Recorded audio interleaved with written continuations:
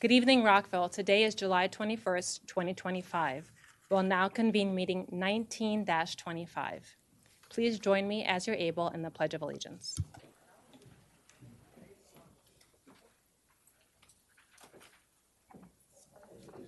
To the flag of the United States of America and to the republic for which it stands, one nation, under God, indivisible, with liberty and justice for all. Thank you. We'll now move on to agenda item 4, agenda review. Ms. Sarah Taylor Farrell. Do we have any changes to agenda? Madam Mayor and council members, there will not be a city manager's report tonight as we have a fairly large agenda to get through. Thank you. Thank you. All right. Thank you very much. We have a very, very busy meeting tonight. We greatly appreciate everyone coming here. We have nice full room and full rooms out in the holding spaces as well. Just a few moments before we move to community forum. All persons should address the mayor and council and speak in a civil and courteous manner, and members of the audience shall be respectful of others. Each person will be allowed 3 minutes, and we ask that you stick to the 3 minutes allowed. There is a time clock in front of you. You will hear an audible beep. Please state your name and whether you live in the city of Rockville. In addition, we have a couple of announcements. I'm going to call, because we have so many people, 3 names at a time so that you can know who's coming up, and so that if you're in an overflow room, it gives you time to come in. 1 person at the podium, but I want everyone to be queued up to know who's coming next. Because we have so many people who have signed up in advance, as well as likely some more in person, we request that you hold clapping and really try to let people speak and get through their testimony. Please do not speak when others are speaking. We welcome signs, but please do not block cameras, do not block someone in front of you or in back of you either. Please address the mayor and council, and please know we have 3 big topics: rent stabilization, elections, and economic development. People may agree with each other or not, but please be respectful of each other. I know there's a lot going on in our nation, but Rockville can show how we treat each other and respect each other even when we disagree. Okay. Please also just move forward to, we have some of our littlest council members joining us as well. And it's a good reminder. Remember that children are watching. They're watching now, and they're going to be watching later. So let's remember that for our city. All right, I'm going to begin, and the first person who signed up in advance is Ryan Murphy, followed by Daniel Shirali and Senator Cheryl Kagan. Thank you, Madam Mayor and council members. My name is Ryan Murphy, and I'm a resident of Rockville. I'm not a landlord, and I have 0 ties to the real estate industry. I'm here as a concerned citizen who wants Rockville to make the best evidence-based policy decisions to address the high cost of housing. I testified here last July with my concerns about the negative impacts of rent control, and I urged a focus on supply-based solutions. I've been following this debate closely over the past year, and I thank the mayor and council for continuing to make the difficult and unpopular but correct decision for renters and for the future of our city, despite a lot of misinformation that has been shared in front of this body. I applaud the courage of speakers who have shared their personal struggles with the high cost of housing, but it's simply inaccurate to suggest this body isn't trying to address the issue just because they disagree with rent caps as a solution. You've been hearing from a lot of people from groups that are fundamentally opposed to the concept of private ownership of housing. But the reality is Rockville must remain attractive to developers and landlords so we can continue to build more housing and increase competition. So landlords need to think twice before raising rents because tenants have better options nearby. This body has taken concrete steps in this direction, like updating the town center master plan, though I believe there is still a lot more that can be done to support development in other parts of the city. You've also heard from some folks in the real estate industry, and it's reasonable to be skeptical of anyone that has a financial interest. But price caps are never a good idea, and it's easy to cherry pick quotes from studies to imply there is uncertainty among economists on this issue. The vast majority are in agreement that, quote, while rent control appears to help current tenants in the short run, in the long run it decreases affordability, fuels gentrification, and creates negative spillovers on surrounding neighborhoods. It is also not means tested, meaning that it also benefits high-income renters who don't even need it.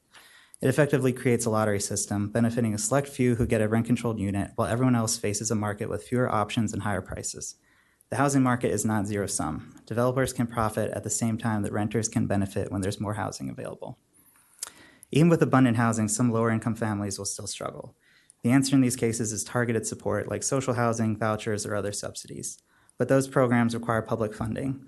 And while rent control may seem free because it doesn't require taxes, rent control isn't just taking profits out of the pockets of developers, it's also really a hidden tax on other renters. Early data shows Montgomery County's 6% rent cap has already triggered huge declines in multifamily development permits and has led to no decline in evictions. The extreme proposal of a 3% cap would be even more harmful. Some people have requested to see more recent local data, but there is nothing unique about the dynamics of the housing market in Montgomery County.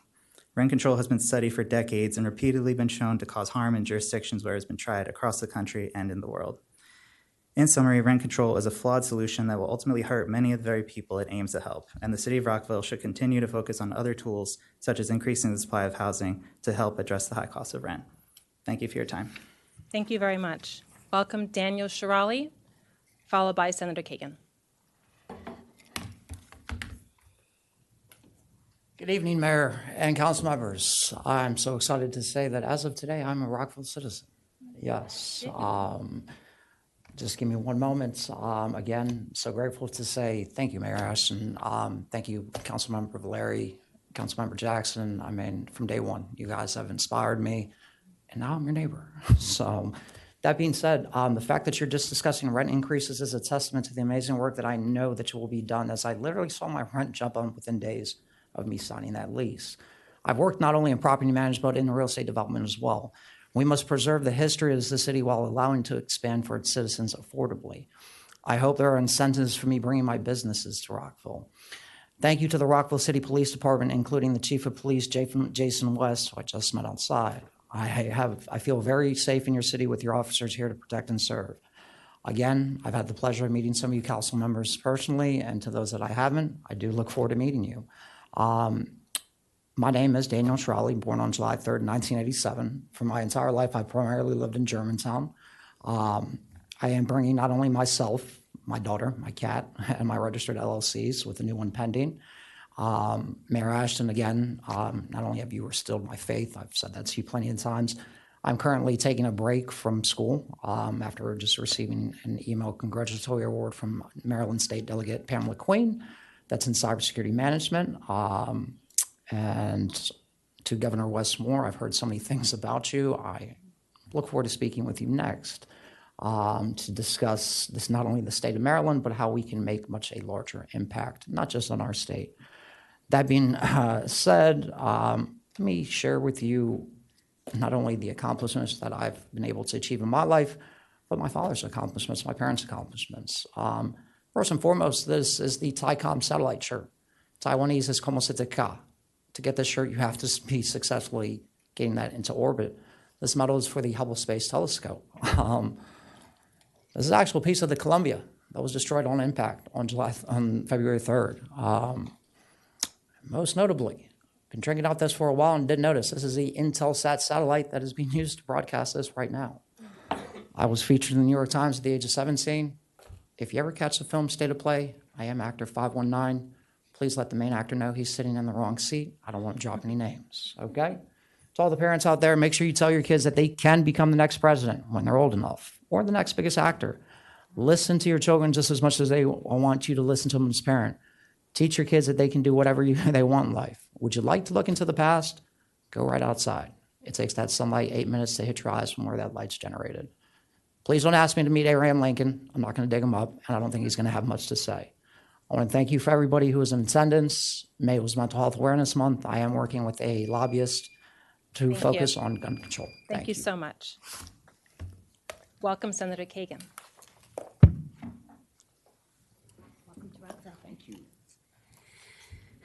Good evening, colleagues, Mayor and Council. For the record, I'm Cheryl Kagan, very proud to be the Senator for Gaithersburg and Rockville, and I'm going to try to talk really, really fast about our elections because the two public sessions that we had here did not allow for public conversation. And so I have a bunch of things to say. First off, for the record, I'm vice chair of the Senate committee that deals with elections. I am known as the election expert. I think I sponsored 11 election bills last year. I do a lot in this space. I know what I'm talking about.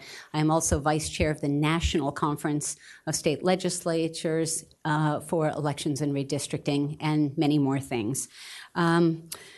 So first off, I agree with some of the things on your agenda. I think an election handbook is a great idea. I think making the Board of Supervisors of Elections a policy conversation board and not the administrator is overdue and a great point. I think sometimes we have our lay leaders and we thrust them into something that they are not prepared for, and I think that's what happened last election. I'm a supporter of ranked choice voting. I think it is time for voters to express their intent at the ballot box. I hope you decide to consider that. Ballot measures, there were 4. Here's the problem. Voters didn't have the information that they need. So when you ask people randomly on the street, do you support term limits? They say, heck yes, throw the bums out. And then you say, well, do you believe that Mayor Monique Ashton shouldn't be our mayor anymore? And they're like, oh no, she's doing a great job. So not okay. When they think about staff and lobbyists would be running the show and that we, elected officials, and the voters can limit our terms anytime they want, we don't need term limits. As soon as I have that brief conversation with someone, they get it and they change their position. Municipal elections, I passed a bill with Greg Wims this year because of Rockville's problems. We needed statewide law that was signed by Governor Moore, SB 88, House Bill 322. Transparency. Delegate Mark Corman, Chair Mark Corman, and I have passed a number of transparency bills, including not just our State Board of Elections, but now all 24 county boards of elections must live stream, must post their meeting materials, must open the doors. Rockville has not been doing that reliably. The website is difficult to navigate, and it's unclear whether the transparency that is happening is a practice or whether it's in law. It should be something that we can expect. Another Rockville resident and I were evicted from a meeting of the Board of Elections on election night that should have been live streamed and public. Last couple things, even in this agenda, they talked about curing violations. They'd used the word wrong. And I am exploring more legislation for next year, again, because of Rockville. Thank you for your time and attention. Thank you very much. Next, we welcome Vincent Russo, followed by Stacy Kapowitz, and then Sandy Paik. I see him coming forward. Okay, so we'll have Vincent Russo again, then Stacy Kapowitz, followed by Sandy Paik.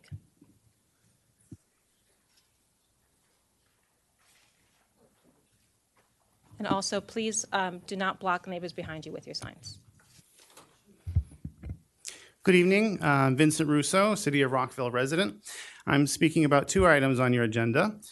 First, on election law reform, I encourage you to prioritize the revision of code around enforcement of campaign finance reporting. Rockville voters must have timely visibility into who is funding city elections. Second, the BSC should be allowed to secure outside legal counsel, particularly during the election season, to relieve the obligation from appointed city staff who are under your purview. The council should also consider compensating BSC members for their service. I do not support council districts, term limits, or ranked choice voting in Rockville. Each strikes me as a solution in search of a problem that we do not have in the city. The consultant's report should include data drawn from Rockville's election experience to help you evaluate these proposals. How often do members serve more than 12 years? Have we ever elected a mayor with minority support? Keep it simple and focus on the most necessary revisions to Chapter 8. On rent control, I am baffled that this is on the agenda again after the council acted so decisively last year to take it off the table. I hope tonight you emphatically reaffirm your commitment to addressing housing affordability with authentic solutions and data-informed policies. The literature on long-term effects of rent control is ample and unambiguous. New York City's decades of rent control and historic preservation policies have led to an affordability crisis there. Just down the road, the DC government is trying to unwind renter protections that went too far and led to the collapse of its affordable housing market. In Montgomery County, the adverse effects of its rent control policy adopted just a year ago are already evident in the sharp decline in approvals for multifamily constructions. Rent control proponents rightfully advocate for the self-interest of incumbent renters, but we must also stand up for the renters of tomorrow and the residents of existing housing stock that falls into disrepair when revenue streams are insufficient to maintain them. Do not repeat the county's blunder. Cities like Austin and Minneapolis show just how quickly market conditions can improve for renters when local governments act decisively to address supply. I urge you to continue pursuing with vigor the measures you've already taken regarding inspections, enforcement, price transparency, and especially zoning changes to improve the welfare of all renters today and moving forward. Thank you. Thank you very much. Welcome, Stacy Kaplowitz.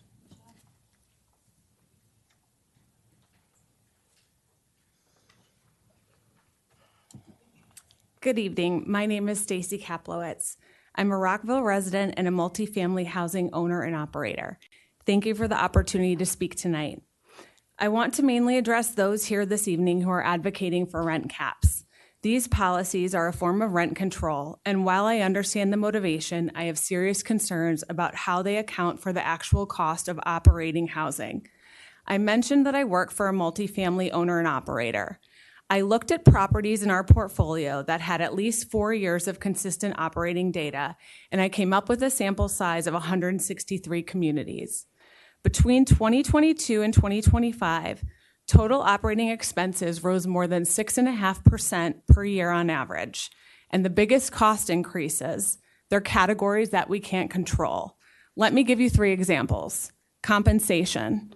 What we pay the people who run and maintain these communities was up 17% over the last 4 years. That's what it takes to retain a capable workforce. Utilities, driven by infrastructure and energy markets, up 18%. And insurance, impacted by national risk and reinsurance trends, nearly doubled from 2022 to 2024.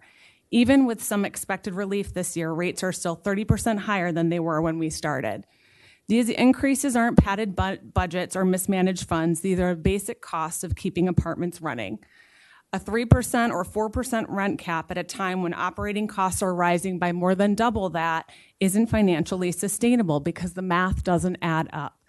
So it's fair to ask, would there also be caps on property insurance premiums, on electricity rates? Will there be limits on how much we can pay employees who run and maintain these communities? Will property tax increases be held under 3% as well?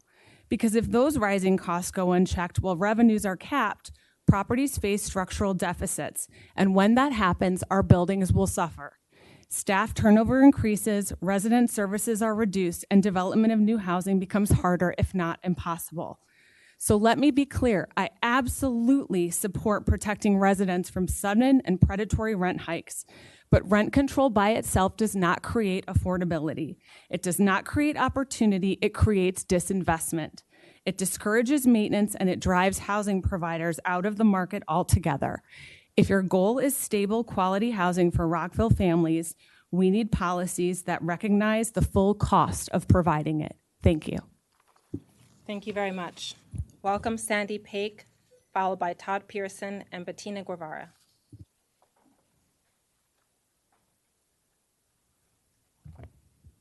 Good evening, Mayor and council members. I'm an attorney in Maryland. I've been barred in the state for the last 25 years. My name is Sandy Peck. I have closed numerous transactions that are in affordable housing, about 10,000 units overall over the course of my 20-year career, using primarily low-income housing tax credits. Currently, I serve as general counsel for Tower Companies. Tower has been a part of the Montgomery County community for more than 75 years, and we're headquartered in Rockville for the last 20 years. We own and operate commercial buildings in the city of Rockville, Montgomery County, and the District of Columbia. Our portfolio in Montgomery County includes a mixed-use community with almost 1,400 multifamily apartment units that are now under rent control. During last year's hearing on rent control in this body, Director Bruton shared that more than 93% of apartment units do not experience rent gouging. This data does not point to rent control as a solution to the challenges that are being faced by renter households. Today, I'm going to share some thoughts about housing policy and designing it to meet a community's needs. I also want to speak a little bit about housing policy that can address the challenges that individual renters are facing. Many areas of the country are experiencing a dire housing shortage, and what we need to address a housing shortage is more supply. In their report, the Brookings Institute, they had a report titled, "What Does the Economic Evidence Tell Us About the Effects of Rent Control?" The Brookings Institute found that rent control appears to help affordability in the short run for current tenants, but in the long run decreases affordability, fuels gentrification, and creates negative externalities in the community. These results highlight that forcing landlords to produce insurance to tenants against rent increases can ultimately be counterproductive. Recent transactions reflect that it can cost between $500,000 and $1 million to produce a unit of affordable housing in this region. So that is simply unsustainable if we want to respond to a housing shortage. This is the problem we need to solve if we want to solve for the housing supply issue. Before I conclude my comments, I would like to also speak to solutions for renters that are experiencing a financial distress, that are having a financial stressful experience in their life. As someone who deals a lot with the landlord-tenant issues that come into our portfolio, I can say that I'm deeply concerned about the impacts of rent control on the landlord-tenant relationship. It is something that we want to see is more support for residents who are experiencing economic distress so that it doesn't become an adversarial or non-productive relationship between landlords and tenants. Thank you so much. Thank you. Welcome Todd Pearson, followed by Bettina Guevara, and then Jay Gunnar Gingery.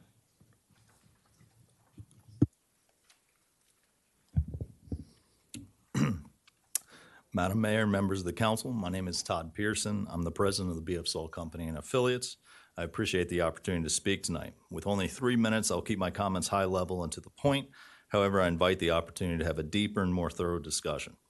Tonight, you have a work session to discuss rent stabilization. Housing affordability is something I believe everyone should care deeply about. It's imperative we produce enough housing at all levels of affordability. On a personal level, I'm committed to working toward a day everyone has the security and dignity of a home.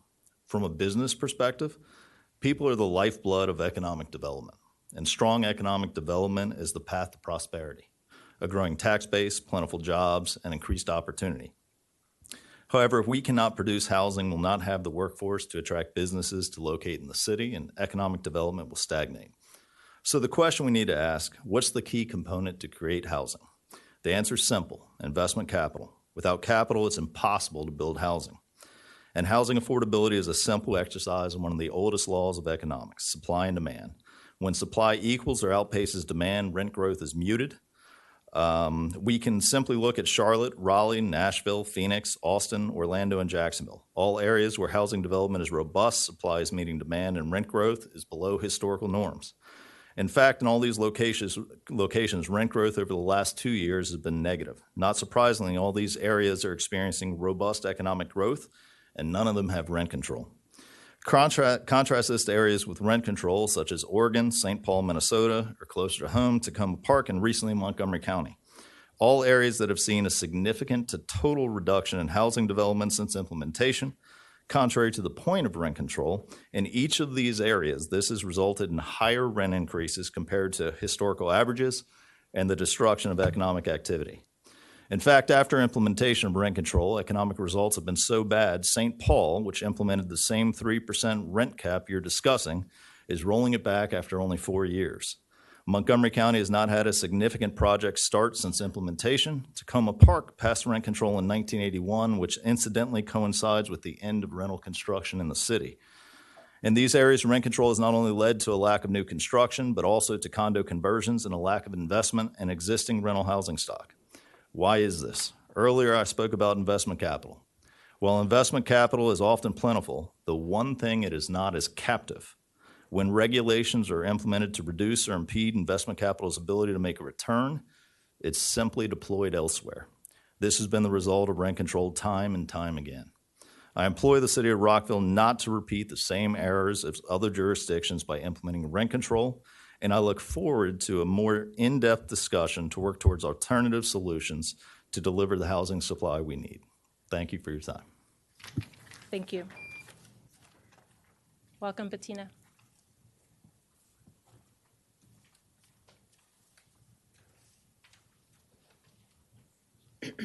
Thank you. Good evening, Madam Mayor and members of the council. I am a resident of Montgomery County.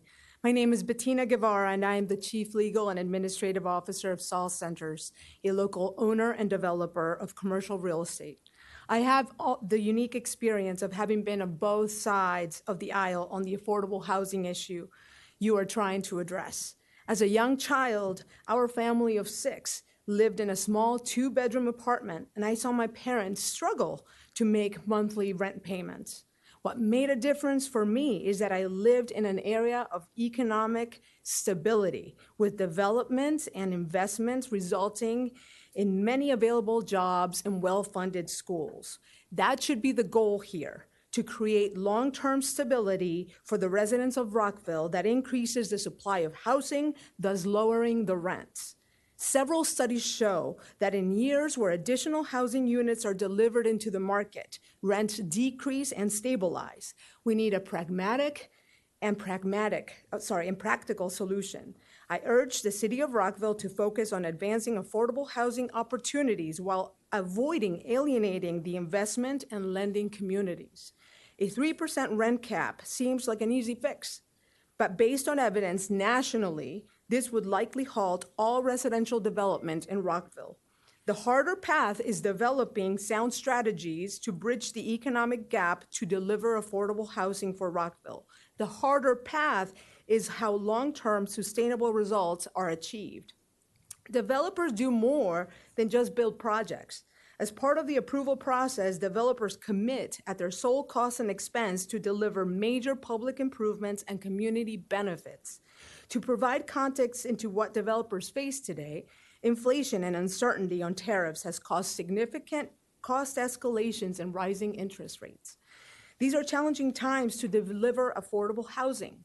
Creating additional legislative burdens for developers will not address the vast need for affordable housing. We look forward to discussing alternatives that have proven successful, which include working closely with developers to incentivize new projects, create public-private partnerships, and facilitating homeownership.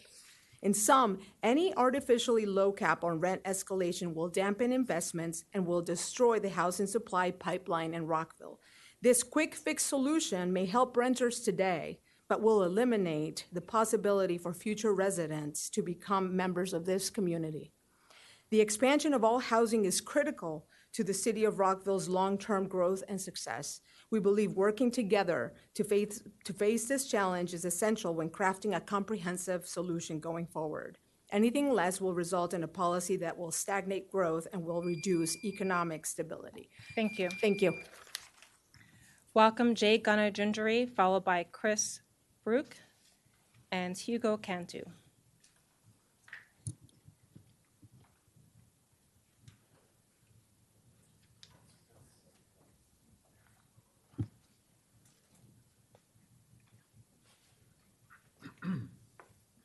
Thank you, Mayor and members of the City Council. My name is Gunnar Gingery, and I appear before you today as Senior Vice President of Investment and Operations for GDG and Commodore Management, the owners and operators of Woodmont Park Apartments on Rockville Pike.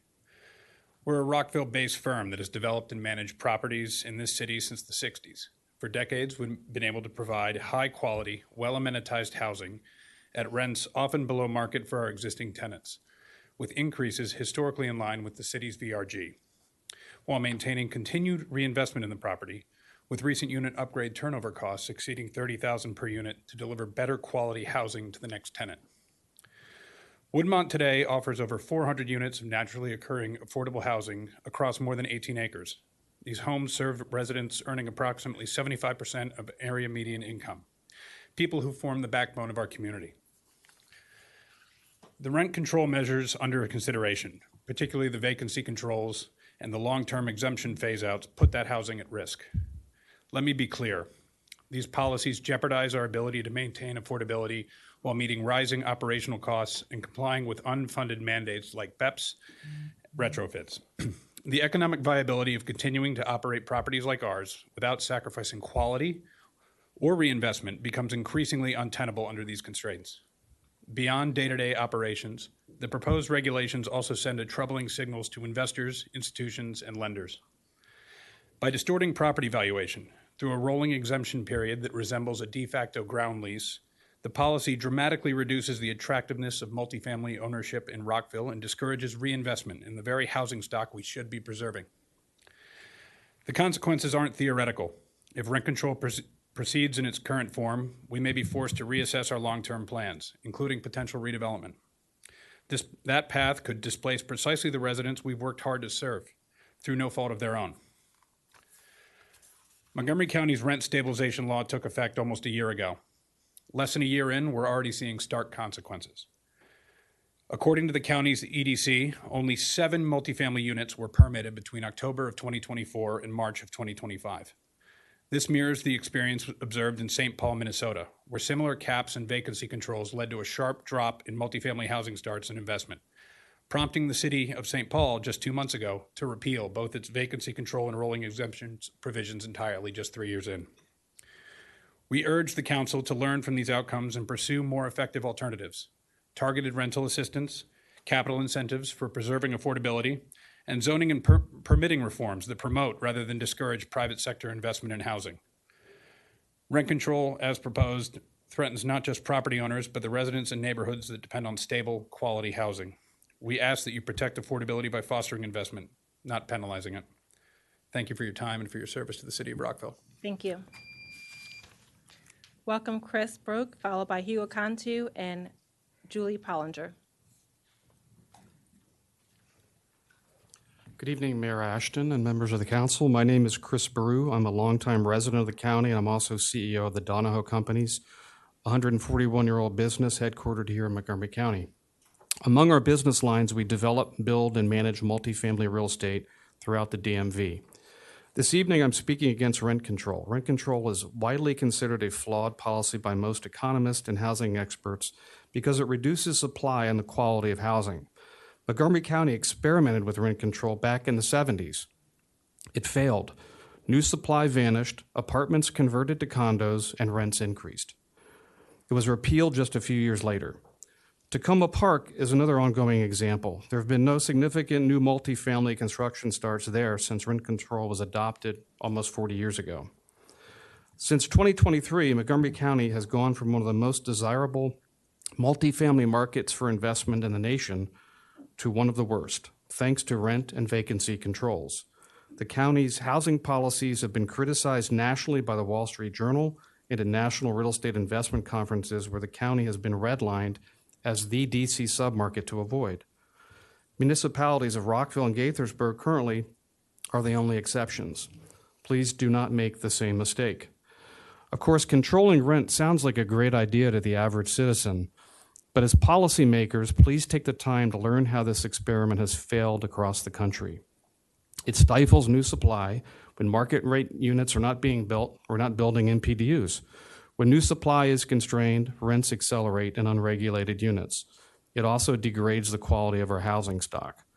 I call your attention to page 9 of MCEDC's June 26 quarterly economic briefing. It shows multifamily building permits have evaporated since the adoption of rent control in Montgomery County. Public employee pension funds are one of our largest sources of investment capital. These fiduciaries aren't investing their multifamily retirement fund allocations in rent-controlled markets. They don't have to. They don't have to invest here, and nobody does. They have choices, so they're allocating capital to other markets, including the one across the river. Please do your homework to understand the unintended consequences of rent control, and instead, please consider dedicating municipal land and resources to promote the acquisition and development of more affordable housing. Thank you. Thank you. Welcome Hugo Cantu, followed by Julie Pollinger, and then Leigh Henry.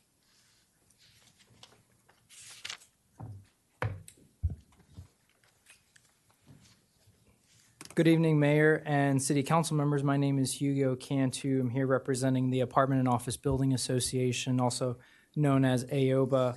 We represent owners and managers of approximately 6,500 multifamily apartment units in the city of Rockville, and that's approximately $1 billion in assessed value in the city. AOBA is opposed to any proposal that would cap rents and or ban rental housing fees in the city, and then the city should focus, again, on measures that will increase housing supply, not deter new investment and new development. AOBA opposes rent stabilization for the following 3 reasons, and the first reason is, during last year's conversation, Rockville city staff themselves noted that the inflation-adjusted average rent increase in Rockville between 2010 and 2022 was flat, while at the same time, the real median household income was declining. Now, proponents of rent stabilization often claim that tenants have received exorbitant double-digit increases, but as you can see in our written comments, that annual rent increases in the city simply have not lived up to those claims. And in the instances that some tenants receive a larger increase than usual, it's usually attributed to some sort of concession that was gone through. So let's say a 1 month rent free or a non-traditional lease term like month to month. And the second reason is rent caps deter new housing development, and development in Rockville, which would directly contradict Rockville 2040 and the Metropolitan Washington Council of Governments. And any failure to provide housing while over-regulating the providers is going to lead to rents increasing. And it'll have no appreciable impact on homelessness or the displacement. And housing AOBA members that have housing units, those are the members that are providing places to live for residents in the city that otherwise would be moving away, especially considering single-family homes in Rockville are up 12% from last year, and the median sale price of these homes is $700,000, $730,000. And the housing prices have caused the population to decrease at an exorbitant rate. For ages 30 to 39 since 2018, it's been a 35% decrease in the city of Rockville. And the only way to attract those very needed residents is to build more housing and allow that. Lastly, rent stabilization will deter multifamily sales. Values will go down, sales and property taxes will go down. And Montgomery County is seeing that with their double-digit decrease right now. And again, rent regulations will be a net negative for residents in the city and housing providers. Please refer to my written comments. Thank you. Thank you. Welcome, Julie Pollinger.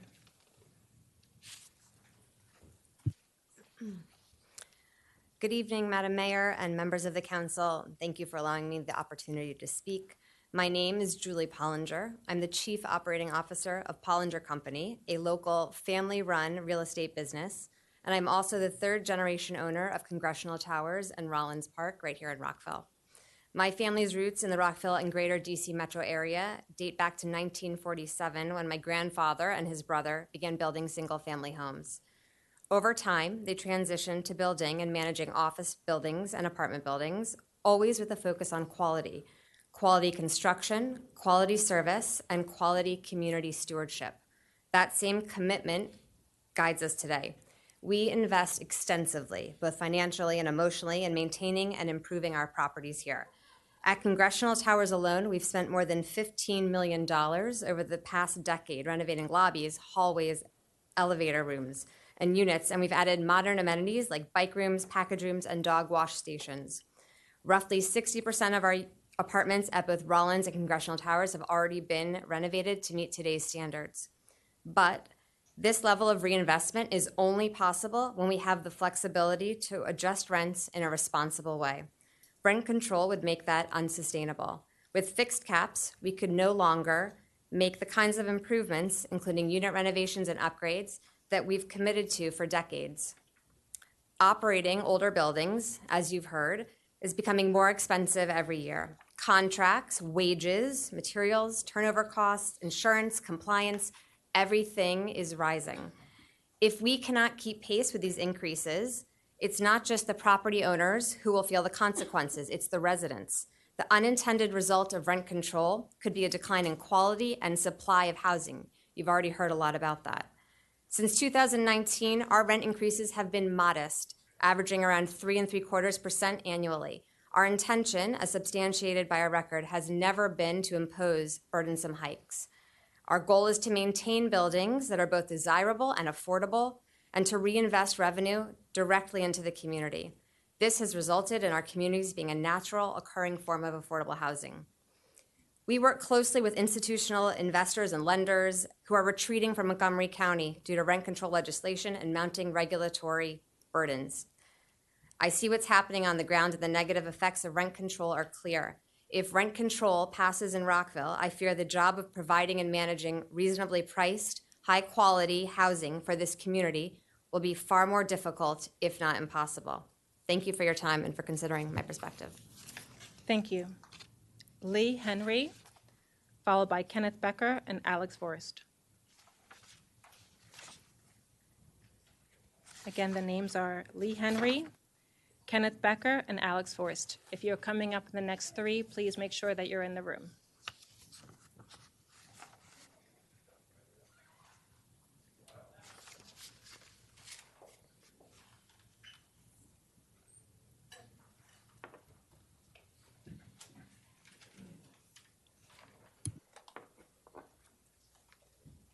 Hello, my name is Lee Henry, and I co-own and manage multifamily projects. Thank you for the opportunity to speak. Montgomery County's housing crisis is having a detrimental impact on the health of our community.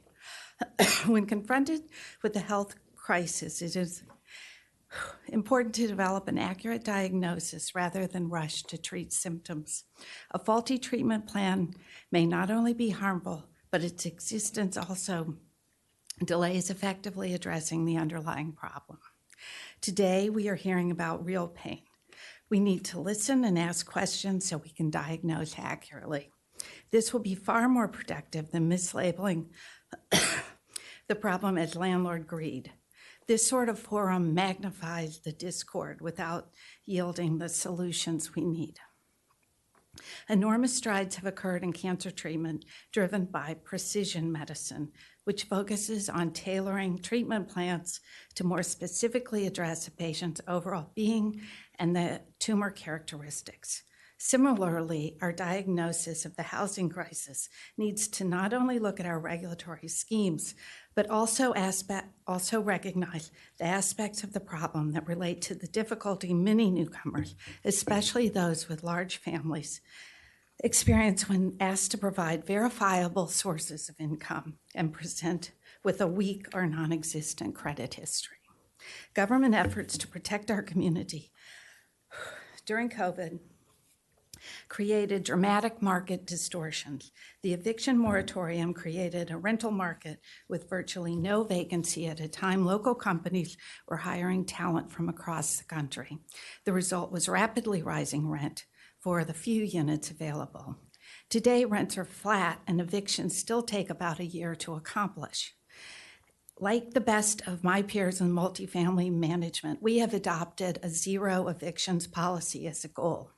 This starts with careful and rigorous examination of prospective tenant qualifications, which means that those without verifiable income or a weaker credit history rely on sometimes unscrupulous housing providers, and they flood government chambers to tell of their struggles and abuse. Today, I offer a simple prayer. Let's stop flaming the antagonism between landlords and tenants.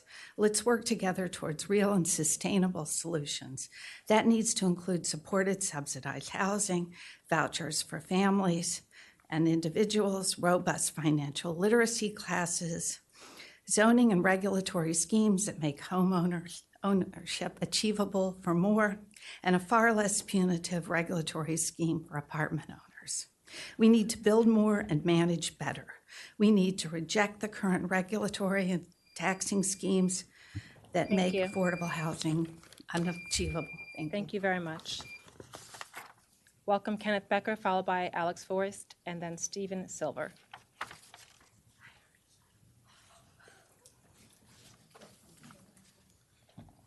Good evening, and thank you, Madam Mayor and council members, for the opportunity to speak with you tonight.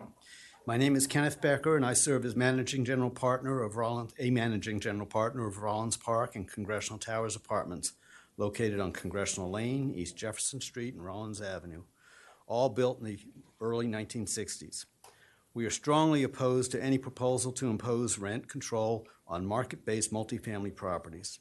Rent control is a simplistic and failed policy, short-circuiting ownership's ability to keep aging properties competitive and destroying an economic environment to attract capital for reinvestment and the development of new housing in the community. Montgomery County just permitted 7 apartment units this past first quarter of 2025. Compare this to the 500 to 820 units permitted in each of the first quarters of the prior years since 2022. New supply has crashed in Montgomery County. This only worsens housing availability, and there is no reason that needs to be repeated in Rockville. But there's more. In the last 5 years, water and sewer costs have risen 60%. Gas and electric increases have run from 50 to 80%. Real estate taxes, 23%. Property insurance costs around 26%. And materials and labor in excess of 25%. What business of any kind can sustain such cost increases in the long term with capped revenue? The answer is none, and at some level we all know this. And of course there is no serious control over these mentioned costs. As second-generation stewards, we take great pride in these communities, and we continually reinvest funds in them. Our residents are working people, including tradespeople, professionals, young families, and older retirees. In short, it is affordable, sought-after, market-based housing. Vacated but previously long-occupied units receive major upgrades, including new bathrooms, kitchens, floorings, lighting, etc. Common areas, corridors, lobbies, stairwells, amenities, including our community complex with pool, fitness, and assembly areas, receive similar reinvestment, all reflecting well on us, our residents, and our city. None of this is possible in the longer term if rental revenue is capped as proposed. Our housing shortage today can be largely attributed to regulatory and no-growth policy failures of the past, discouraging new supply and demonizing those risk takers in society who dare to put capital at risk to build something. Far from stabilizing the market, rent control only jeopardizes the stability of our existing housing stock and the creation of new housing, further exacerbating currently described shortage of lower income housing. Thank you. Thank you. Welcome Alex Forrest, followed by Stephen Silver, and then Margie Graff. Thank you, and I appreciate you letting me speak this afternoon or this evening. My name is Alex Forrest. I am a real estate lender with PGIM. I've been in the affordable housing space for about 30 years. And at the end of the day, there need to be incentives to create additional housing units, whether they're market rate or affordable. But I unfortunately think that rent control generally materially hinders these efforts. Speaking as a lender, for markets where rent control exists, we need to factor this cap on rent growth into our underwriting. For every deal that we finance and underwrite, we are required to run a test to confirm that that deal has enough cash flow at loan maturity to be refinanced. When we look at a property's historical operating performance, we can see the pace at which expenses have grown, and that's typically much higher than 3%. This is particularly true of older assets, which make up a large component of the local housing supply. And I think some of the other speakers talked about rates at which various costs are going up. So if we have to cap our rent growth at 3%, passing this refinance test and getting that loan closed becomes a serious challenge. Some, and unfortunately more loans than we would like, have to get downsized on the front end in order to pass this test, which in turn requires more borrower equity. As a result, some deals never close. So you don't get new ownership in there, new blood, new opportunity. And then some developers just don't have the extra funds, and the response is they cut back on the rehab that they were going to do, and they put Band-Aids where there should have been much more material capital investment, and these units begin to deteriorate much more rapidly than they would otherwise. And that's a bad outcome across the board. We also work a lot with Section 8 properties. And each year, the rent on these properties increase by something called an OCAF, an operating cost adjustment factor. HUD assesses the rate at which operating costs are going up in a state, and that's how much your Section 8 rents increase year over year. The OCAF for Maryland in 2023, 24, and 25 was 7.3%, 5.3%, and 4.6%, respectively, with a 4.6 average. That's a pretty good proxy for expense growth, but it's worth noting that that's a statewide calculation reflecting growth rates across Maryland. I think it's safe to assume that costs went up more rapidly in Rockville than in other less urban areas. So even that 5-year average probably does not capture actual rent increases in Rockville. So in a typical year, if you're capped at 3% rent growth, it just simply won't keep pace with operating cost growth. And the risk of those apartments becoming financially strained and then becoming increasingly challenged, and we've discussed with other owners, you're going to see increased amounts of disinvestment and deterioration in those units. Thank you. Thank you very much. Welcome, Alex Forrest, Steve Silver, and Margie Graff. Sorry, Steve Silver next. Sorry, go ahead. Had me thrown off. Thank you, Alex Forrest. Good evening, Madam Mayor and City Council. My name is Stephen Silver, and I'm the CFO of Lanthean Development. Affiliate of our company is the owner of 255 Rockville Pike. I'm testifying tonight because Lanthean's CEO, Bob Elliott, is away. Bob lives in Rockville's West End and has spoken many times before the Mayor, Council, and Planning Commission. Our Bethesda-based company is privately held and focuses on real estate investment and development. We own approximately 530 acres in the DC metro area. We acquired 255 Rockville Pike at auction in early 2024.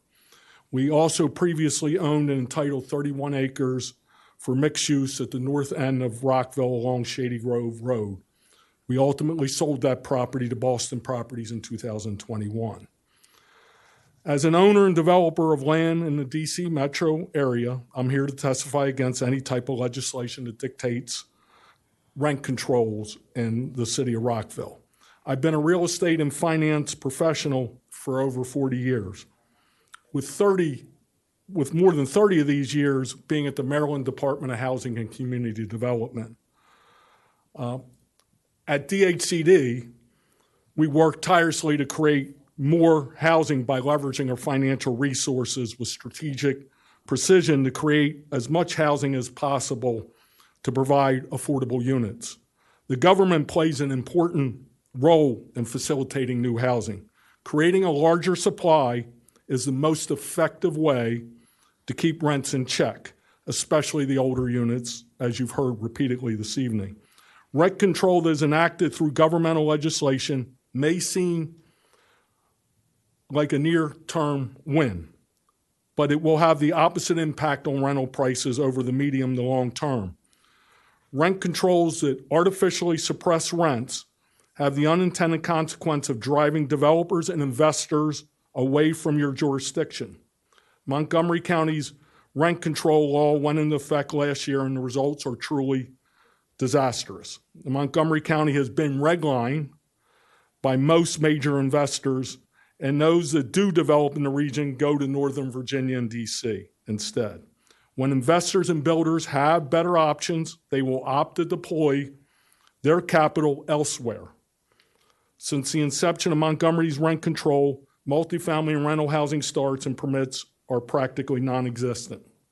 Right now, Rockville and Gaithersburg represent the only bright spots and a valuable path to build more rental housing units in Montgomery County. I strongly urge the mayor and council not to follow the county's lead and enact the similarly flawed laws. Rather, we would urge you to increase the supply. Thank you. Thank you. Thank you very much. Welcome Margie Graff, followed by Brigida Mulligan, and then Peter Henry. Good evening, Mayor and Council. I'm Margie Graff, President and CEO of the Greater Rockville Chamber of Commerce. While we fully support the goal of housing affordability, we strongly oppose rent stabilization as a solution for Rockville. It's a policy that might sound helpful on the surface, but it has serious long-term consequences. First, rent caps discourage much-needed housing investment. Rockville needs more housing, not policies that make it riskier to build or maintain rental properties. When developers pull back, we lose not only housing units, but also jobs and tax revenue. Second, many of our landlords are small, local owners, retirees, veterans, and families who rely on fair rental income. Capping rent limits their ability to keep up with rising costs like taxes, insurance, and maintenance, and that pressure could push them to sell or leave the market, reducing affordable options over time. And third, rent stabilization can lead to a decline in housing quality. With shrinking margins, property owners may defer maintenance or skip upgrades, especially in older units, creating safety and livability issues. Fourth, the policy benefits a few while hurting many. Studies show that rent-controlled units often go to long-term tenants, while newcomers, young renters, and low-income families face tighter markets and fewer choices. It creates an unequal system that doesn't solve the broader housing crisis. And fifth, since Montgomery County passed its rent stabilization law, we've already seen developers shift projects to jurisdictions like Frederick and Northern Virginia. Rockville has remained one of the last competitive markets in the region. Let's not lose that edge. Instead of rent caps, we urge you to focus on real solutions: targeted assistance, zoning reform, incentives for ADUs, and faster permitting. These tools increase supply, protect tenants, and support our growing diverse community. In closing, we ask that you reject this legislation. Let's work together, business, government, and nonprofits, to tackle housing affordability without harming the very fabric of Rockville's economy and future growth. Thank you for your time and leadership. Thank you. Welcome Brigida Mulligan, followed by Peter Henry, and then Brian Barkley. Good evening, Mayor and Council. I'm Brigida Mulligan, a 50-year resident of Twinbrook. I'm here today to bring some common sense perspective to the discussion on rent control. Many supporters of rent control overlook that private developers, not the government, build housings. These developers not only invest in construction, but also pay property taxes and cover ongoing maintenance costs, as you've been hearing this evening. As a 6-year apartment renter myself, I fully understand the concerns tenants have about rising rents, increase in maintenance expenses, newly imposed regulations, and escalating property taxes all contribute to the higher costs. But it's important to recognize that the policies adopted here in Montgomery County have had a chilling effect on multifamily construction. You've heard that tonight quite a bit. Unit construction is declining, not due to low demand, but because county policies discourage investment. That is the economic reality we face. I strongly urge the Rockville City Council to avoid adopting the same rent control approach as the county. Instead, we need thoughtful, balanced policies that are fair for both renters and property owners. Rent control may be well-intentioned, but it carries serious unintended consequences. One primary consequence is a decrease in the number of available rental units. One primary consequence is the decrease in the number of available rental units. When property owners are faced with capped rental income while their costs continue to rise, many choose to convert their units to other uses, delay maintenance, which is not good, or exit the rental market altogether, which is also not good. Over time, this results in fewer rental units, worsening the very housing shortage the policy aims to solve. My testimony today is not based on emotion, but on facts and real-world outcomes. In some jurisdictions, rent controls has effectively halted new apartment construction. Do not believe that this is the direction that we in Rockville want. Additionally, Tacoma Park has maintained rent control since 1980, following Montgomery County's discontinuation of rent control in 1970. Nearly 48,000 rent-stabilized apartments in New York City are sitting empty. Do we want to see that here? No. Because they're too expensive to fix. We all hear this from all the rental owners. So far, the impact of Montgomery County rent control have all been negative and have made the county an international poster child for bad housing policy. We don't want that here in Rockville.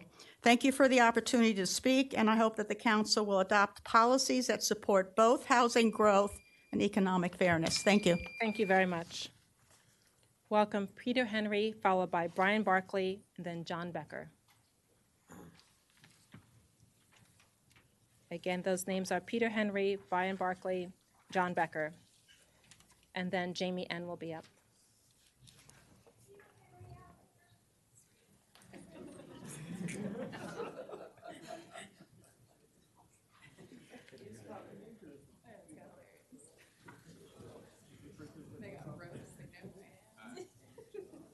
If you hear your name called in the stack, please be ready and in the room.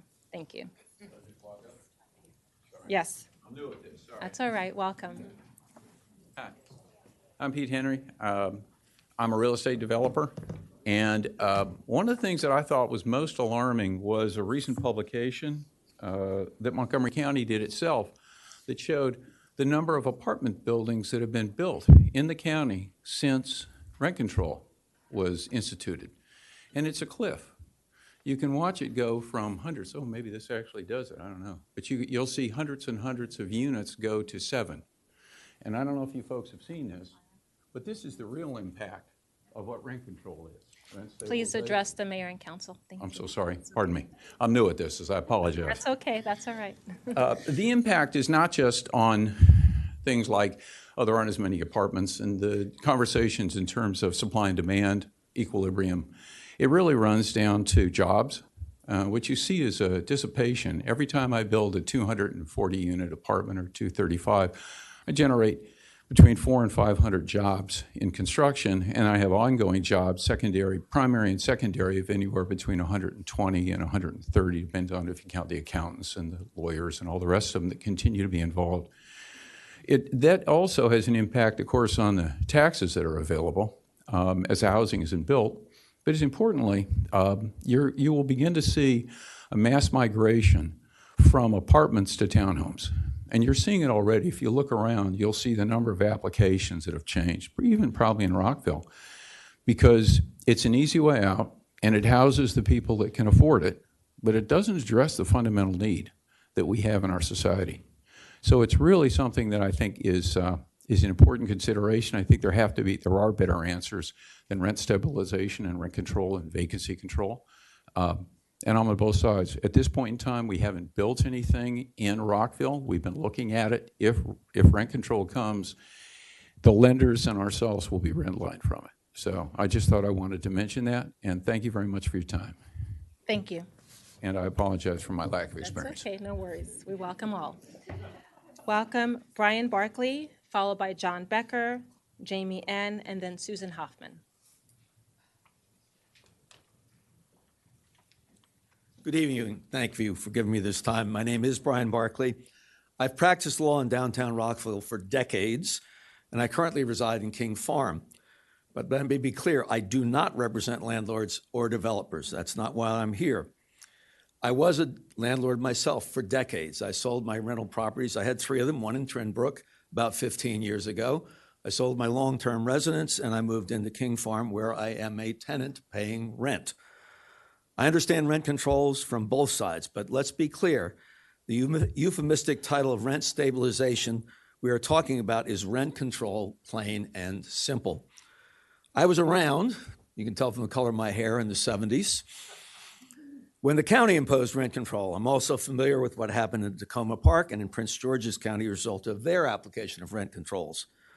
In all these instances and around the country, the results have been devastating to local economies on multiple levels.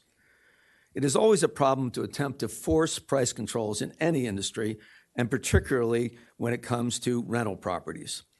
When I was a landlord, if I had significant increases in costs, when I had to, I would pass them on to my tenants.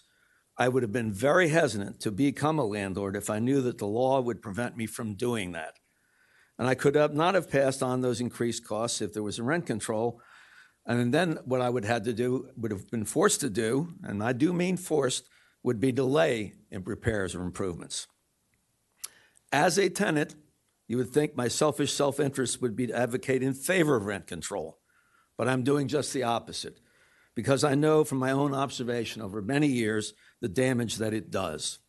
In Montgomery County, as a result of their unwise imposition of rent control, the results are already devastating.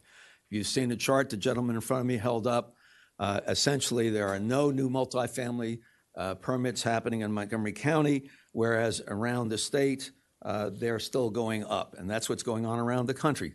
This is the actual impact of what's happened in Montgomery County. Rockville has advocated for more multifamily units as part of its plans for the future, as it should. This will have the opposite effect and will also make it harder for employers to attract workers due to the lack of affordable housing.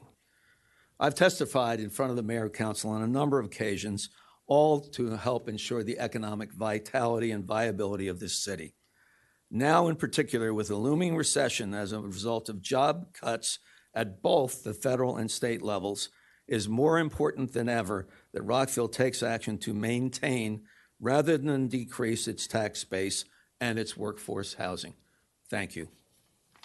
Thank you. Welcome, John Becker.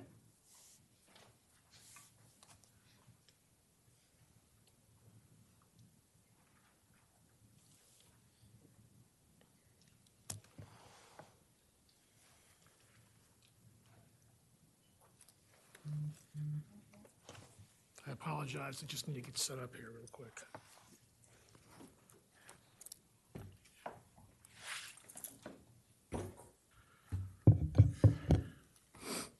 I'm here to, my name is John Becker. I live at Americana Center, which is across the street from the Rockville Metro Station, and a resident of Town Center. And I'm here tonight to talk about a number of topics in the limited time here. First of all, as far as the rent stabilization thing, I have nothing to add as far as any kind of key finding, any kind of soundbite. I identify with those who want to have rent control, rent stabilization, whatever definition you want to use. I've also looked at whatever you can find on the internet. We all know the internet is always true and never ever lies. And I guess what I'm coming to as far as this is concerned, I looked at the city webpage, and there has not been a task force, board commission, committee, meeting, entity set up regarding this issue, and I'm going to more or less rely upon that because there are 2 sides, 3 sides, or 4 sides to this issue. I think it deserves to have a body look at it, starting in the fall or late winter, early winter, I should say, and have a report done by the fall of next year in line for the elections coming up the year after. And that's my recommendation, and it would be comprised of people, both sides, or 3 sides when you get right down to it. It's going to be a tough commission, committee, body, board, whatever you want to call it, but it's probably the best way to look at this and take it further and resolve it. And I know if you're a renter, that's not what you want to hear tonight, but for little Johnny Becker to say anything, that's the best I got.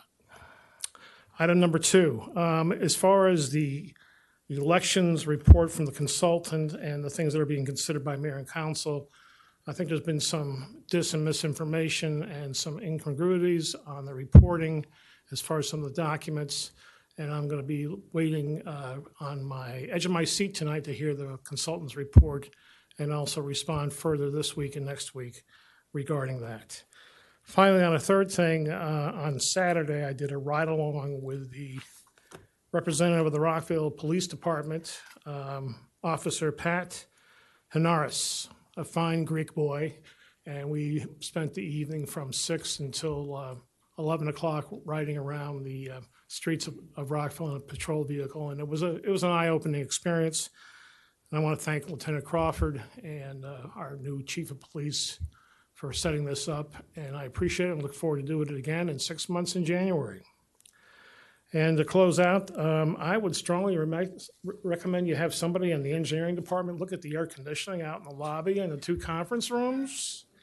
And the flat panel screen that's out there in the lobby is not working again. Would you please have somebody look into that? Thank you very much. Thank you for your comments. Welcome Jamie N., followed by Susan Hoffman, and then Michelle Whitaker. So I guess I'm the first one up tonight who is very much in favor and support for rent stabilization, but City Council, please do take note of the incredible turnout tonight in favor of rent stabilization. This speech is to directly address Mayor Ashton and council members Fulton, Jackson, Van Grack, and Valeri because of their obstruction to rent stabilization. I heard some of you found my speech last time to be disrespectful. I'm glad my intent was conveyed because it's disrespectful and borderline belligerent for you to continue voting against rent stabilization. Rockville residents, the people who elected you to represent them, not landlord associations, have expressed their overwhelming want and need for it, and with each vote against rent stabilization, you spit again in our faces. I'm not sure why you still feel entitled to respect just because of your position on City Council when you're using that position to disrespect the will and safety of the people of Rockville. At this point, you know that not passing rent stabilization hurts your community. I know you've seen the data showing that despite your best efforts to not acknowledge it. I don't know how to make you care more about the people you're hurting than you care about the kickbacks you get for obstructing rent stabilization. And I'm sure those kickbacks are coming from the CFOs and the businessmen and the landlords that spoke tonight before me. And frankly, if you aren't obstructing rent stabilization for the kickbacks, that means you're obstructing it to intentionally hurt people you see as less important than you, which is quite the stain to have on one's legacy. I don't know how to teach you to feel compassion for people who are suffering in this housing crisis, and I don't know how to make you care more about vulnerable people than your own profit and agenda. But I do think we can make you care about how obstructing rent stabilization will tarnish your standing and reputation in this community. If you plan to stay in Rockville after your time on City Council, remember that when power is returned to the community is rarely kind to those that exploited them. If you vote against rent stabilization tonight, be mindful that the consequences of your decision will not end once your term ends. We, the people who your vote impacts tonight, we who could be your future neighbors, teachers of your children, and even future city council members, we will remember you for either your bravery or your cowardice tonight. This is probably your last opportunity to salvage your reputation with this rising generation of Rockville residents, voters, and community leaders. Show us with your vote tonight that your humanity is stronger than your own self-interest. Thank you. Please hold on tapping for the next speaker. We have a lot of people to get through. Susan Hoffman, former mayor of Rockville. Good evening, Mayor and Council. My name is Susan Hoffman, and I have been a resident of Rockville since 1988. It has come to my attention, and I think we saw some evidence of it this evening. I'm shocked and disappointed that there have been attacks, ad hominem attacks against the mayor and council. Attacks on our public officials who sacrifice their personal time away from their families to serve the good people of Rockville. People can disagree without being disagreeable, and unsubstantiated ad hominem attacks really are beneath all of us. It's unacceptable to engage in intimidation. I understand there's trolling online against people's spouses and children. Public service is good and important work and should be appreciated. As for the subject of rent control, what I do know is that since the implementation of the rent stabilization legislation that took effect 1 year almost to the day in 2024, according to Adam Panucco's research in his column today, on January 29th, 2025, there were 1,510 unhoused individuals counted in Montgomery County. Sadly, an overall increase of 32%, a full 1/3 from 2024. No other jurisdiction in the DMV came close. Prince George's went down by 8%, and the District of Columbia fell by 478 persons, a 9% reduction. Multifamily building permit applications have flatlined in Montgomery County. If people don't want to build multifamily residential, we can't provide affordable housing. We have the programs, moderately priced dwelling units, MPDUs, that are required when multifamily residential is built. We want to see affordable workforce housing. That's the route to take. Let's incentivize affordable housing, not drive away the very people who can and want to build affordable housing. Thank you for your time. Thank you very much. Welcome, Michelle Whitaker, followed by Grant Sams, and then Rabita Moses.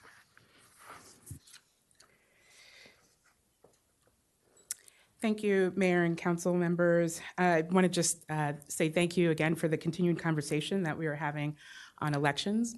My name is Michelle Whitaker. I'm the Executive Director for Ranked Choice Voting Maryland.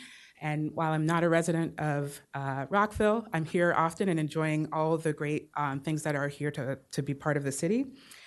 Today, I'm going to speak about why ranked choice voting is important, and I hope that the council will continue to move forward with this. Ranked Choice Voting Maryland has provided written comments, and we've had numerous residents who have raised their voice in support. We can know from the data that across the 50 jurisdictions plus that use ranked choice voting that Rockville will benefit from having ranked choice voting to create fairer elections and give more residents a voice in picking who represents them on the dais. I want to also thank Jason Gant, who is the consultant, and take a moment to answer the question Jason raised in the report where he said, should Rockville consider moving forward with changing from a winner-take-all system to ranked choice voting? The answer is yes. I'm done. No.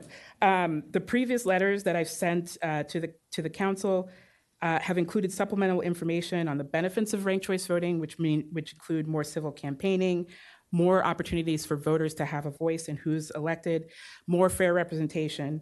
And my material also included the benefits and the best practices for implementation that help collaborate with nonprofits, along with the boards of election and other resources that are available across the country. Rockville is ready for ranked choice voting.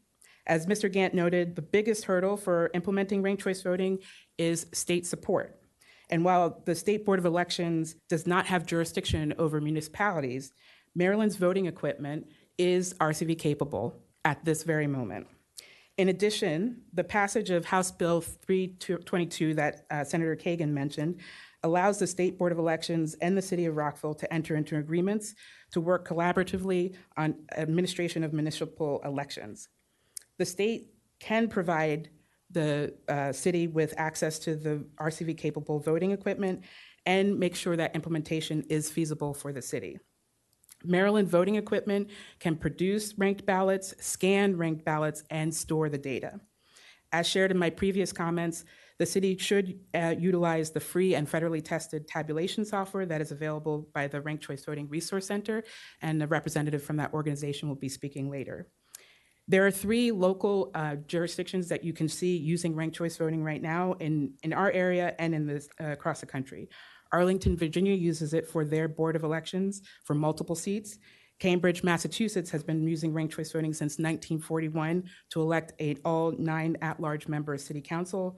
And Portland, Oregon used it for the first time in 2024 Thank for you their very multi-districts. Thank you. Thank you. Welcome Grant Sams, followed by Roberta Moses, and then Jackie Mishinya.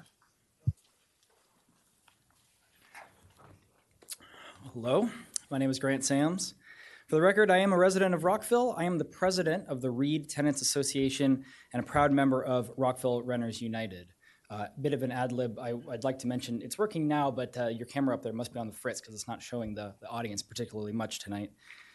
I'll be honest, though, I'm not entirely sure what to say tonight because after I heard last week's mayor and council meeting that the majority of this body had requested no updated information from city staff about the rent gouging crisis in our community, I was confused about the purpose of tonight's working session.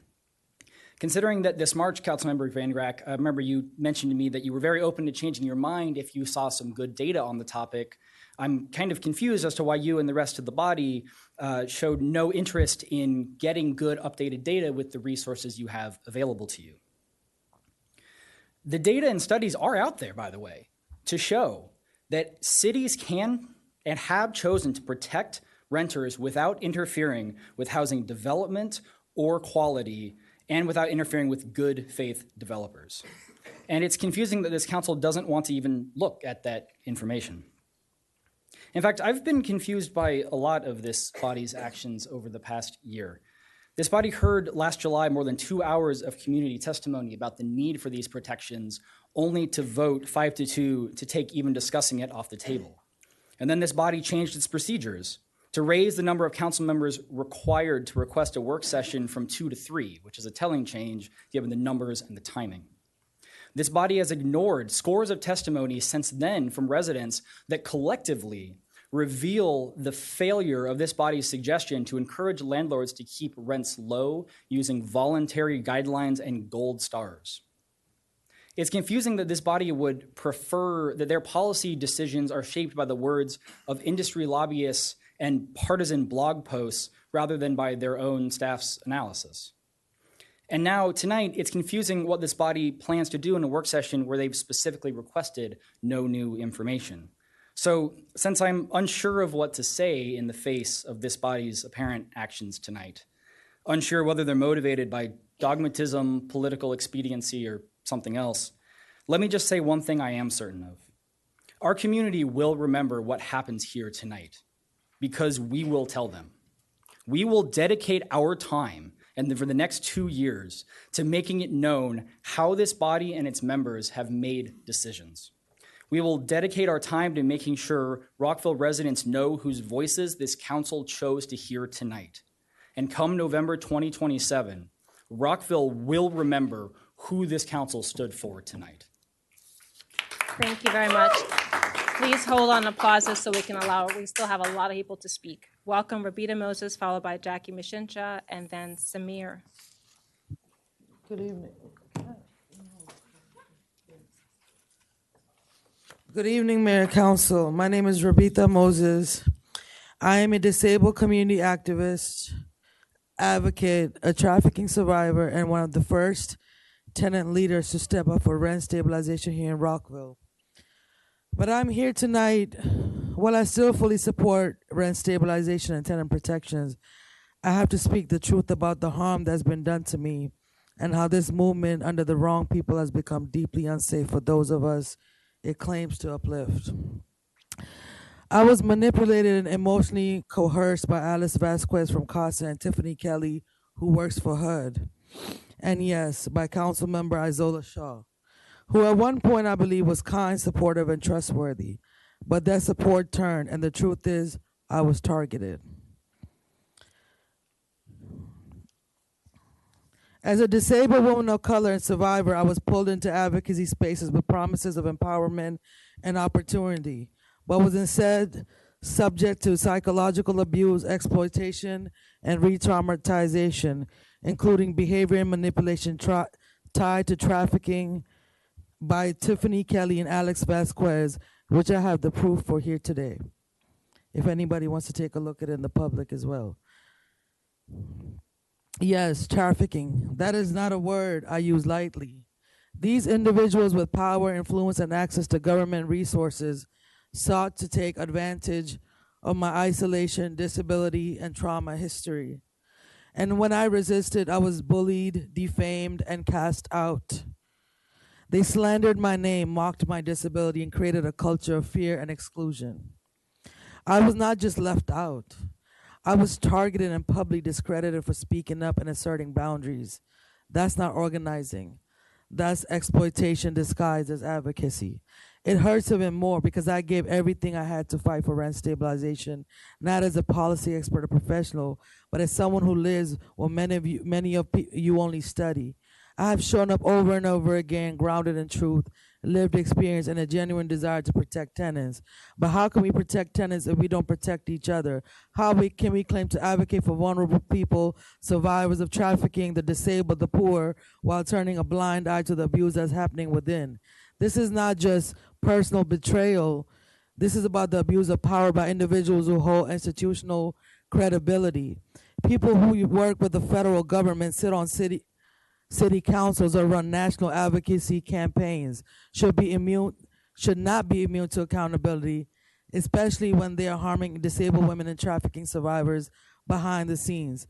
I'm putting this on public record because enough is enough. I will not allow my trauma to be used against me. I will not allow my advocacy to be stolen. Double, please. Thank you. We'll give you 30 extra seconds if you could wrap. We have a lot of people. Just one more minute. Please proceed. I will not allow my trauma to be used against me. I will not allow my advocacy to be stolen, and I will not allow those who harm me to continue doing so in silence.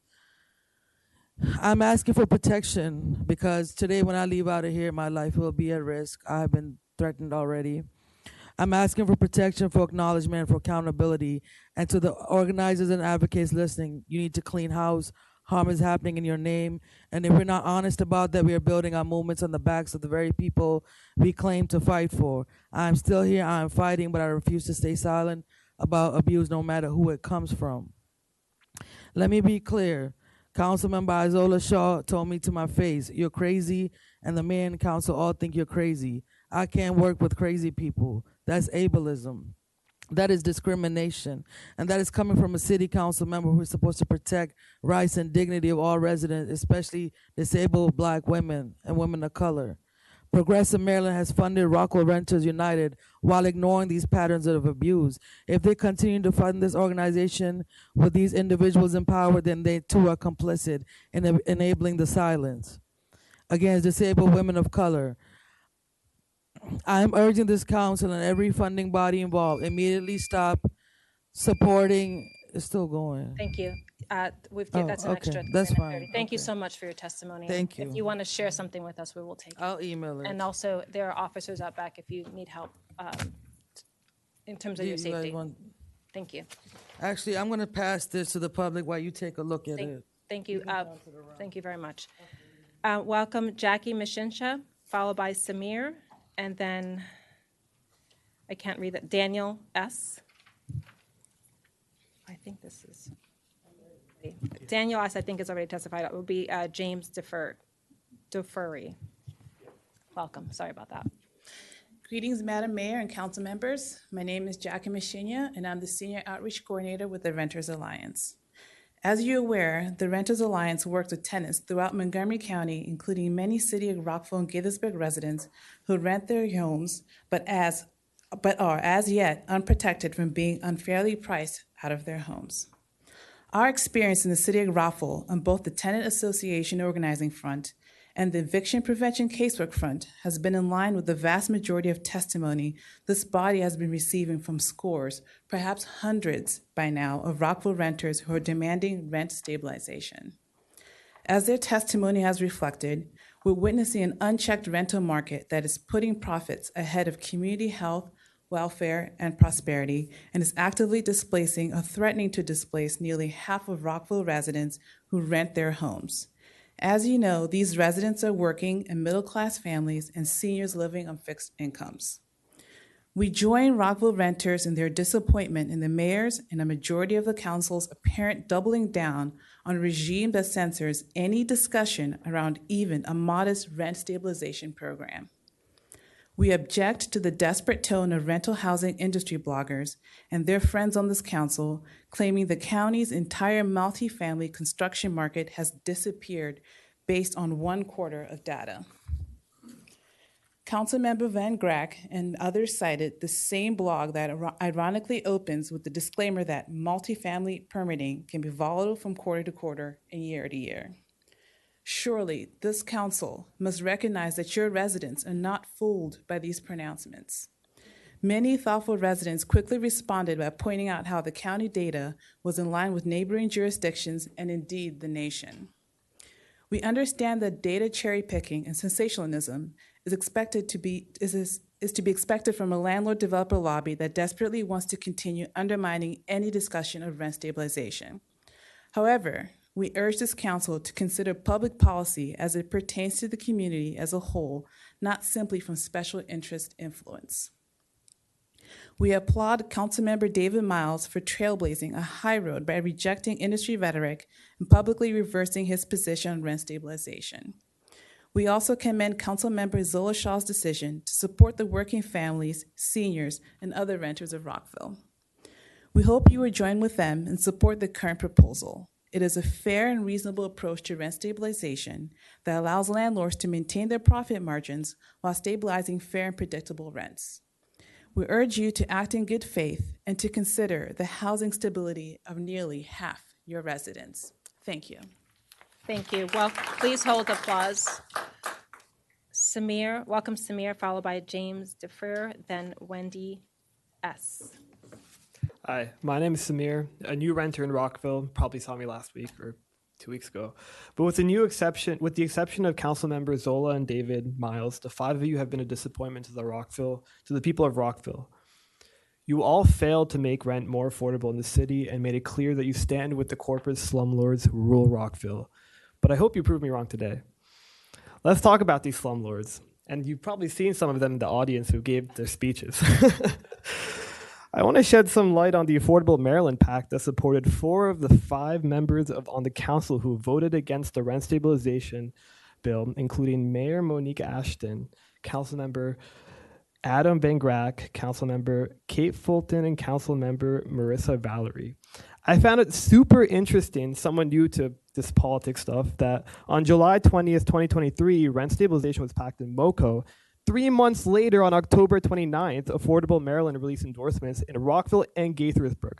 I'll let my friends in Gaithersburg speak to that, but here in Rockville, their agenda is clear.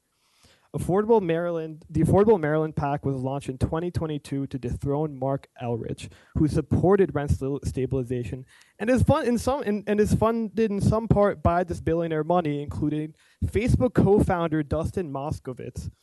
I can imagine that many of the people speaking here were also involved in some way with giving money to this PAC. I mean, seriously, all I heard were these corporate slumlord interests, CEOs, executives, and lawyers that all act in the interests of the corporations. Rockville, do you seriously think these people really care about you? The 4 of you act on behalf of the Affordable Maryland PAC. That being said, if you all really do care about the people, your actions will need to prove it. Right now, your silence speaks volumes. A movement is growing in Rockville and will reclaim the city from corporate PACs and landlord control. We are not afraid. We are not giving up.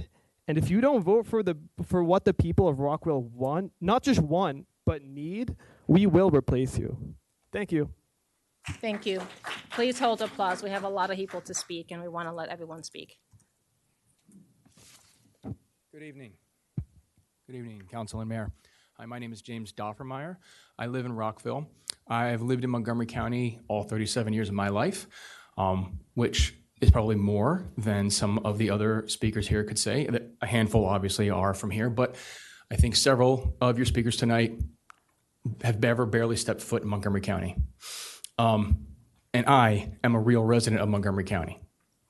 And so, let me just ask you real quick, personally, how many of you have ever stolen food because you were too poor to afford it?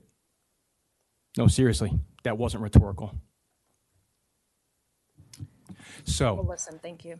So, you don't have an earthly clue what it's like on our side of this issue. We already know that your actions before tonight have spoken for you. By owning the properties that you own, by taking the PAC money that you've taken, by taking the legislative moves that you've taken, your actions have spoken for you. No words from you will mean a thing. Seriously, no words from you will mean a thing. Just your actions, just your heads down when somebody's speaking to you, that says something for you. Your words don't mean a thing. Do you know how long it takes to walk from the middle of Gaithersburg to Aspen Hill? Arctic Avenue on Aspen Hill. Do you know how long it takes? It takes about 7 hours on an average walk. How do I know that? I had to do it many, many times, growing up as poor as I did. Why do I say that? Rockville is not prohibitively large to campaign everyone out of office who doesn't support the constituents' needs. If you don't support the constituents' needs, we will vote you out. Period. There is no moral position I can make to you because money has polluted your opinion here. Every person who came up here opposed to rent stabilization only made reference to they never used the word their profits. They're afraid of digging into their profits to pay for what it takes to run an apartment complex. Their profits be damned as far as I'm concerned. And any of you who own a property and rent it to somebody, your profits be damned as far as I'm concerned. Vote and create legislation in favor of your renting constituents. We make up 50% of your constituents. Vote and legislate in favor of your constituents, or you're gone from here. Thank you. Welcome Wendy Sednick, followed by Katie Medora and Tyler McClinton. Do we have Wendy S? Okay, thank you. I don't have a prepared speech. I have some notes. My name is Wendy Selnick. Been living in Maryland for about... Ma'am, can you bring your mic down to you? You can just pull it. I'm sure. There you go. There you go. Thank you. Okay. I moved from New York City to Rockville about 3 years ago. I initially moved into a building, I think it was HOC and HUD building, brand new on Helen Hennigan Place, and moved out. I remember Councilmember Shaw visiting me, canvassing for votes. And she, I'm sorry to out this, but she informed me at that time that she had faced in another building from where she was living then, a 14% rent increase when her lease ended. So she was forced to move. Moving is expensive. I moved from New York to Maryland, and then from Helen Hennigan to a B-Sol building on Rockville Pike. That was expensive as well. When I signed the 52-page lease at the B-Sol building, I asked what to expect for a rent increase because I am on a fixed income with a pension and some income from working during the elections. I have a 401k, which I'm drawing on, and somehow, even if you don't draw on 401ks, HOC and HUD consider that income, which is astonishing to me. I will tell you that when I lived in New York City, I went to college at a city university. We don't have housing in New York City for city university students, so you live in an apartment I was fortunate enough to get a rent stabilized. Well, it was stabilized then. It was 1972. Control ended at that time, and apartments became stabilized. People who had rent-controlled apartments, they were grandfathered, and the increases were different from the stabilized apartments to for them to come up to be equitable for and bring them up to at least stabilized levels. Had I not been able to have a rent-stabilized apartment, I would not have worked for 50 years in a high-need area for nurses. Thank you very much. Thank you. Appreciate it. Welcome Katie Medore, followed by Tyler M., then Thomas Jackson. Good evening. Thank you, Mayor and Council members, for the opportunity to speak tonight. My name is Katie Medore, and I'm a resident of Rockville. I'm here to voice my strong support for rent stabilization and my deep disappointment in the decision last summer by the mayor and 4 council members to shut down further discussion on this critical issue. Previously, I spoke about how I was almost driven from Rockville, from my job as a scientist, from my community, from my now wife, because I could not afford the consistent rent increases over 10% at every apartment I had here, or to drain what little savings I had to keep moving every year to somewhere more affordable, only to be priced out yet again. Myself and other renters have shared deeply personal stories about eviction, displacement, and incredible financial strain, all while some council members refuse to even look at us while we speak. I understand there's a concern for how rent stabilization will affect development in Rockville due to Montgomery County statistics. But there has been tremendous development in Rockville over the past decade, and let's be honest, most of these new developments are not affordable rentals, they are luxury units with luxury prices. There is more than enough evidence for a plethora of reasons development has slowed in Montgomery County, including significantly increased costs of labor and materials due to new policies by the federal administration. Even with all the development in Rockville in recent years, we still have a 6.74% average vacancy rate, above the state average. We don't have a supply problem, we have an affordability problem. The housing crisis in Rockville is not just the number of units, it is the people who live here and are being forced out of their homes, their communities, their jobs because of the rent increases they face year after year. Let's be clear, developers and landlords who spoke on this topic did not do so out of concern for renters or Rockville's affordability. They spoke against rent stabilization to protect their profits. This year, 6 of the largest landlords in Maryland were sued by the state attorney general for colluding to inflate rent prices. These are massive corporations using illegal practices to extract more money from renters. Why would you believe them when they say their interest is keeping Rockville affordable when they have been doing the very opposite for years? Why do you want to give them more opportunities to exploit Rockville citizens instead of protecting the community that is struggling to remain here? You cannot claim to support a diverse community and then choose hypothetical future development over the people who are here now, begging for your help to keep Rockville affordable so they can remain in the city they love and built their lives in. Rent stabilization is a necessary tool to keep Rockville livable, not just for high-income earners, but for working families, seniors, students, NIH employees, the essential workers who keep the city running. We're asking you to stand with the people who live here, who you represent, not those who profit from our hardship. We have been here month after month begging for help. They are here tonight to protect their profits. Rockville deserves to be a city where people can live, not just a place where corporations can extract wealth. I urge the mayor and the city council to support rent stabilization because our community is worth protecting, not corporate profits. Thank you.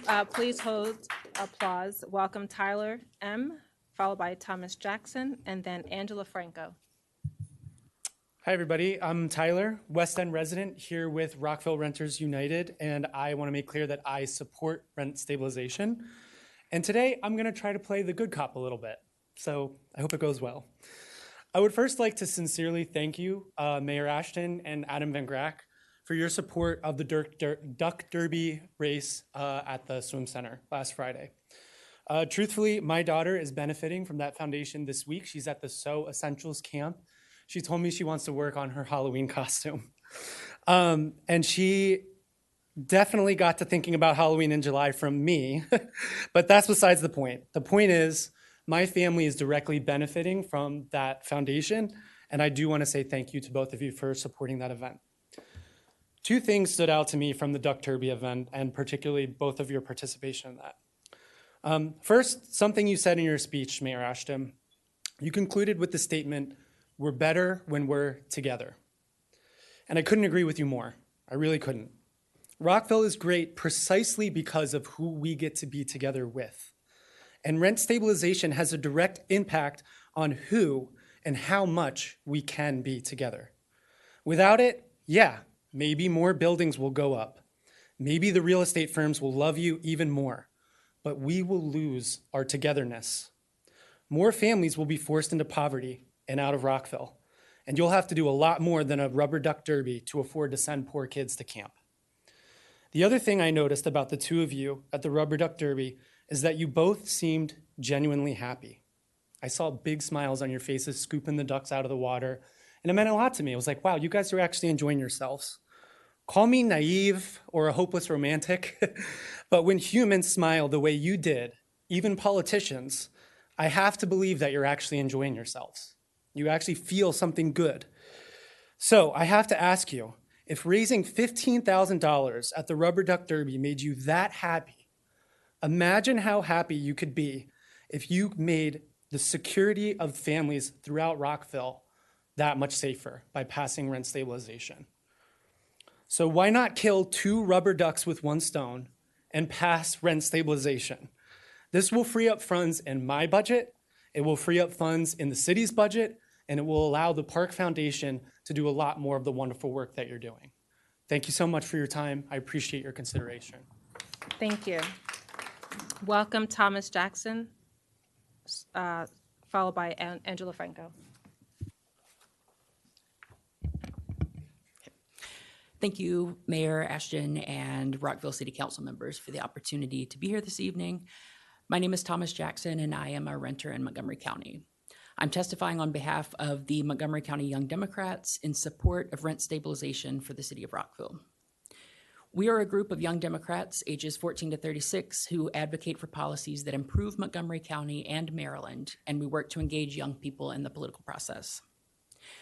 Renters are experiencing a lack of stability and predictability for the cost of their homes, leading to many residents getting pushed out and facing eviction. We've heard a lot about the economics of profit seeking from the perspective of investors, but pricing residents out of their homes and the city itself hurts all sectors of Rockville's economy, and more importantly, it hurts our neighbors and our loved ones. I've worked in housing to help get people off the street and into sustainable living spaces. As a public health professional, I recognize that housing is a human right and a critical social determinant of health. Rent stabilization is needed to ensure that people have access to affordable housing in Rockville with market stability. In 2023, the Montgomery County Council passed Bill 15-23, which puts a cap on annual rent increases. We, the Montgomery County Young Democrats, urged the city of Rockville to adopt similar legislation and passed a rent stabilization law in its strongest form. There was a time not long ago that I personally faced eviction because the lack of rent stability made it impossible to contend with the soaring cost of housing. And I'm not alone.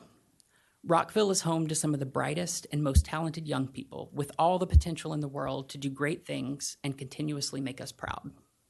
But without stable rent, we force them to make an impossible decision. Do they stay here and risk unstable housing or even homelessness? Or did they leave behind the city they love in search of a place that allows them to thrive indoors? Renters comprise over 45% of Rockville residents, and they already tend to pay higher percentages of their income on housing than do homeowners. Rent instability impacts people of all ages, but it especially impacts young adults and elderly retirees, with even more of a disparate impact on minoritized communities. The Montgomery County Young Democrats understand that landlords have a right to earn a living, but in a decent and just society, residents should have a right to equitable and predictable housing market changes as well. Rent stabilization would provide necessary solutions to the housing inequities and unjustifiable rent increases occurring here in Rockville. Montgomery County Young Democrats urges that the city of Rockville follow suit of the Montgomery County Council and pass a rent stabilization law that applies directly to the city. Thank you for your time and attention, and thank you all for all that you do. Thank you. Well, please hold of applause. Welcome Angela Franco, if you could come forward, and then if Wendy Murphy and Christine G can plan to be up next. Good afternoon, Mayor, members of the council. My name is Angela Franco. I'm a Rockville resident. I've been here for 24 years, and I'm also the president of the Montgomery County Chamber of Commerce. I want to start first by saying that this is a great place to live. Thank you very much for your service. I know you're in a difficult position, and it's the first time that I come to a hearing here in Rockville, and I feel compelled to say that I'm going to read my testimony, but that I have been in a little bit of a shock because I feel like the work you do is so important, and I feel like the decisions that you have to make affect our communities, and we always have to look at everything with a balanced eye. Everything that we do and every position that every person has comes from a different perspective, and respecting that is the first step of building a community. Now I'm gonna be reading my testimony. The Montgomery County Chamber of Commerce respectfully disagrees with rent stabilization. The proposed policy is not only unnecessary, but is also counterproductive to Rockville's long-term economic and housing goals. One thing is developing community housing, another thing is rent control.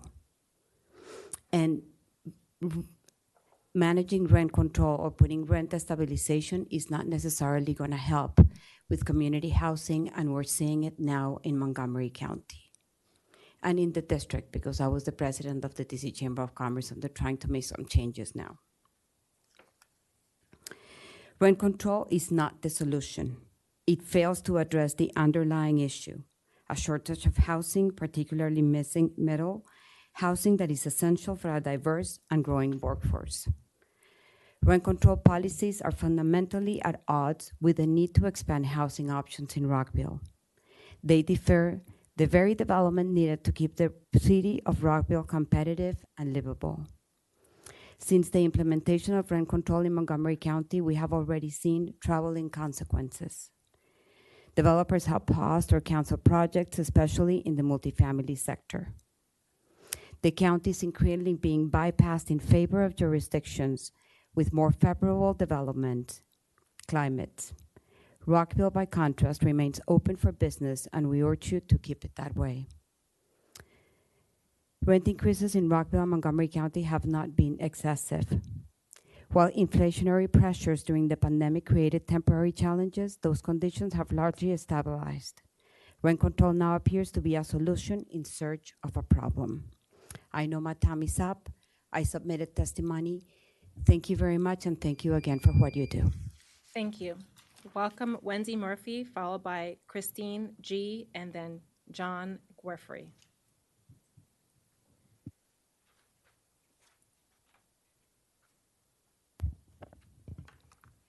Hello, thank you for letting me speak. I'm Wendy Murphy, and I've lived in Rockville for more than 9 years. Before that, we owned a home, which we lost in 2007, 2008, if you recall that lovely time. I'm 68. I'm semi-retired because I got laid off in September, and turns out it's kind of hard to find a job at 68. So I've seen how much this city has changed, and I've seen businesses go out of business, and we need to, the people in the apartments also keep the businesses going. That's what I was trying to say. Rent stabilization is about more than dollars and cents. It's about making sure Rockville remains a place where people can put down roots, stay connected, and build stable lives, which is hard to do when your neighbors are leaving all the time or new people coming in. But somebody left for that new person to come in. When rents rise too fast, people are forced to move. That means kids change schools, neighbors disappear. Like I said, local businesses lose their business, and that gets rolling. And the sense of community we built starts to erode. And that's why I ask you to vote in favor of rent stabilization. And I'm not very good at this. We appreciate your testimony. Thank you. Christine G. Do we have Christine in the room? Followed by John Gorfrey, Daniel Dunleavy, and then just a heads up, Mark Priscilla.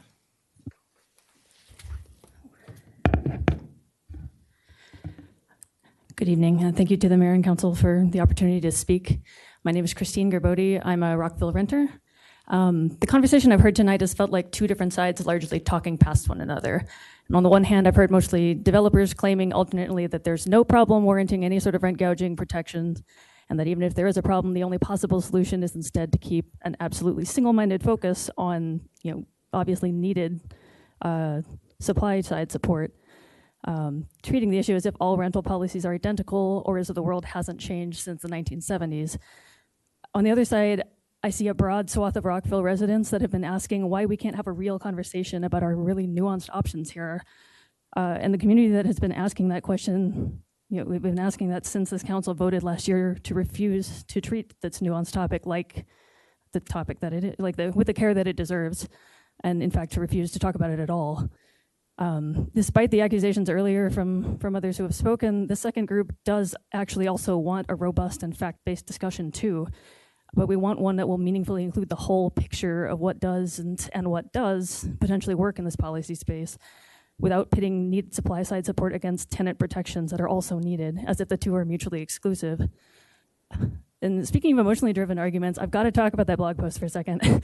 I struggle to believe that the many people who referenced that report tonight on the county's new building permit numbers having fallen have no awareness of a few far more massive changes that have hit the broader DC area in the last few quarters, which bring massive uncertainty to the decision to make a multi-year construction investment. Surely we've noticed that regional employment centers are being systematically devastated by federal job cuts, or that massive tariffs are being chaotically toggled on and off on key building materials, or that the immigrant communities that disproportionately make up construction labor forces are being systematically terrorized. And moreover, I can't believe that none of the folks reposting that blog post are concerned by the author's reliance on a single data point without looking at the way new permits have also fallen dramatically in other DMV region counties over the same period. Maybe the council could direct the staff to look into that. Regardless, if the council hadn't voted to silence this issue completely for over a year, we could have spent the last year instead having a constructive conversation about the things that we can actually learn from places where renter protections have worked, where smart and modern anti-gouging protections with reasonable safety valves have benefited the existing community without devastating local development or reducing housing quality. The world has changed in the 1970s, and those that are willing to look at those changes can learn from them. That's all we want, is that chance to learn. Thank you. Thank you for your testimony. Please refrain so we can let John G. come up. Do we have John in the room? And then just prepare for Daniel Dunleavy next, and then Mark Priscilla. Yeah, I'm back from last month, if anybody remembers my face. I'm here to speak out again in favor of rent stabilization. Rockville resident, and just the last month, 2 more of my neighbors, double-digit rent increases.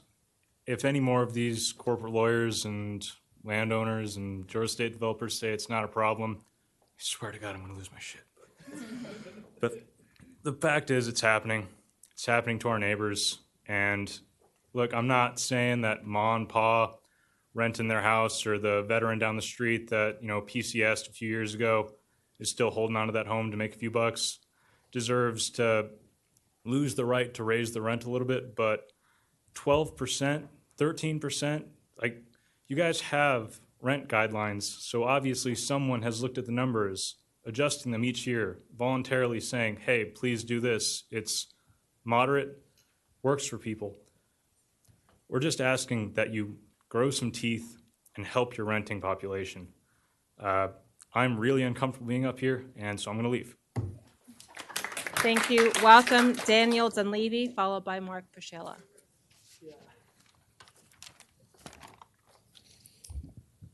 My name is Daniel Dunleavy. I live in Rockville, and I support rent stabilization. Government intervention is the necessary and logical response to a housing crisis to buttress the local economy and the people it serves against the coming recession, evictions, against landlord price gouging, which deprives renters of money they would otherwise spend at local businesses, as people have mentioned, as a function of the marginal propensity to consume. An era of shameless greed disguised as hard-nosed necessity. Not only do we need rent stabilization, but we need government-built social housing. Unfortunately, you make the city forever servile in clear defiance of our will to private equity firms, grafters, and profiteers. The faulty logic predicting price increases because of regulation is due to a lack of future profit-driven building is as fraudulent and flawed as those which predict abundance-flavored deregulation lowering prices in 20 years, and that which predicted 40 years ago that deregulation and no government housing would make housing plentiful in 2025. Neoliberal nudges in the form of deregulation only result in a glut of unaffordable and uninhabited faux luxury buildings with a few paltry MPDU carve-outs. Say private building does increase, not because we are leveraging our desirability as a place to live, but because investors are licking their lips at what easy prey we are. Do you think they're going to build affordable housing? No. They'll build more unaffordable housing and keep units vacant rather than lower rents 1 cent. The rate of profit declines. Why should developers and private equity landlords invest in affordable housing with a 3% profit margin when they could simply buy treasury bonds?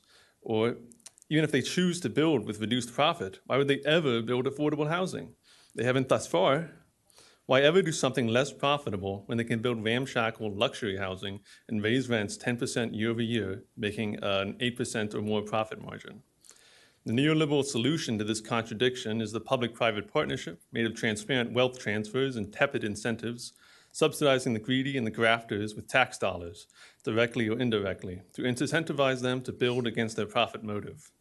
How about for once, instead of being business-friendly by offering tax breaks and a deregulated hunting safari on workers to landlords hoarding runaway profits, you be business-friendly by letting workers live here and spend their money locally?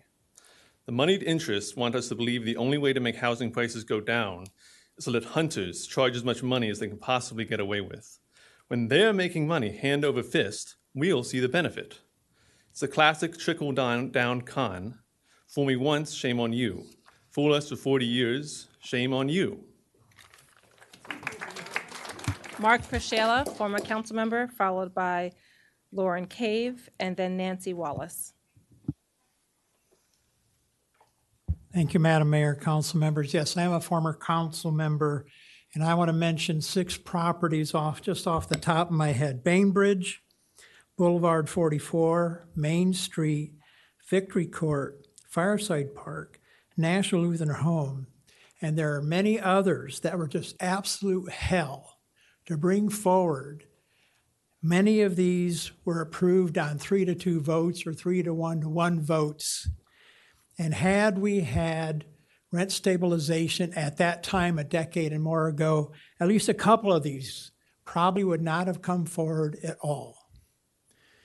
And if there is a problem now, and there is, it's because of 40 years of mayor and councils making it extremely difficult to, politically speaking, but also procedurally and regulatory speaking, for the private sector to invest in Rockville. Now that's changed recently, thank you very much. But the rent control is absolute hell. Montgomery County made a massive mistake.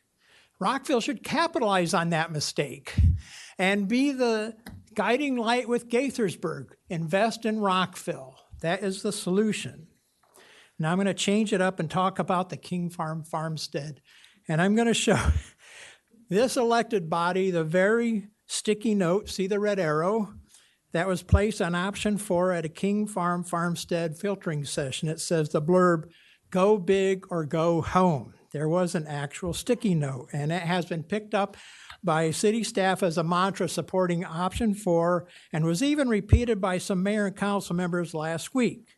My reaction to that blurb was, does this person have to balance a budget or decide on competing priorities for capital projects? Of course not, but this mayor and council does. Last week, you asked city staff to price out option 4, the highest cost option. Please modify your instructions to also cost out option 1.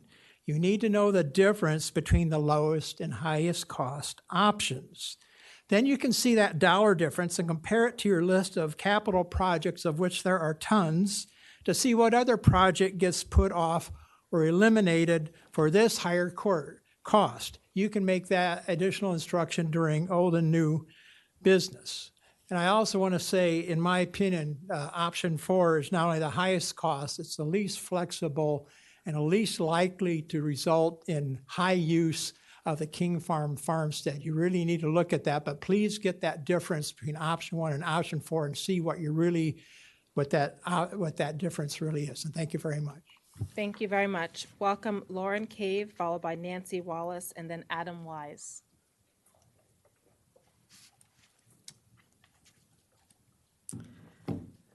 Good evening, council members, especially Councilmember Shaw and Dr. Miles.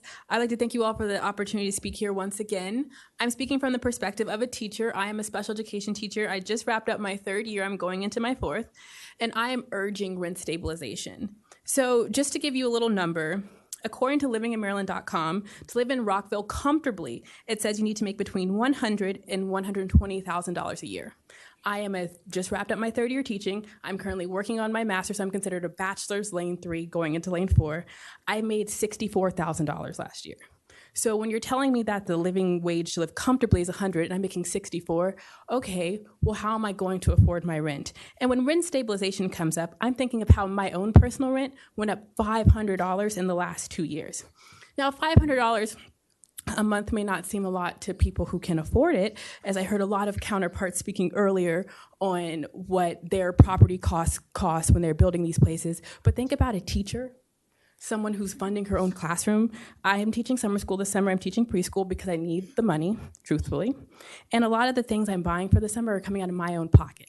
So when rent is going up, I'm buying supplies for my classroom. Where am I left to be? I'm just asking to live comfortably. And when living comfortably costs double what I make a year, how am I supposed to do that? I'm asking you all as council members, you took an oath to protect and serve the citizens of Rockville, did you not? I am part of the citizens of Rockville. Like I said, I'm a teacher. I teach at a Sunday school here at a local church. I give back by doing Girls on the Run. I love Rockville. I'm an active part of our community, and I want to continue being an active part of our community, but it's getting harder with the financial stress of rent prices just continuously increasing.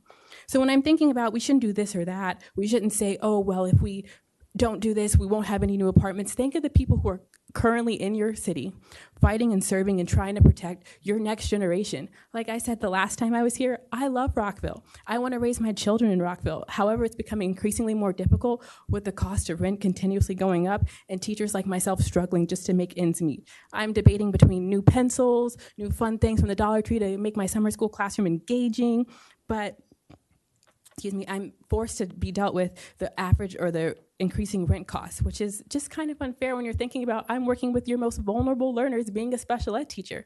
My kids aren't talking, so we need more manipulative, we need more things to just make our learning more engaging. So I pray, truly pray, that you will make the decision that's in the best interest of every citizen in Rockville, not just those who are a little greedy and asking for money. Thank you.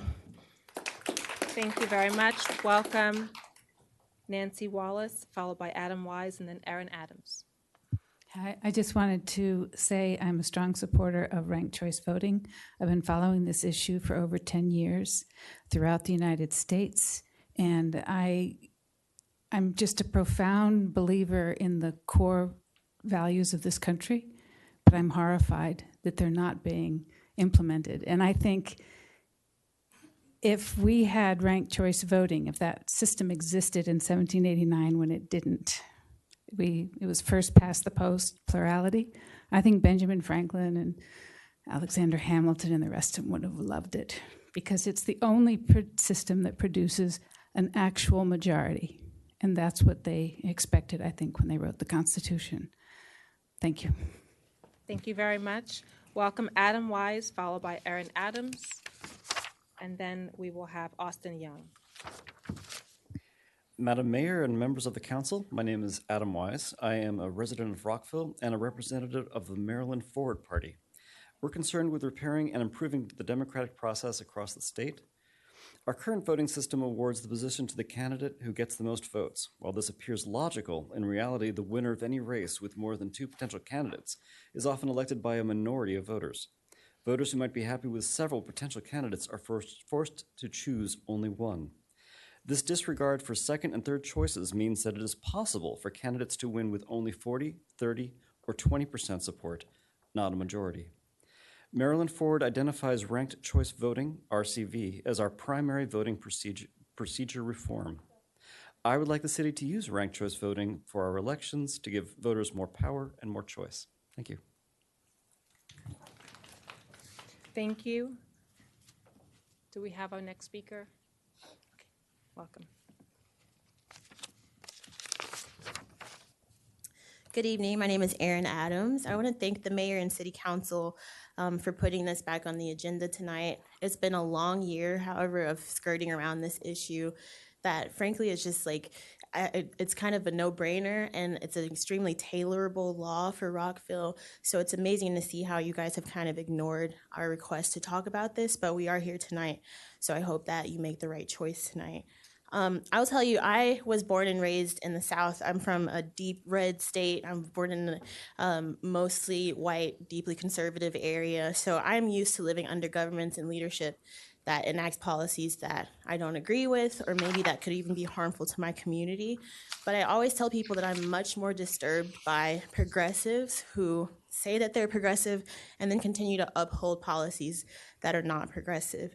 And could even be harmful to the communities that they asked to vote for them. I have so much less respect for fake progressives. I hope you guys are not that, and I hope that you show that you're not that tonight. But when I see and I hear about heavier police presences against people who are speaking out peacefully, when I see rope all of a sudden, it kind of gives me a little bit of an image, and it reminds me of where I'm from, which is not a compliment. I will also tonight speak about people of color and about how we are so much more rent burdened than our white counterparts. And this is like one of those things that I think we get tired of talking about, all of these things that are so unequal, and we're just continue to fall on deaf ears. We are living in a time that is critical, and things are changing very rapidly and in a way that will continue to hurt the people who have suffered the most already in this country. You have an incredible opportunity to actually make a change right here in this community. So if you continue to not do these things, then you are absolutely aiding and abetting the problem. I do want to say, I know that it's a little ironic to maybe call out a mayor who is a woman of color herself. I understand this, and I don't take this lightly, because I do champion Black women. I love Black women, and I want Black women to succeed in everything that they do. However, I've also lived in cities where Black women have perpetuated the very problems that hurt the people that look like them, and I do not want that to happen here in Rockville. So I just ask you, I don't ever want anyone to be pigeonholed into a certain party or stance because of the color of their skin. I think that's also wrong. But I think if you understand the plight from a personal level, then you should have a compassion in the way that you vote and the way that you talk to us, the way that you consider us. I will also say that I understand that when you hear all these voices that are frustrated with you, it can be easy for your hearts to kind of harden towards us because maybe you feel like we're coming for you a bit hard. But I hope that you hear that our hearts are that we just want to live in a place and not have to struggle from month to month. So I hope you make the right decision tonight. Thank you very much. Welcome Austin Young, followed by Haley C., and then Matt Diller.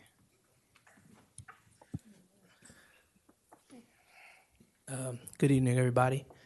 I truly thank you all for staying here and giving us all the opportunity to speak.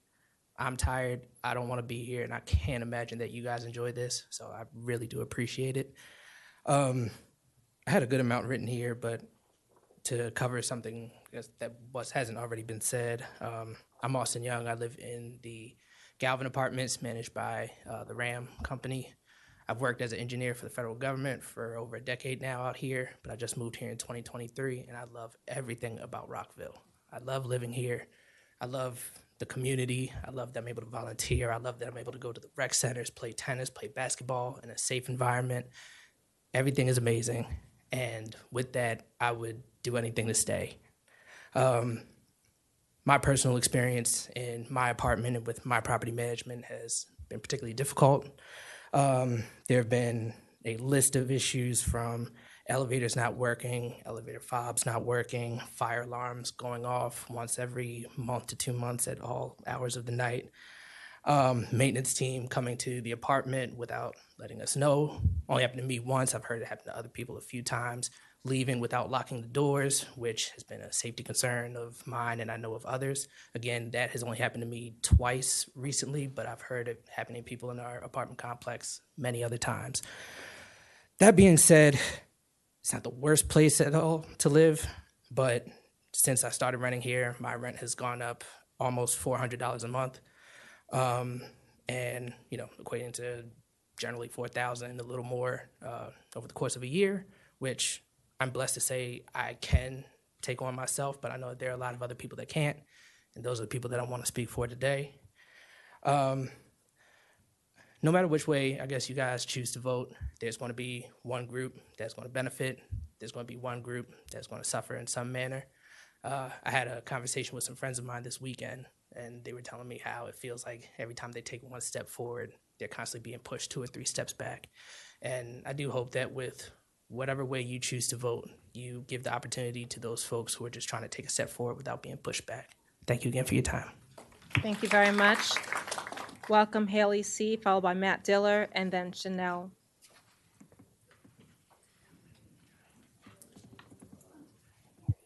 Hello again. It's good to see you all, Mayor and council members. So yes, I'll start off again. Introduce myself, Dr. Haley Chatelaine, member, Vice President of Local 2750, UAW 2750 at National Institutes of Health. And last month, I spoke a lot about how this is affecting federal workers, and I don't need to rehash that. But I do think that something new this month was addressed kind of at the very beginning. Somebody was baffled that this is on the agenda again.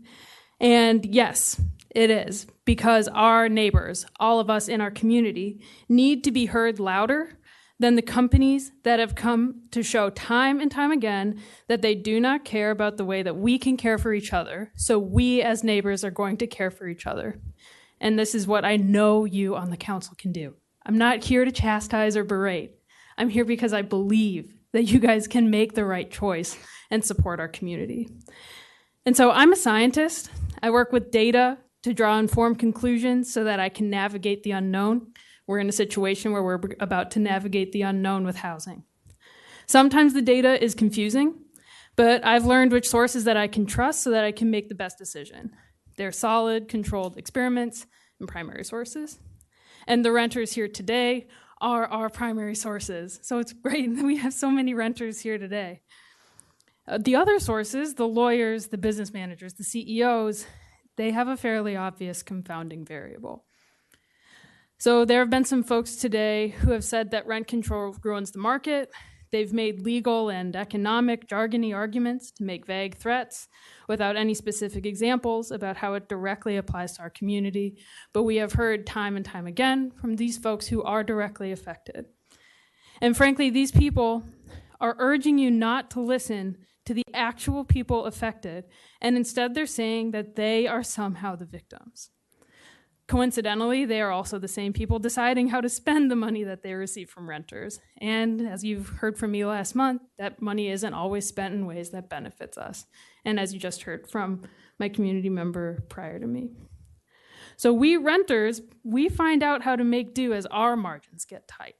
And we don't have fancy business degrees or CEO titles. But these folks are saying that if their money these folks are saying, what can we do if our money might get tight? But our money already is. So many of the arguments heard tonight are characterized by fear and anxiety. Ours, though, are fueled by hope. We know that our city can do better, and we know that you can do better. We can do this all together. All we want is a city government that protects us and listens to us. Who benefits from the arguments of the housing companies? We're telling you, not your citizens. Thank you very much. Welcome, Matt Diller, followed by Chanel Press, and then Michelle Shen.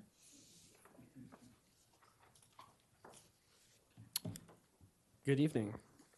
So my name is Matthew Diller. I'm also a fellow at the National Institutes of Health and an organizer for the Fellows Union there. I moved here about a year ago from Gainesville, Florida. Fun fact about Gainesville, Florida, they do not have rent stabilization there, and the developers love it. In the 14 years that I had lived in Gainesville doing all 3 of my degrees, I have seen countless high-rise apartments go up, and I've also seen rent skyrocket.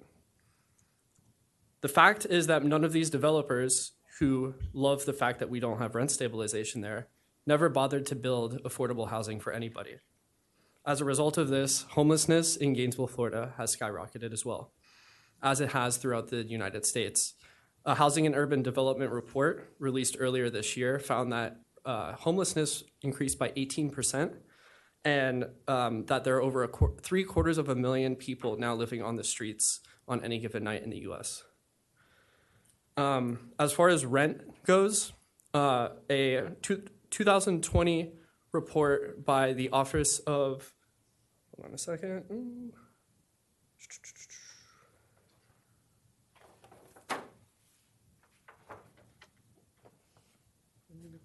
Sorry.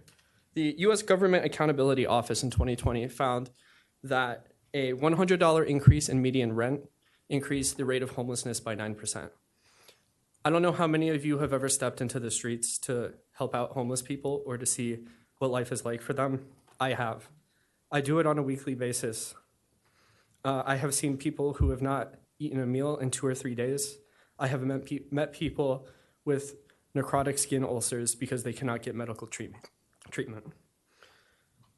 The harsh reality is that as rent continues to increase, it is driving people on fixed incomes, people who are elderly and retired, people who are disabled and cannot work, out of their homes and into the streets. The amount of suffering that we currently see, both throughout Rockville and in the DMV, is pretty staggering. So for those of you here today, I'm asking that you take into account some of the statements that people here have made in favor of rent stabilization and that you make the right decision. Thank you. Thank you. Welcome Chanel Press, Michelle Shea, and then Alma Thompson.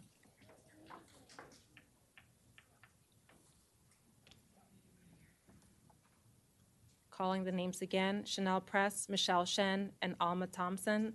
I'll also call the next 2 after that, Jacqueline Duran, followed by Josh Woldridge. Please, if you hear your name, please come into the room.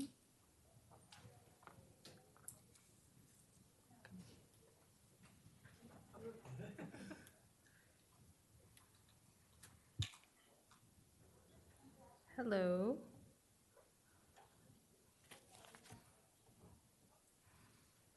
Hi, my name is Michelle Shen. I live in the King Farm neighborhood of Rockville, and I'm here to advocate for rent stabilization because housing is a human right, and housing should be for people and not for profit.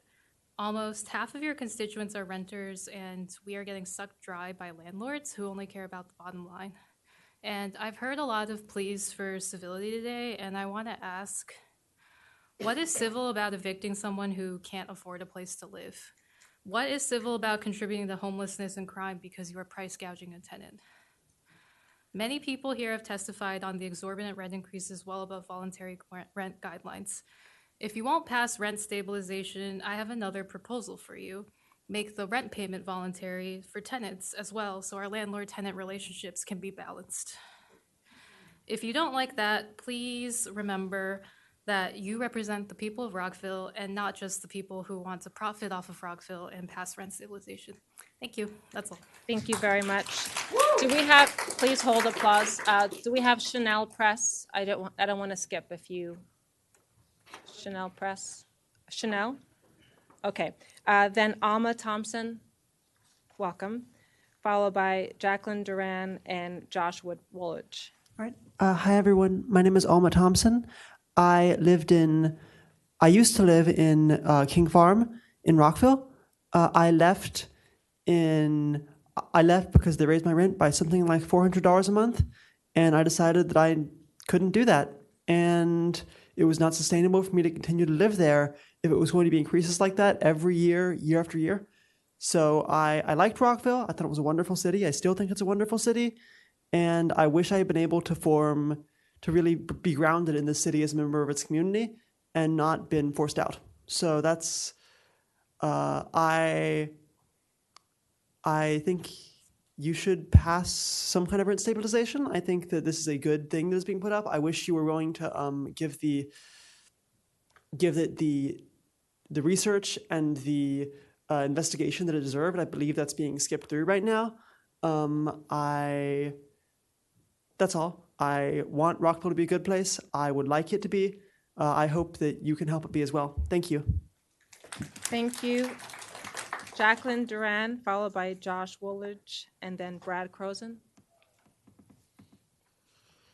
Hello, everybody. Hello, Mayor and council members. Thanks, everybody else, for being here. My name is Jackie Durkin. I'm a renter here in Rockville, over in King Farm. I've been in Rockville now for over 2 years, but I've been a renter in many different areas of the country for almost 15 years. I hope it's obvious, but I'm here in support of rent stabilization. I moved to Rockville for work. I'm a federal worker, which I won't belabor too much, I promise. I love my apartment. It's got a great community and it's very walkable. It's got good access to the Red Line, which is great for getting to work every day since I don't drive. There's also a lot of very nice trees, which I appreciate. I've been very lucky, but I'm here today because I have no desire to be priced out of my home in the future. And frankly, I don't want any of my neighbors to be priced out either, because I've already seen this. When I moved to Maryland, I was already very anxious about how much more expensive it was than other places I've lived before. However, I Googled Montgomery County and I saw, oh, they have rent stabilization. So I wasn't, or it was in the works at the time. I wasn't that worried. And then I found out that Rockville was conveniently carved out of that whole deal. So it's been honestly difficult opening that lease renewal every year and sort of dreading the number that I'm going to see. Even more so this year, as I'm sure you can appreciate, simply with the instability of my workplace. So, and many folks in this area are dealing with a lot of uncertainty surrounding their federal jobs. So far, my partner and I have been extremely lucky to see an okay number when we open it. It's not ideal, but actually our neighbors have opened up letters to see a 17% increase in rent, which is unconscionable. It's amoral, and we've seen them leave. I've been a grad student previously, living, basically on a small salary, and I was less worried at that time about being able to pay my rent month to month. So I'm here today fighting for my neighbors, but also for myself. We want to know just what we can expect year to year. We want a sense of security and constancy.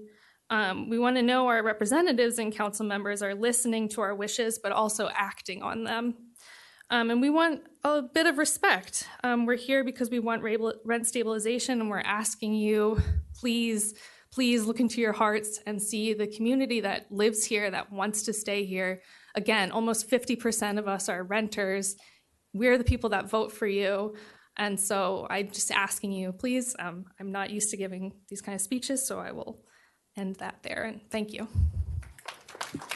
Thank you very much. Welcome, Josh Woolridge, followed by Brad Crozen, and then Sandra Crow.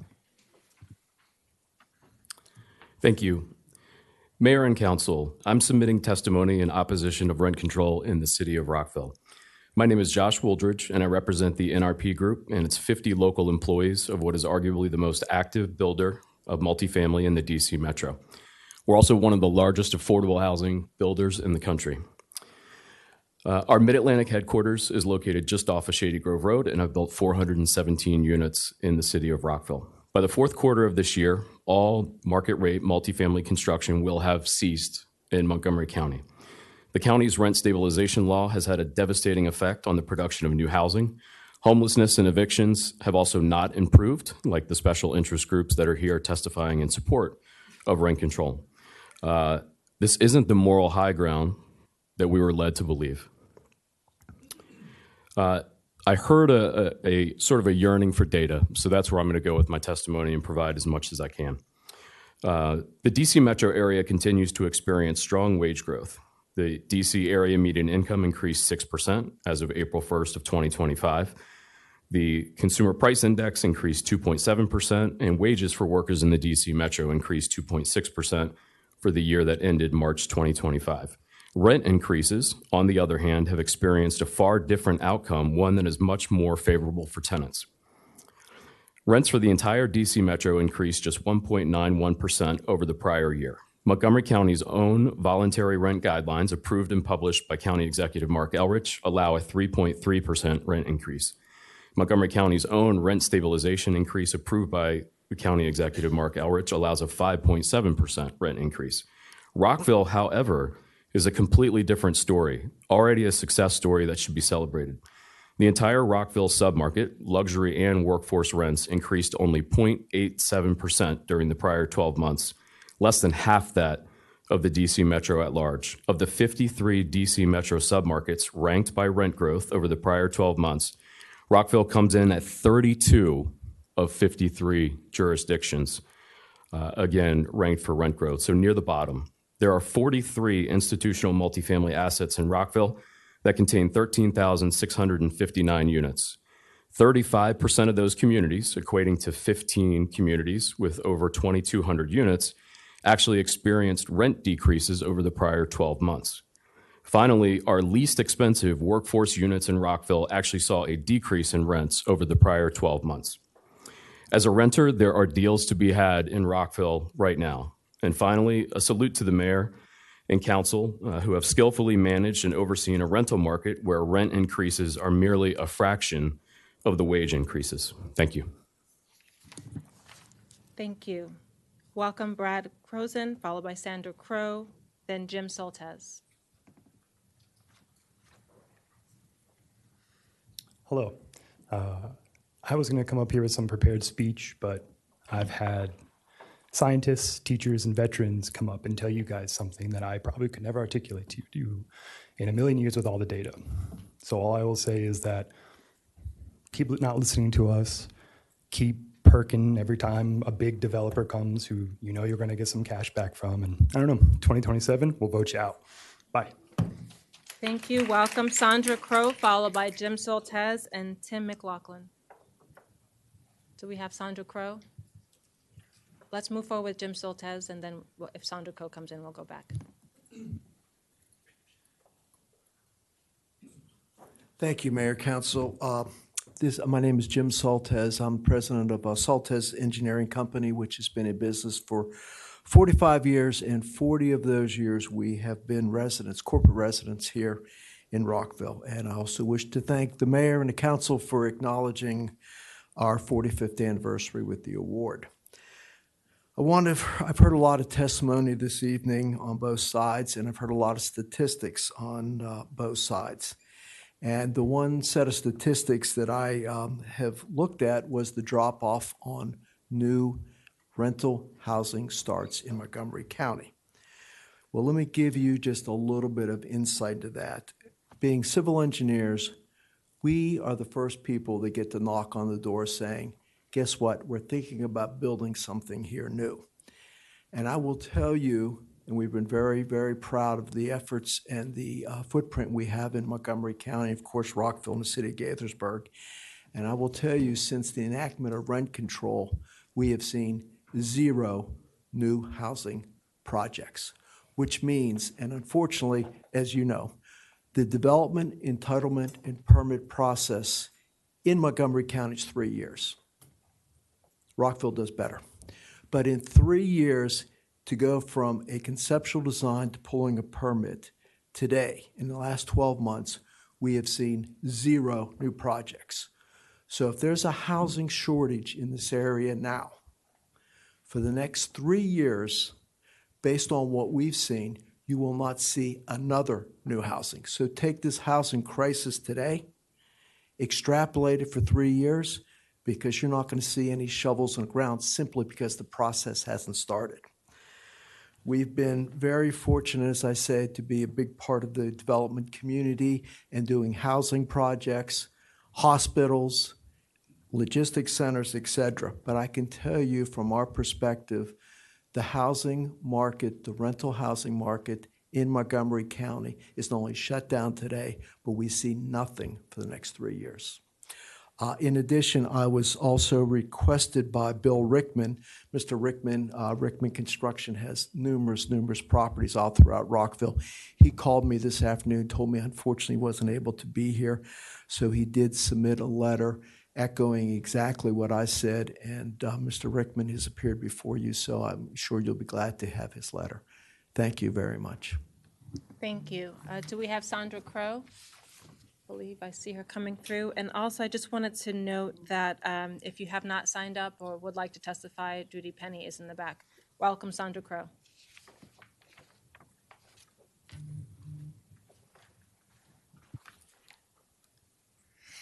Hello, Mayor and Council. My name is Sandra Crow, and I lived in the city of Rockville for 9 years. And I strongly support ranked choice voting for 5 reasons. Reason number 1, it benefits you. Ranked choice voting seeks to ensure that the winning candidates have broad support across the electorate, not just plurality. What that means for you, as you look at the layout of voter results, you can see what the voters actually want based on the ranking of candidates. They choose in the issues that those candidates highlighted in their campaign. This means you are not only able to govern more effectively knowing the concerns of voters, but actually puts you in a better knowledge position if you decide to run for re-election. Reason number 2, it encourages more civil and positive campaigning. Research and experiences in places like Maine and New York City suggest that RCV leads to friendlier, more issue-focused campaigns. It incentivizes candidates to appeal to a wider audience and tends to lessen and potentially avoid negative attacks that could alienate potential supporters. As someone who helps others avoid dealing with difficult people and behaviors for living in it, it would support more civil discourse. It may mean less sales for my book since strangling isn't an option, but I'm okay with that. Reason number 3, reduces a sense of wasted votes for voters. This will encourage more people to participate in the voting process, as they will feel that their vote will be seen and counted, increasing satisfaction and turnout as well. Reason number 4, it reduces election runoffs.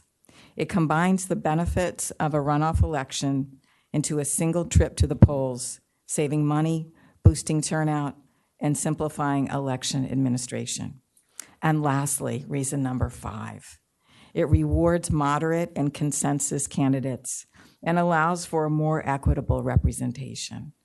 Some studies suggest that RCV can help candidates from minority communities and women succeed, since the system rewards broader coalition and lower barriers for non-traditional candidates. So ultimately, RCV with regular closed primaries produces the only true majority in an election, and we will finally have our representative democracy actually represent. As Benjamin Franklin would have wanted, we'll make sure it is a true voting system and democracy we all long for. Thank you all. Very much. Welcome, Tim McLaughlin, followed by Paul Scott, and then Jack Ring. And if you have not signed up and you would like to, Ms. Penny's in the back. Welcome. Good evening, Madam Mayor and City Council members. My name is Tim McLaughlin. I am not a resident of Rockville, but I once upon a time theoretically used to be as a prospect. I want to share with you just some insights, and I'm not going to continue sharing a bunch of statistics that you've heard over and over again. Those are valid, especially the ones where you hear rents are increasing. We've increased supply in the county, in the city. Where is the affordability? If we continue to keep building, why are rents not affordable? The increased percentage of rent-burdened residents in the city is heartbreaking, yet we continue to build the wrong type of multifamily units. We continue to build luxury units, not deeply affordable ones.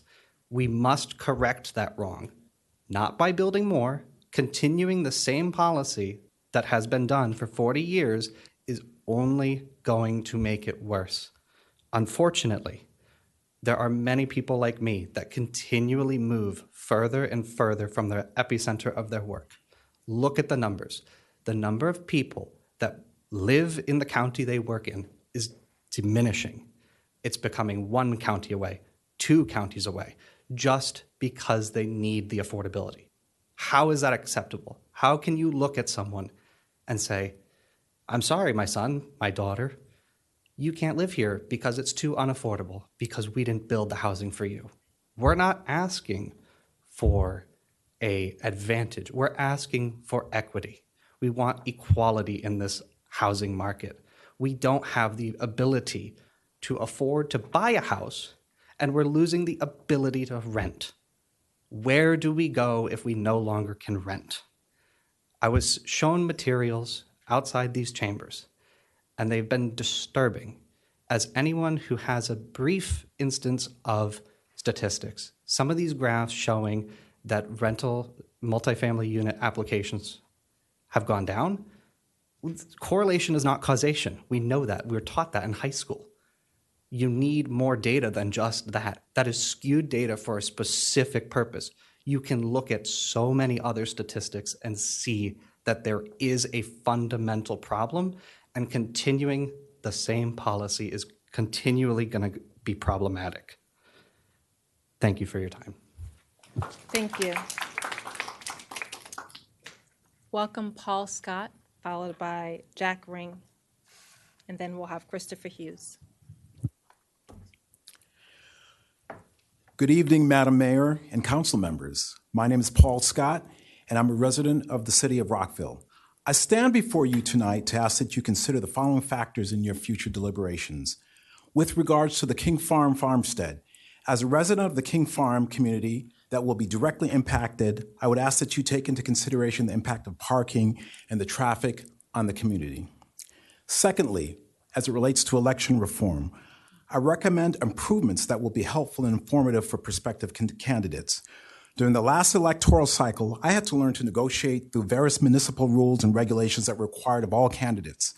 It was an eye-opening experience. Yes, I made some mistakes, and I appreciated the curing guidance of the Board of Supervisors of Elections. Let's look on ways to simplify or make that process more transparent. Third, I want to talk to you about civility and discourse and governance. Tonight, we have heard various statements and opinions on topics such as rent control and city elections. These are very important subjects that speak to the essence of our humanity, how and where we live, and the processes that we use to select who represents us. My life experience as an immigrant to this country has given me a unique experience and perspective on the issues that you are all considering tonight. I know directly the importance of stable housing and the importance of public education and stable employment.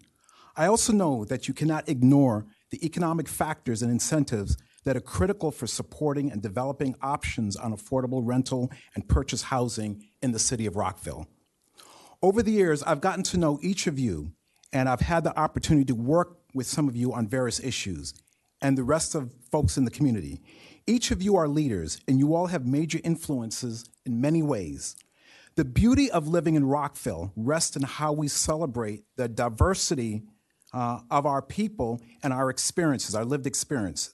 Rockville is a desirable community for all because of our schools, our location, services, and yes, our values. Values that are reflected in how we accept and how we treat each other. I would ask that each of you carefully deliberate on the facts and the studies that would inform your decisions as you engage in the process. I hope that you reach out and interact with the various interests and advocates from different perspectives. Please seek to understand the issues from all points of views. I would end by asking, what does winning look like? Irregardless of the position one takes on an issue, the question to ask is, what does a win look like and what is the cost? I've always said that there's a difference between being an advocate and governing. I previously ran as a candidate for Rockville City Council. While I came close, and I mean really close, it was not close enough. However, I learned a lot and I met people and I engaged in discussion on various issues and topics. While I may not have reached an agreement, I have always departed being in the position to have coffee, tea, beer, or a glass of wine, even when we disagree. Thank you very much. Thank you very much. Welcome, Jack Ring.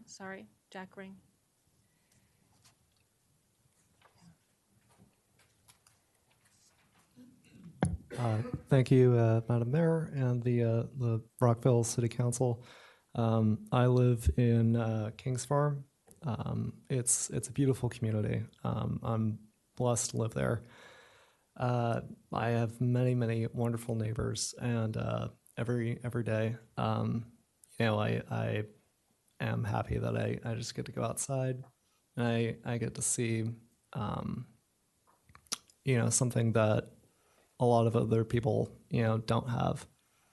And, it makes me appreciate what I do have even more. I spent the last couple of minutes trying to think of what I was going to say, but I think what I'm hearing from a lot of people is that there is a lot of uncertainty. There's a lot of fear. And I think that comes from a valid place. And it's coming from both ends. I think that I would ask that all of us, the city council and the people, the citizenry of Rockville, engage in good faith with each other, with ourselves, united in a common goal of trying to use the knowledge we have, the experiences we have to combat some of that uncertainty. And we have to recognize that it's not going to be easy. It's not going to be a quick thing, but the best things that happen in life are not or rarely easy and quick. So I do, for one, think that rent stabilization is a good thing. I know that may not come about today, and all I can ask is that the city council and everyone here, take into consideration that whatever decision is made in good faith, and that what we need to do is follow through and engaging with each other in good faith to try and cut back some of the fear of the unknown. And and that is about all I have to say. I'm running out of time, so thank you for letting me talk your ear off. Thank you very much. Welcome, Christopher Hughes. I believe Christopher Hughes is online. Hi, can you all hear me okay? You can. Hi, my name is Chris Hughes. I'm the Senior Director of Policy at the Ranked Choice Voting Resource Center. Thank you, Mayor and Council, for allowing me to speak today. I am here just to talk a little bit about what ranked choice voting looks like in practice and how RC Tab software that we provide to election officials across the country works when you're running ranked choice voting elections. The Ranked Choice Voting Resource Center is a 501c3 nonprofit, and our mission is to help make ranked choice voting elections successful. We do that by providing services, support, resources, best practices, and tools to election officials across the United States who are implementing ranked choice voting elections. We have a number of different sorts of things, like those things I just listed off. But one of our core offerings is this tool, RC Tab, that Michelle mentioned earlier in her comments to you all. I know we've been here a long time, so I'm gonna try not to take up the whole 3 minutes here talking about some very technical things about ranked choice voting, but I'll just say RC Tab is a tool that has been tested and approved or certified for use in states across the country, including Virginia. Michelle mentioned Arlington, Virginia, uses RC tab to generate their round by round results now and will do so in the fall for their ranked choice voting elections there. Portland, Oregon, which implemented ranked choice voting for the first time last year, used RC tab to generate its ranked choice voting results, as do cities across the country, such as New York City and Salt Lake City, or sorry, not Salt Lake City, Utah, but Portland, Maine as well. It was also used in the state of Maine last year to produce their ranked choice voting results. The way RC tab works is you will take the voting systems you all already use to run elections, generate ranked choice voting ballots, scan those ballots through those systems, and generate data known as the cast vote record. This includes information about how every voter ranked every candidate on their ballot. So you can use all the systems you already use to run elections now to run a ranked choice voting election. You just have to add RC tab, this software tool that we provide. On top of it, you run that data from your voting systems through RC tab to generate your ranked choice voting results. So it should add relatively little additional labor to the work of the elections office who is running this ranked choice voting election for Rockville, if you all do choose to adopt ranked choice voting. And it is also, as Michelle mentioned, provided free open source online. We are also, of course, happy to provide support to any election officials who are implementing ranked choice voting for Rockville, for your local elections when the time comes.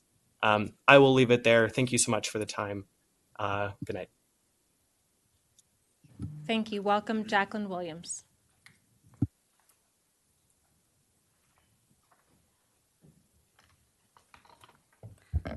Good evening, Madam Mayor and Council. My name is Jacqueline Williams, and I currently live in King Farm. I moved here from Washington, D.C. a few months ago, so I wouldn't have to commute from D.C. to the S. Scott Fitzgerald, where I am a stage manager with local community theaters. What I've heard a lot tonight is that we don't have a lot of honest data. The renters have a point of view on what the data is, and the landlords and developers have a point of view on what the data is, but there doesn't seem to be a lot of data from the city itself and from the council itself about what the collateral consequences are of rent stabilization, which I'm not saying there aren't any. As living in DC, I lived in Connecticut Heights, which was rent stabilized. I'm aware that there are collateral consequences, but we need to weigh those collateral consequences against the lived experiences of the renters here in Rockville.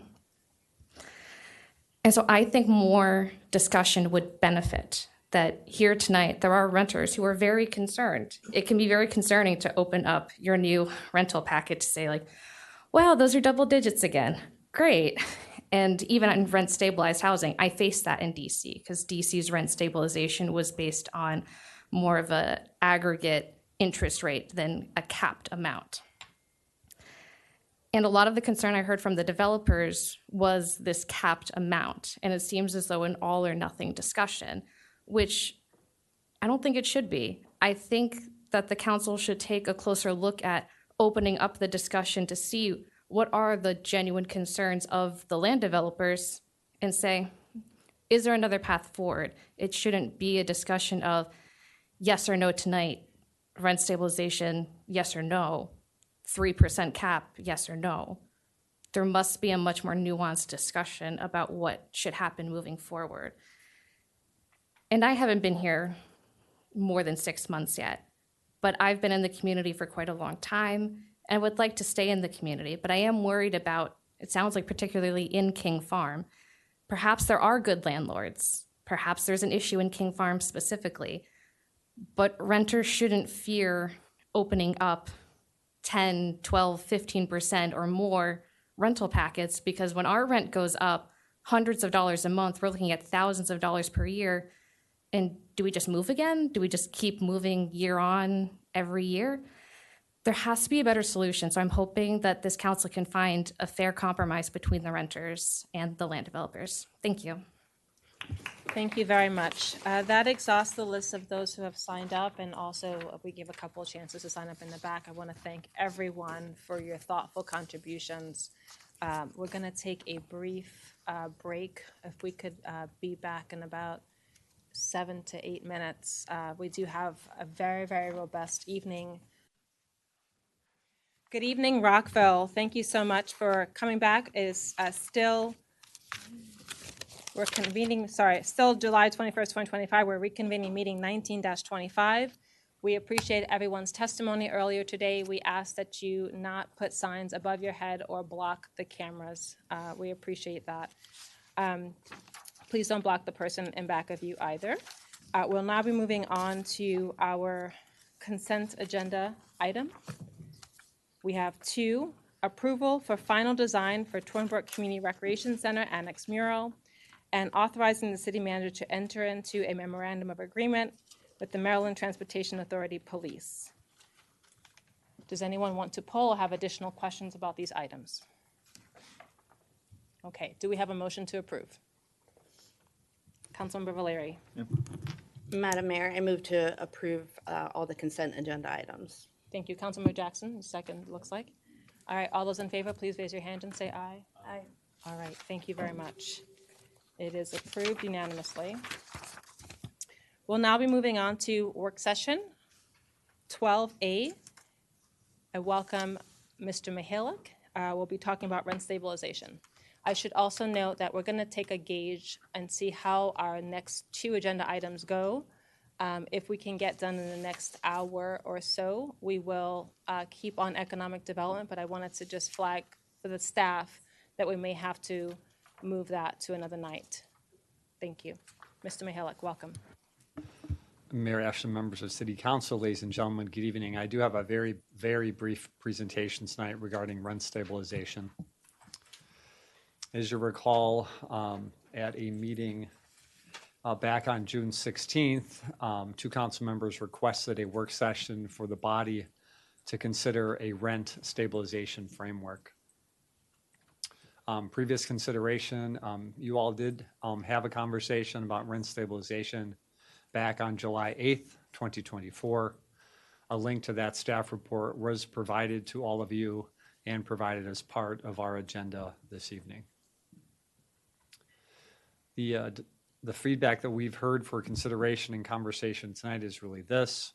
Does the body want staff to further analyze a rent stabilization framework that includes 1, rent caps, 2, banning junk fees, 3, providing exemptions waivers, 4, providing a petition process for requested waivers, and 5, strong enforcement. Mayor, I'll leave that slide up so you guys can have your conversation and staff will take direction. Thank you, Mayor.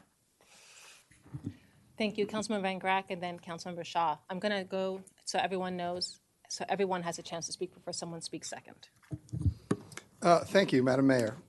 First and most importantly, I think it's important to state that I want to stabilize rents in Rockville. And I also truly believe that every single one of my colleagues on this dais also want to stabilize rents in Rockville. It's a critical goal, and we need to address it in Rockville. Where we differ relates to one specific unique proposed policy, and that's rental renewal hard caps, also known as rent control.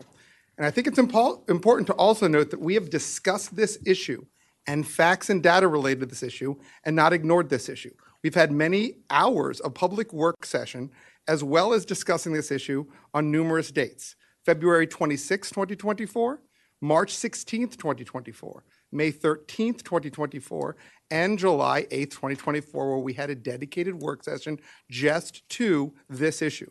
We also had multiple staff briefings in the months of June and July with regard to the staff report. Now, this staff report that was in those briefings and discussed in July of 2028 literally included hundreds of pages of data, literally studies from all over the country and information from Montgomery County to inform us with a full data accompanied with it, information to help guide our principles and what we were going to do with regard to that one specific proposal known as rental renewal hard caps. And I think that's important to note. We've also discussed rent stabilization at multiple other meetings brought up by certain council members, including on June 16th, 2025, when we were discussing rental increases transparency and their comparison to rental renewal hard caps. Now, this mayor and council has been working on specific policy proposals to stabilize rents in Rockville's and also help renters.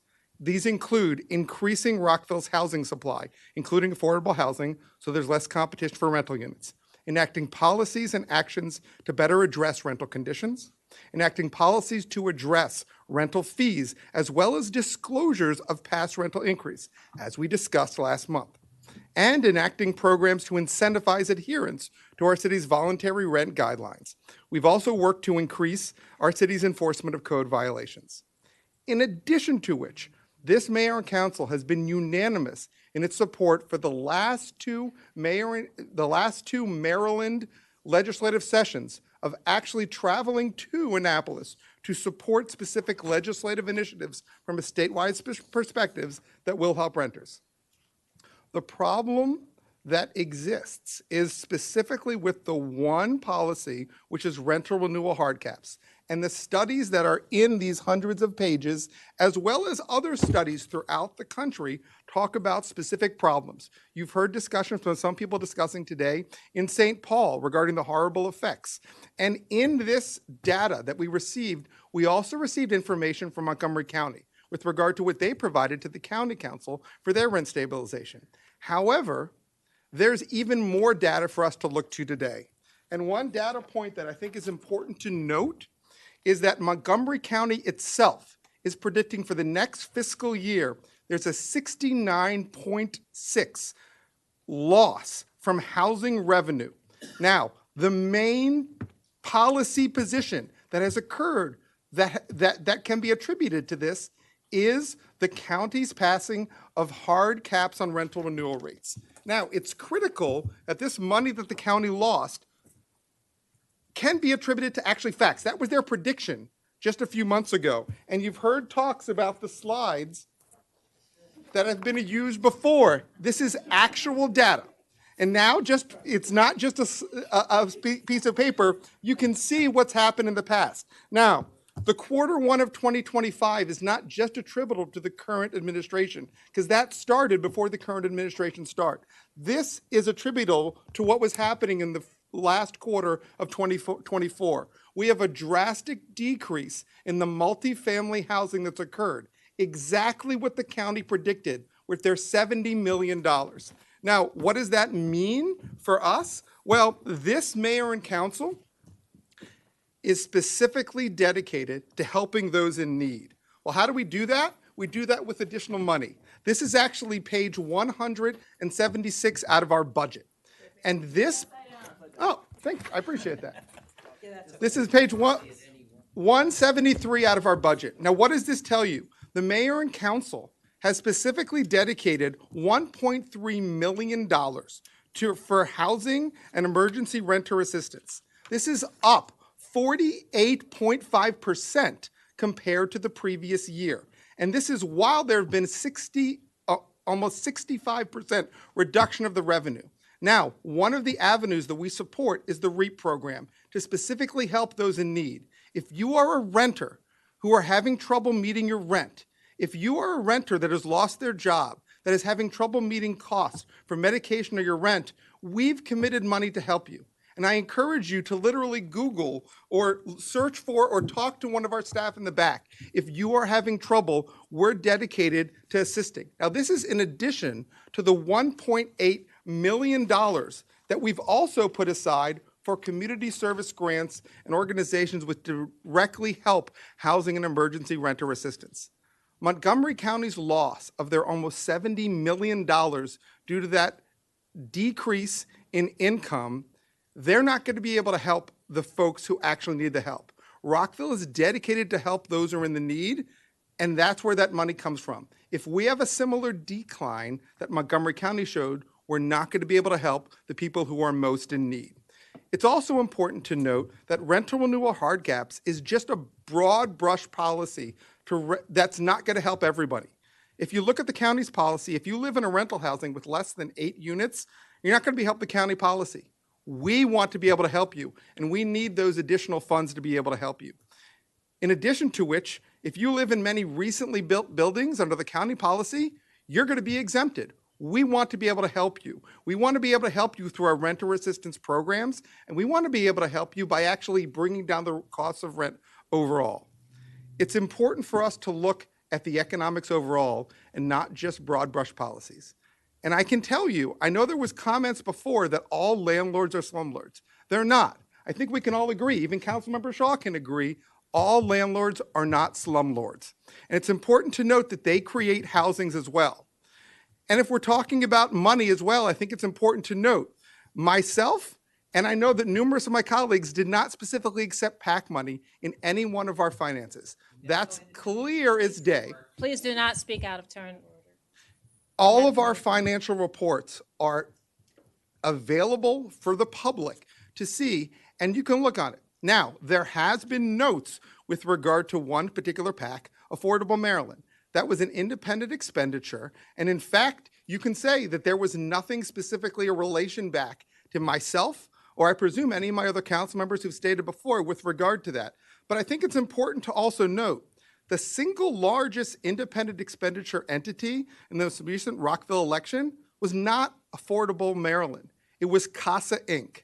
CASA was actually the sole funder of Rockville for Democracy. And that information is available also on the publicly available website of the Rockville Financial Disclosures in the election. And in CASA Inc., for this one entity alone, spent over $35,000 in the election. Now, if you total up all their expenditures and loans, it gets up to $64,000, but there was direct expenditures of over $65,000. Now, it's something for us to look at because CASA Inc. only endorsed one candidate in the election. That's Councilmember Isola Shaw. Now, I assume Councilmember Isola Shaw would not say that she's bought by CASA or that she's not influenced by CASA. CASA just involved with an independent expenditure with regard to what they did in the election. CASA is also a 501c3 entity that also receives funds from the Montgomery County government. Now, one might question with regard to what they're doing in an election and whether a 501c3 should be involved in an election. But the point that I'm trying to make is there's lots of influences, there's lots of parties and entities that are involved in the election. That doesn't mean anybody was bought. It doesn't mean that anybody is beholden to them. We have elections and we have entities that endorse folks. And that does not mean specifically that anybody was bought or influenced of the election. And quite frankly, people in glass houses should not throw stones. We need to help those in need. That's why we're here. And rather than implementing rental renewal hard caps, Rockville should continue its focus on true overall rent stabilization policies. Policies that increase the supply of affordable housing while ensuring that rental protections and overall renter prices are fair and effective. I urge my colleagues to support the renter community by pursuing policies that truly address the root causes of housing challenges without sacrificing the long-term prosperity of the city. And we should continue on our path to truly helping those in need. Thank you. I'm going to continue the stack. Councilmember Shaw, followed by Councilmember Jackson, Councilmember Valeri, Dr. Miles, and then Councilmember Fulton. Dr. Miles, do you want to go first? Okay, all right. Councilmember Barry Jackson. Oh, no, sorry about that. Thank you, Madam Mayor, and thank you, Councilmember Van Grack. I do want to set the record straight about CASA. CASA's, their independent, or their expenditures went to a ballot initiative, being the largest advocacy group for immigrants. They invested in non-citizen voting as a ballot initiative, not on a particular candidate. So I just wanted to clarify that. And in terms of the Q1 data, I do appreciate the graph and clearly sharing that data. I will say that the decrease in multifamilies was not just within Montgomery County, but also there were 0 in Rockville. And I do appreciate the staff providing that information to the entire body, as well as what happened in Gaithersburg. It was also 0% where they don't have rent stabilization, as well as North Virginia, where they don't have rent stabilization. And when I simply Googled, a lot of the reasons that came up was high interest rates, rising unemployment, particularly in our area, so it's less desirable. The actually potential oversupply was in a lot of the annual reports.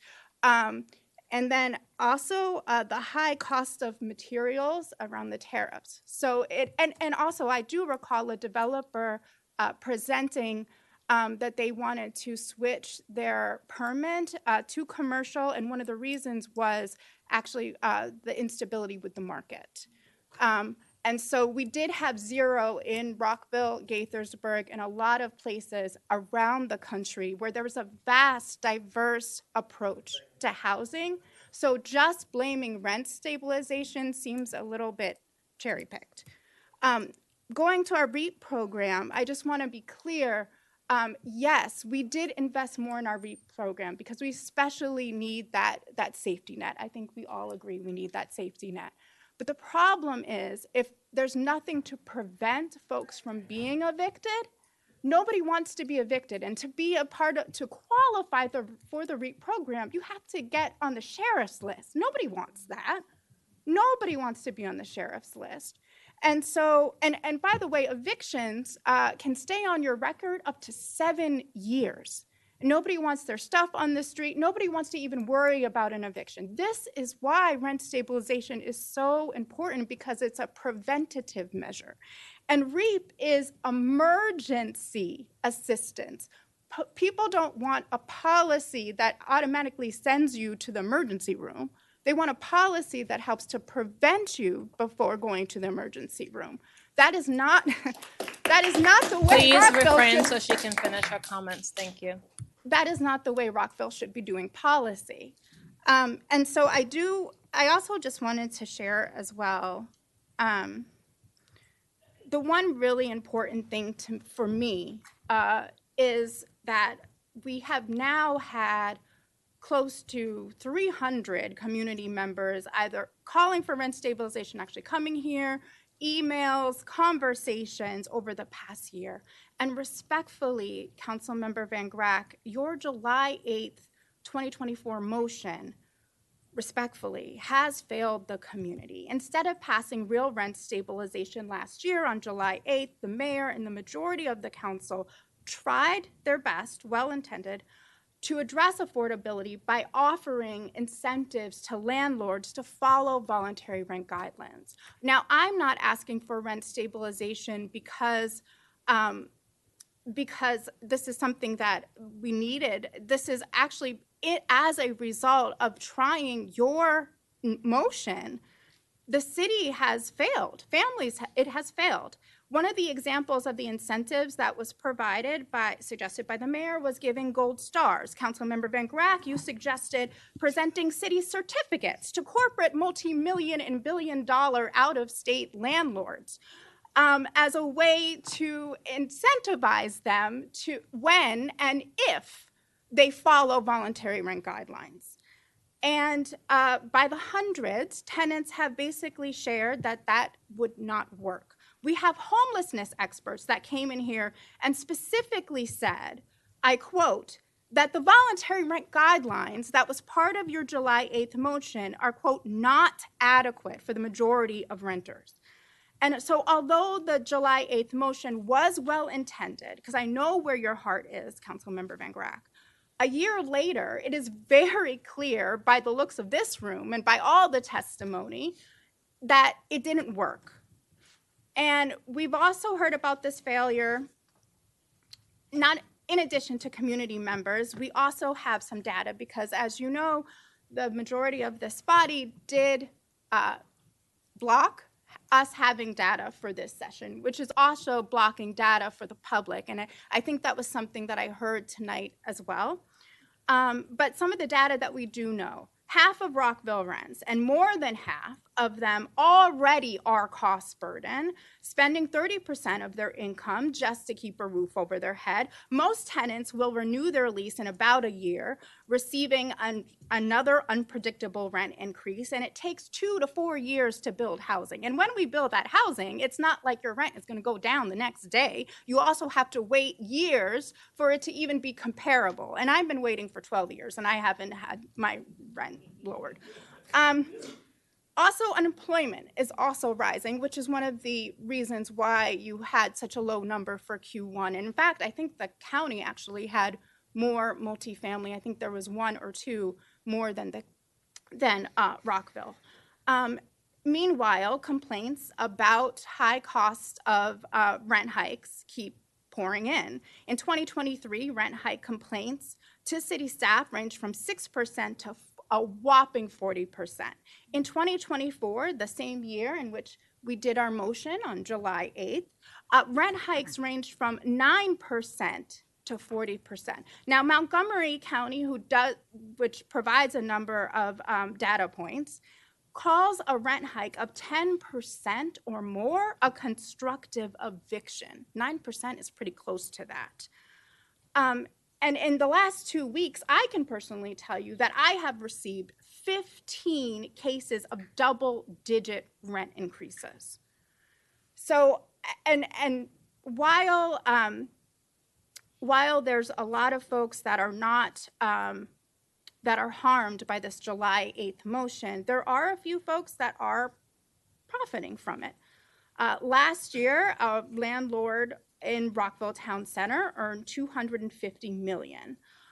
One of the largest corporate landlords in Twin Brook made $268 million. Over in Falls Grove, a landlord brought in a whopping $2.2 billion. And these are record profits, which they are actually expressing in their annual report. One of the annual reports that I also would have liked to share if the body would have allowed me to provide more data. And so I just want to say that rent stabilization, profit is a part of doing business, right? That's fine. What rent stabilization does, however, is that it doesn't punish landlords, it checks the bad actors. So when we're talking about a rent cap, of the 200-something bills across the country, rent stabilization bills, it typically takes the market average rent increase, and then it's much higher than that, checking the bad actors. It's embedded in the policy that you will have a profit every year, a fair profit and a fair rent. The problem is the rent gouging. And that's when we get into the double-digit rent increases. And frankly, gold stars and certificates are not working. And so after a year of having seen this July 8th motion fail, I think it's time. I move that we enact a real rent stabilization program identical to Montgomery County, with rent caps increased at 6%, or the consumer price index an additional 3%, whichever is less. Second that motion. Thank you.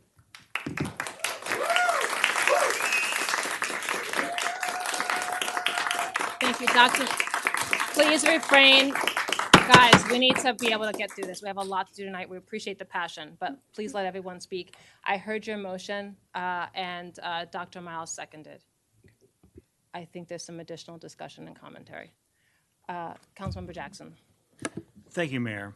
So this council is pursuing multiple policies to help out renters and homeowners and to build additional housing. I note we have had multiple sessions on housing, and that includes REAP, transparency, town center master plans, associated changes to regulations, discussion of MPDUs, assistance with first-time homebuyers, considering seniors who want to age in place, and homeowners who are struggling to keep up with the cost of maintaining their homes. We're serious about housing and stabilizing rents while building more affordable housing. The difference is how we get there. A majority has said we don't want rent control, due in part to its impact on the building of new housing. A minority disagrees, but we had the debate over a year ago. I don't see a need to revisit it and allocate more staff resources to a policy we're not interested in pursuing. I understand organizations advocating and speaking out. What I don't understand is pretending that this mayor and council are not doing anything, essentially claiming that we do not care about Rockville's residents. This is coming from elected officials and organizations who, frankly, should know better, but instead say rent control is their one and only issue. Don't cry. You're cooked. The lack of civility. Please do not speak out. No, but this is a good point. That's what people The are lack talking. of civility and reasoned discourse is becoming troubling. I'm not talking about disagreements. For instance, a tenant association invited me to meet and then asked me to leave when they did not like my answers. I don't mind. That is what it means to me to be an elected official sometimes. What I do mind is not showing respect to others in this chamber, making outlandish accusations, trying to bully others, or putting red X's through the faces of members of the City Council on social media because of disagreements on policy. I don't believe either of my colleagues, Councilmember Miles or Councilmember Shaw on the other side, want to see that either. But they need to take ownership when they see the conversation becoming uncivil.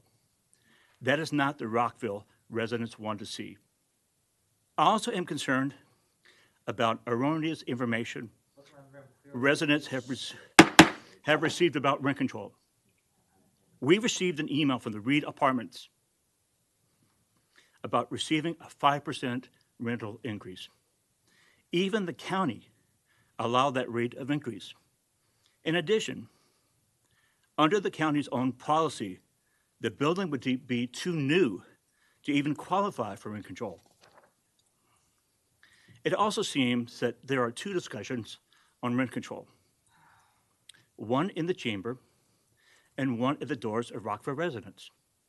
Here, advocates are talking about multifamily units being under rent control, but at doors across the city, residents seem to be hearing that all properties will be subject to rent control and that there will be no rental increases. No one is even advocating for that, but somehow that impression is out there. Now, here are the facts on Rockville rent. We have had a 2023 effective rent increase of 3.8%. It was 2.2% in 2024. And so far in 2025, it has been around 1.2%. Now, a new report in Montgomery County says permits for new multifamily developments have dried up since rent control passed, vaporized, according to one observer. Amazingly, some county elected officials and their allies want stricter rent control measures, leading to an even more troubled business climate. Even advocates can't agree on rent control. One of my colleagues has been telling folks the buildings within town center would be exempt from rent control. Other organizers are adamant in their community forum testimony that rent control needs to apply to all buildings, including town center. Rent control does not seem like a stable, coherent policy choice. However, there are those who seek to use rent control for their political gain.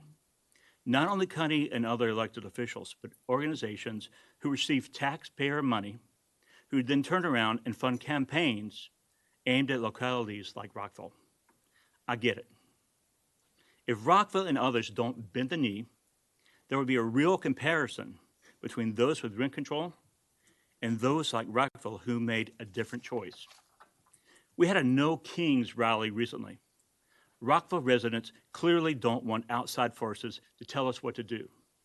Just as Montgomery County does not want to be dictated to by the national administration, Rockville doesn't want to be dictated to by outside organizations and outside elected officials.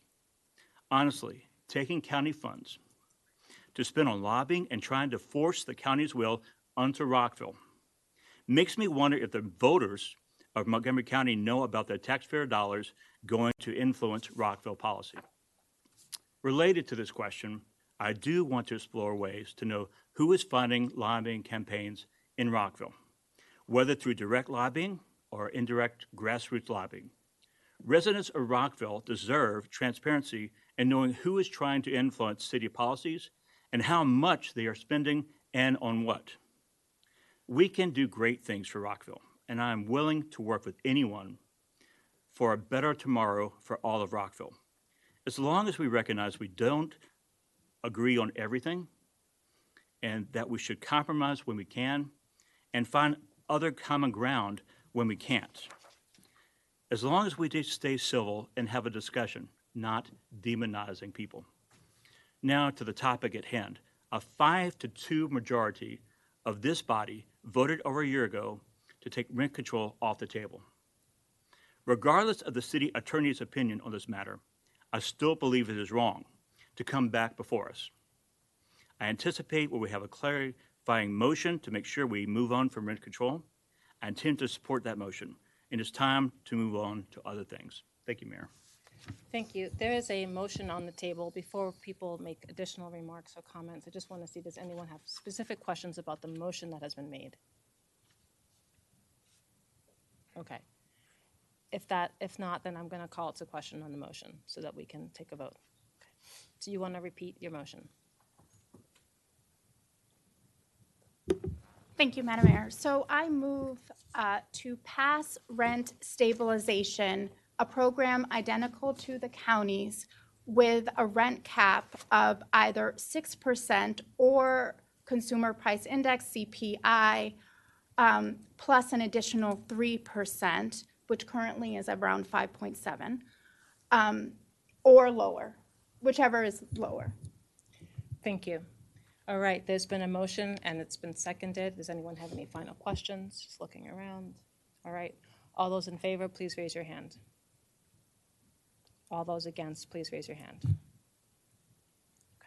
Thank you. I'm going to continue the stack. Dr. Miles. Thank you, Madam Mayor. I thank my colleagues. I thank those who've come out this evening, those who've come out over the past year. I thank those who've taken time out their schedules to let us know what they've been going through. It strikes me that we've been having a discussion about having a discussion. And I think, as was accurately pointed out at the top by our colleague, Councilmember Van Grack, we're all generally in favor of people having a roof over their head that they can afford. We do differ on how to get there. What I would encourage us to consider is, what can we do now to address the problem that people face now? I am in support of many of the initiatives that have been brought forward to us by staff. There's some of our colleagues been working on things to address affordable housing for months to years. Support all that without question, and most of us do, I believe. I think there's been unanimity on that front. But as was pointed out, that takes time. And I don't care what it's called. It could be called rent stabilization. I don't care what it's called. Just keep people housed. What I would encourage us to do is to try to figure out how to crack that nut. It is true that if enacted, rent stabilization would affect a very small percentage, again, the so-called bad actors. But that small percentage are real people that are suffering now. Many of us on the dais, it's been a long time since we've been renters. I think there's only one who's a renter now. I was one. And perhaps I've forgotten what it felt like to have that rent increase and have to make some decisions about living expenses. But I can make that decision. I didn't have kids, what have you. But I would encourage us to be mindful about both what can we do now to help people now. It's true that the city did increase our ability to provide help for folks, but that's paltry. Even the part in, we actually had a substantive discussion to figure out how to modify the program because the county's running out of funds, right? Because folks are really suffering. So again, I just bring it back to, what can we do now to help people now? That's the discussion I would like to have with us. I think we can have that discussion. I don't care what it's called. I think we all on this dais are of good intent. I would just hope that we can, to answer that question, what can we do to help people now, in addition to the things that we're doing long term? Specifically, what can we do now to help people who are suffering from unsustainable rent increases? What can we do now? Not in a few years, not when units are built, but what can we do now? That's all. That's all. Thank you for your time. Thank you, Dr. Miles. Councilman Valeri. Thank you, Madam Mayor. And I'm with you, Councilmember Miles. I think from the very first housing session, I stated this is a very tough issue.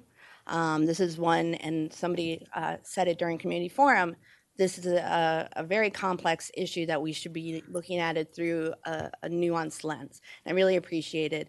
If this person is, thank you. If this person was still here, I kind of looked around. Because it's an absolute more complex issue that got us to this point, and it's going to take a lot of different personalized approaches to get us out of where we are right now.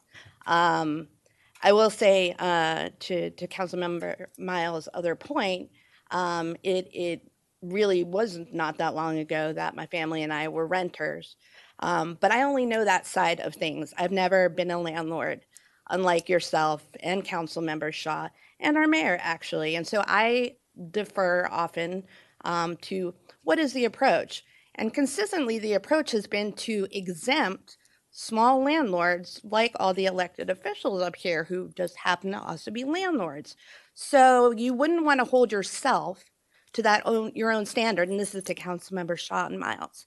You wouldn't want to hold yourself to a higher standard and have other small landlords be held to that same standard. I find that a little bit hypocritical. A functional democracy absolutely depends on respect, collaboration, and cooperation through active listening and spaces free from intimidation and bullying. This is not what we've had in the chamber as of late. I can take all the slings and arrows, all the insults. I'm made of stronger stuff. It really does not get to me. But our city and our residents should not have to endure this kind of behavior and deserve a city government that is better than that.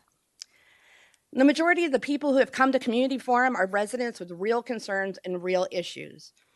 Some of us are actually trying to solve their real issues.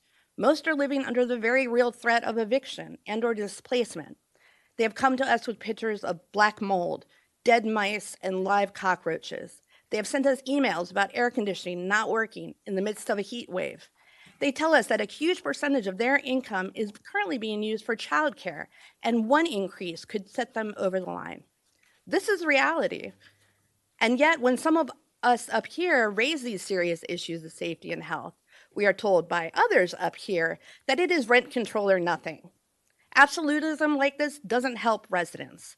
As one person said, like I said, this should be a nuanced conversation, and I completely agree. But it was never going to be. There were too many thumbs on the scale from the get-go. I've found myself pondering more and more questions as time progresses on this issue. How did we get here? How did we get to this point in time? I don't know if everybody knows, but there has never been an effort for all of us to work together as one body on this issue. Well, why is that? Back in July 2024, there was no proposal on the table, not even a jumping off point.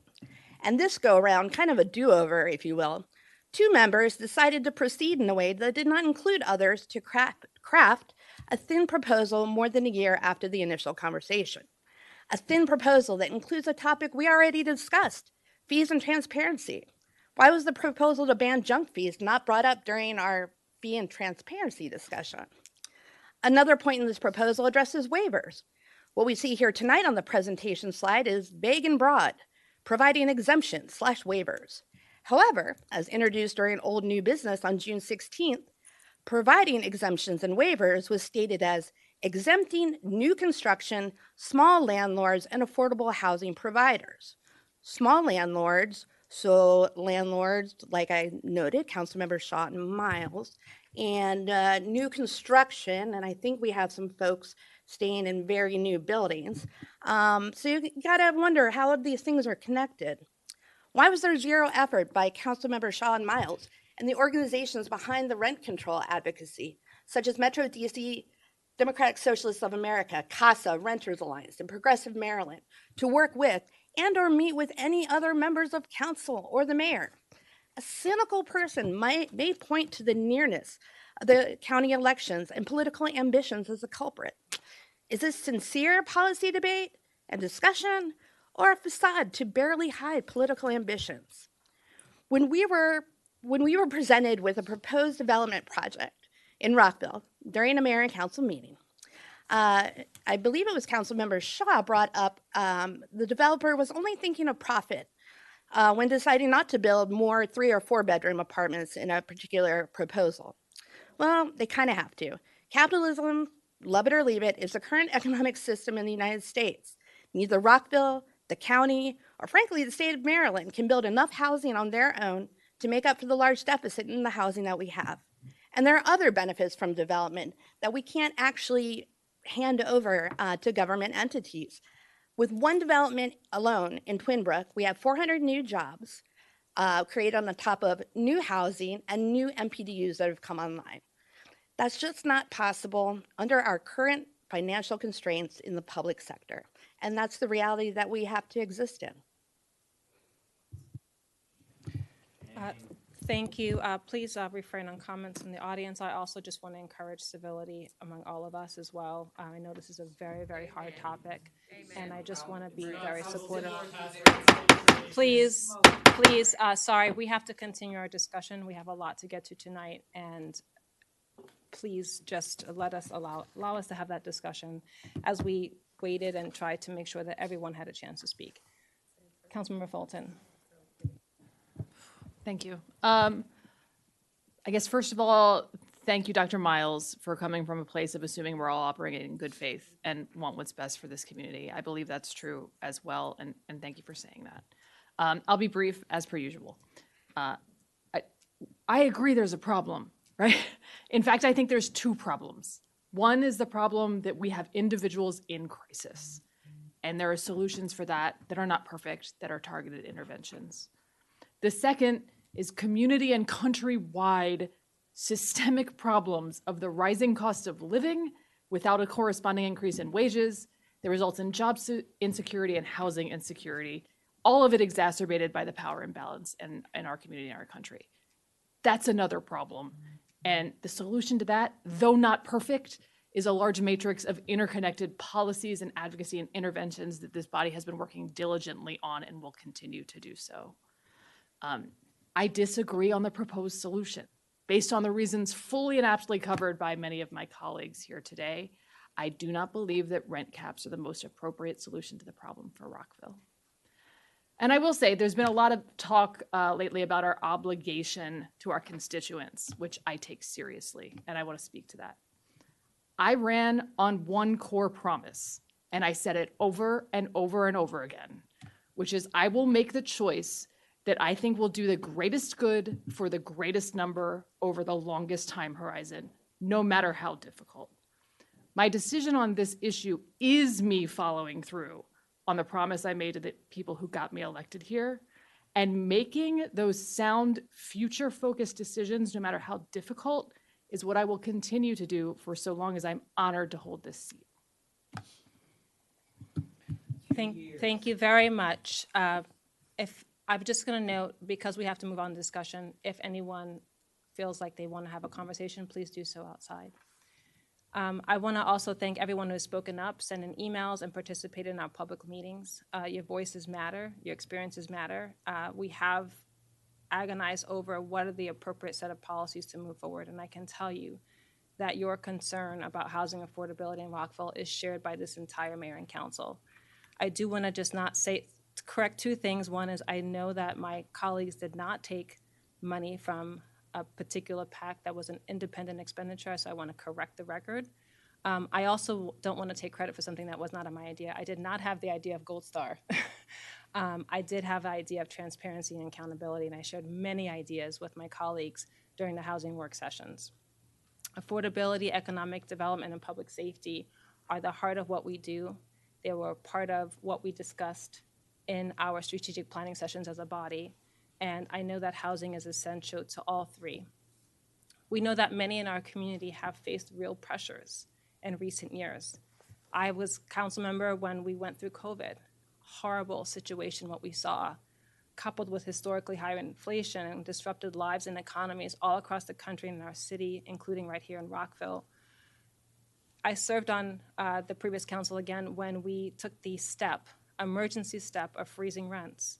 I own that decision.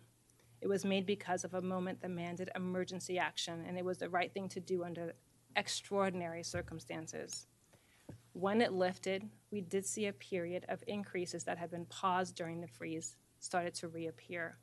And many housing-related costs had risen in the meantime, from things like inflation, supply chain costs. Even in the city, as we were budgeting, budgets went up 30 and 50%. Those were real increases. Stormwater management fees have gone up. Rising insurance premiums have gone up. We saw that there were increased property tax assessments by the state, not a property increase by the city of Rockville. And the county also had a tax hike. These factors all converged and are impacting the high cost of housing across the region. That said, when you look at the data, there is some cooling down on the average rent increases in Rockville. In 2025, so far is under 2%, and in 2024, it was under 3%. In 2023, the effective increase was 3.8%, even though the voluntary guidelines was 5.8. At the same time, there is an impact on multifamily construction. We need more housing. We need more affordable housing, and this body is going to work to do that. I know that there's a lot of talk about the preliminary data shared by MCEDC to Montgomery County, but there's also important data that was shared at the Council of Governments meeting that we had a discussion about here as this body. The number of unhoused residents has gone up 30% in Montgomery County, despite the policy changes, an increase that's higher than any jurisdiction in the region. We should all be working together to figure out why that is and how we can help it. It also means that we have to think about unintended consequences and how we're dealing with. There was a meeting on July 8th, a very, very detailed staff report, and I want to thank staff. I know that staff is in a very difficult position when the mayor and council don't have agreement. It's hard for our team, and I want to acknowledge how hard it is for all of you. There was some important data that was shared on July 8th. It was presented that other jurisdictions near us haven't seen investment in decades who have the rent control policy. It was presented that the number of rents who are rent burdened are lower than DC. It was presented that rent growth has almost always been below 6%, except for in 2001, where it was 6.3%, and 2022, 7.3%. There was a comparatively large increase in rent in 2021 at 5.6% and 2022 at 7.3%, that they noted can be attributed primarily to pandemic-related rent freezes in 2020 and economy-wide inflation. Almost each year that the staff looked at, the average increase in rent was below the VRG. Now, I recognize that's average, and I want to note that there are some people who have received increases beyond that. We are looking at making sure that we are advocating and finding ways to be creative and see how we can advocate. I know I've personally gotten involved in advocating. I've personally called out landlords, and I will continue to do so when there's a need. When looking at the real multifamily rent growth, rents have largely remained flat and slightly decreases. This is from the staff report, not my words, decreased from that year in 2000. They also noted that real values adjusted for inflation would be helpful to compare prices. We believe in stabilizing rents. We have concerns about the unintended consequences of the hard caps and the proposals that were shared today, given that the county is still looking at their data. They still have not hired a data-specific person to analyze that, but we have some early warning signs. We're worried about reduced investment. We're worried about the long-term impact on renters. We're worried about maintenance. I myself was a low-income renter and experienced what it was like to live in an apartment building where landlords did not maintain the property. From mice crawling on my mother to roaches crawling in my hands when I was asleep. The shrink in the supply of the quality of housing means something for residents, and we aim to fight for our residents, all of our residents, each and every day. I'm also concerned about whether the policy might have an impact on landlords doing the maximum rate increases, whereas our average rent increase is lower. We are taking one of the most comprehensive approaches to housing stability in Rockville's history. We've held multiple public discussions, including a dedicated work session on July 8th, as I noted, and another on June 16th, focused on transparency around rents, fees, and housing quality. We're preparing to update our landlord-tenant code and Marley Price dwelling unit code. These efforts are part of a nearly 40-point housing strategy focused on stability, supply, and subsidies. In my last term, we made significant improvements to our MPDU program. We increased the required affordable housing percentage to 15% citywide, where it was up only 12.5% in many areas of the city. We extended affordability period from 30 years to 99 years, ensuring long-term housing. And that was informed by some experiences where 2 buildings in King Farm, the MPDUs had expired, and we saw those go straight to market rent, which is why they had some increases there. We moved that to 99 years to preserve more affordability in the city of Rockville. We also expanded the grace period for residents graduating from the program from 3 years to 6 months, giving families more time to transition successfully. We're investing in new affordable units in Town Center with several hundred currently in the pipeline.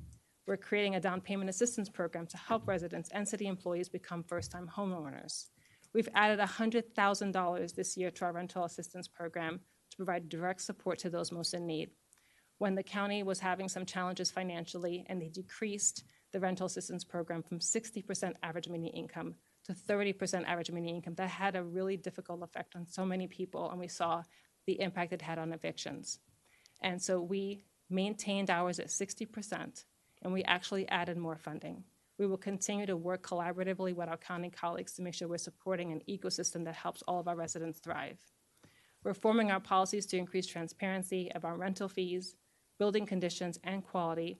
We will work to make sure that tenants can make informed decisions and landlords who fall short are held accountable. Transparency of fees, rental increase history, and building quality status is something that everyone should know before they sign a contract.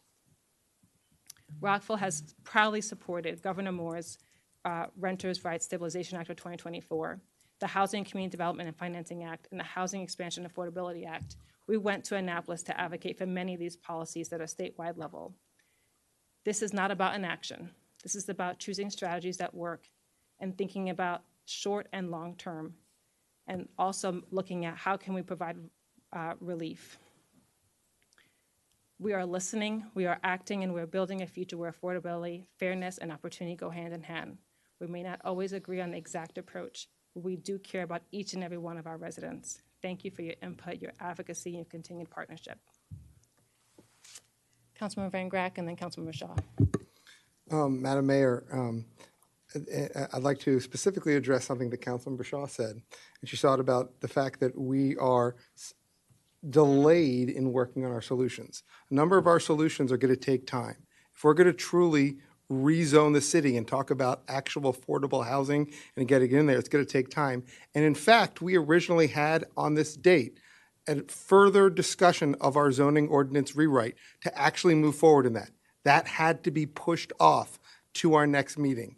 That's the issue. We need to focus on the solutions that a majority of this council truly believe are going to help the renters and our community. And for that reason, as this body has previously debated and discussed rental renewal hard caps, also known as rent control, on multiple previous occasions and also previously voted on the consideration, I hereby move that this body decide that it will not implement a rent control policy or rental renewal hard caps in Rockville, and that it will not consider as part of any of its meeting agendas a rent control policy or rental renewal hard caps for the remainder of its term. Shame on you. Shame. Thank you. Councilmember Jackson, do you second? Yes. Okay. All right. Councilmember Shaw, I want to go back to your comments. I appreciate that. Thank you, Madam Mayor. I do not agree with that motion that was put on the table, but I did want to make a few comments. Madam Mayor, I do appreciate you providing a summary of a number of the housing policies that we're doing, because we're not just discussing rent stabilization, we're also doing a number of policies that I do agree with. With that being said, I just want to be clear that Governor Moore's rent stabilization policy, although it is called rent stabilization policy and will help renters, it does not have a rent cap. Also, we talked about home ownership. The pilot program, which is a great idea, I think will help about 10 families or so. And so, and I think it's a great pilot, but I just want to be clear on the scope. Rent stabilization, one of the benefits of it is that it helps to save disposable income for renters, putting them in a better situation to help save for home ownership and even going back into the community to help our small businesses.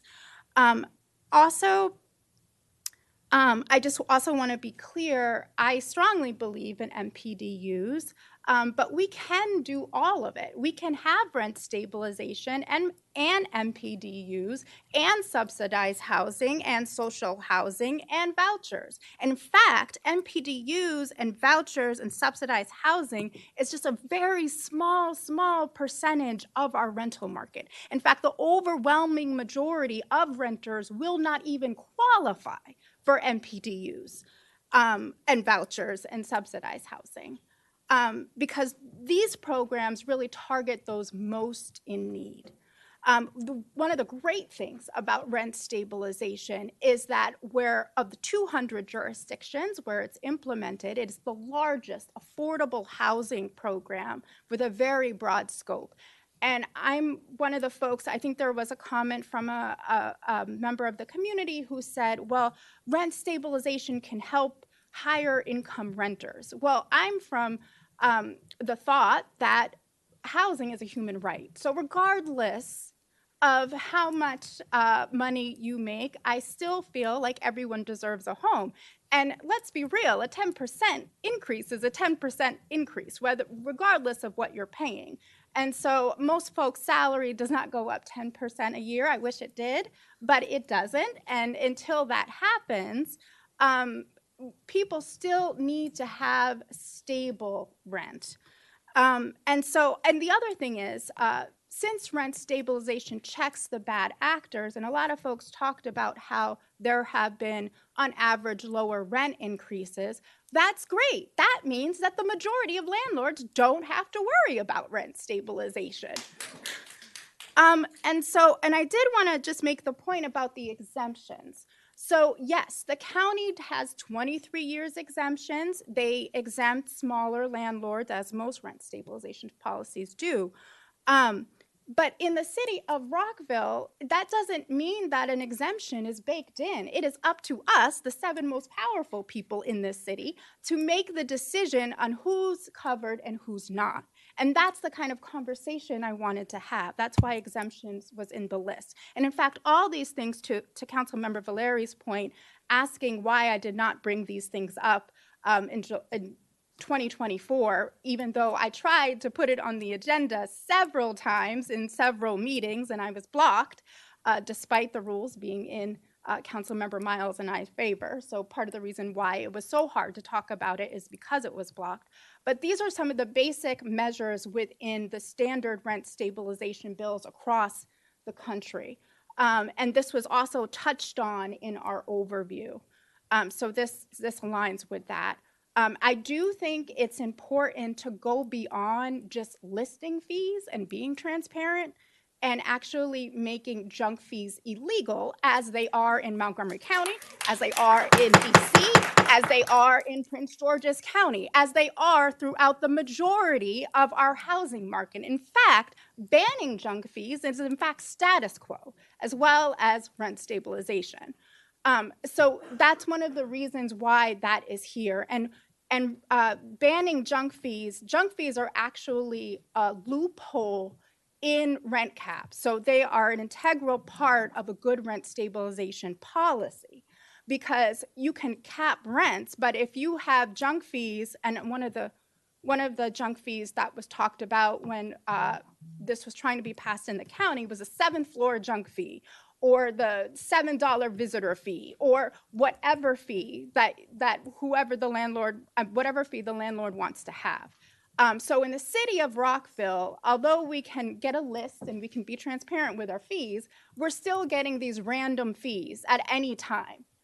And making them transparent is not helping the actual cost. And as I recall from the staff-led tenant input session, in addition to having hundreds of tenants share what is important to them, it is the cost of rent that is most important.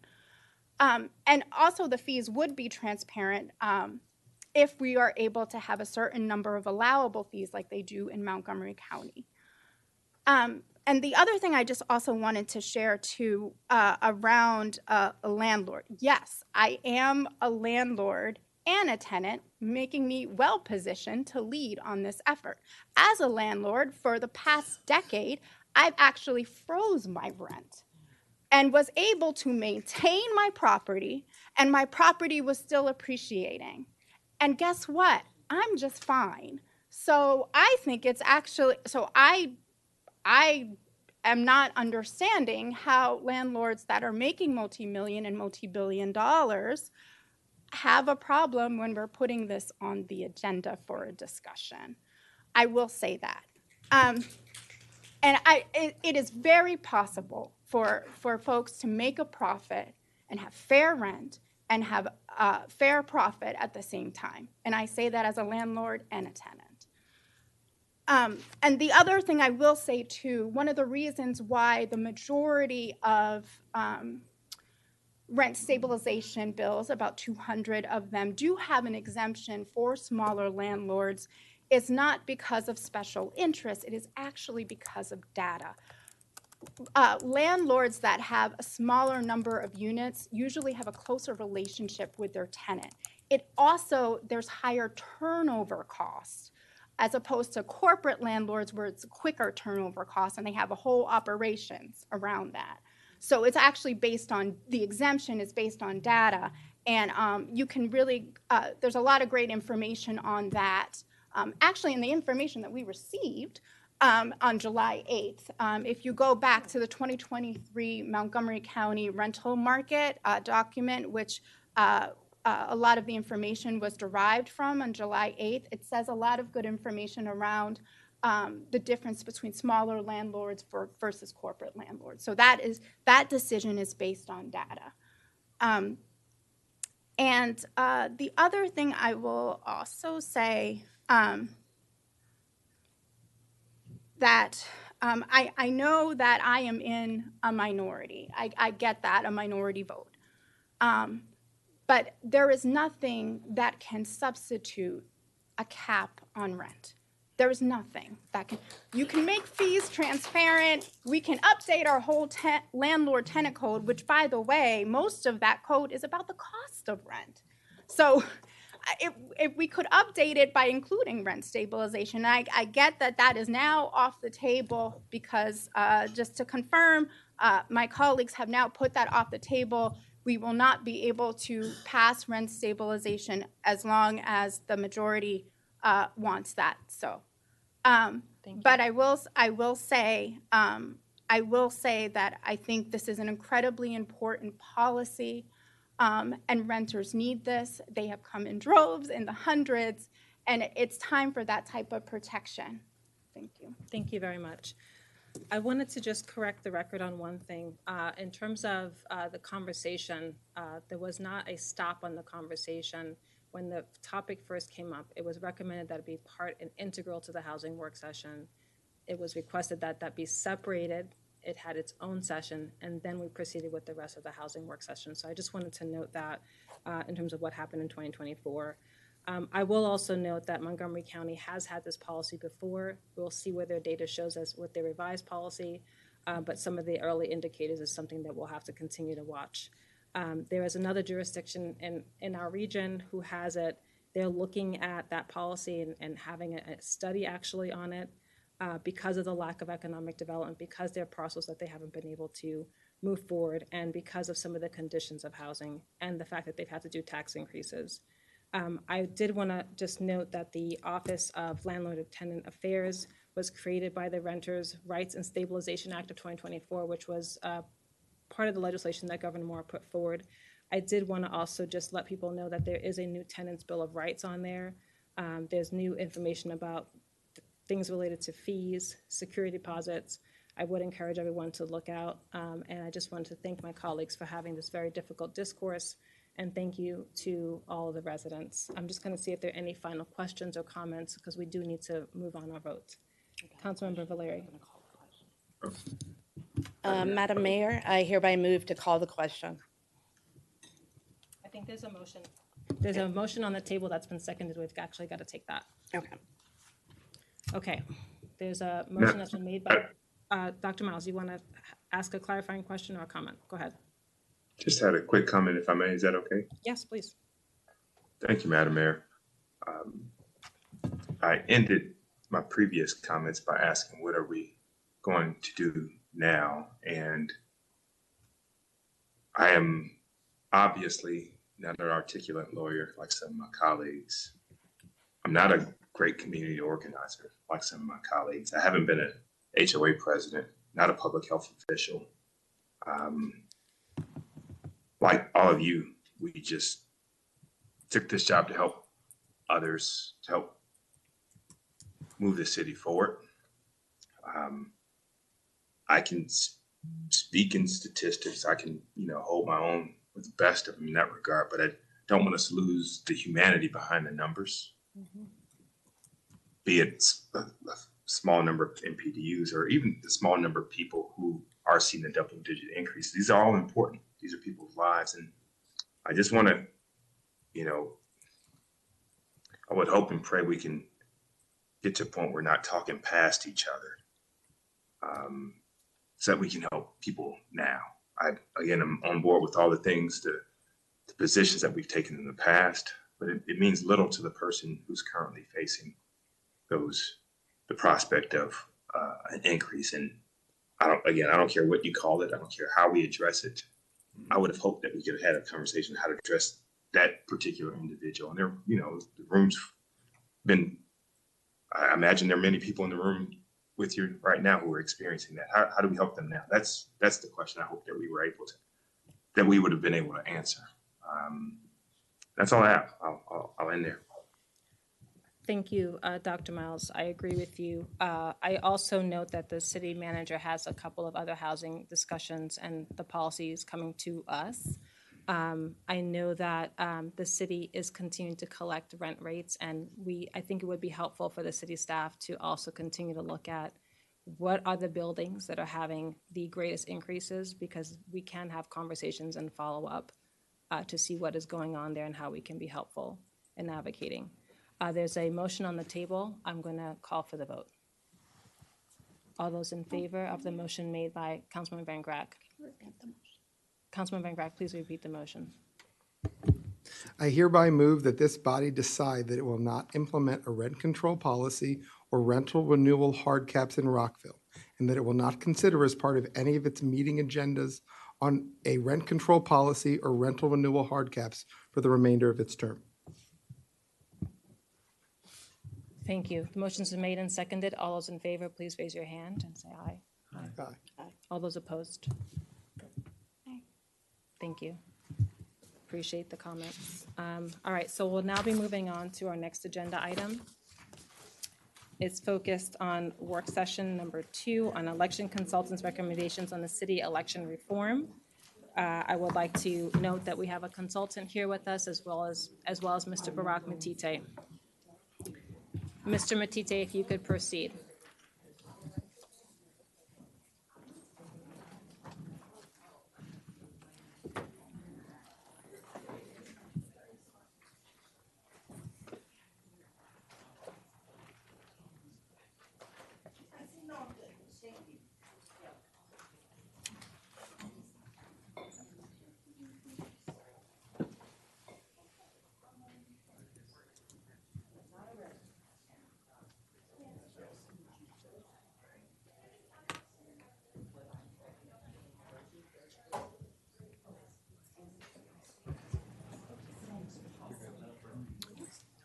Good evening, Mayor and Council. Barack Matite, Deputy City Manager.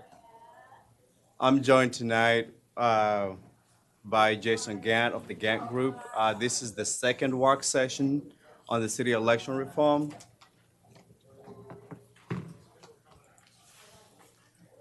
And we'll be able to provide a brief background for tonight's facilitated discussion.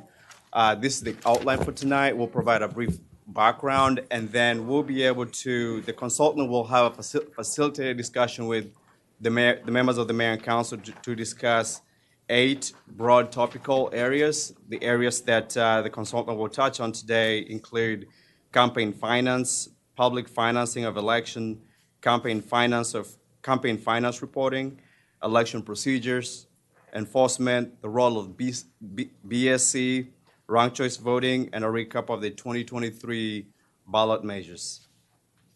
Within each of the topic areas, there will be a policy questions where the mayor and council will be asked to provide some policy direction at each of the topics. And then we'll cover the next steps.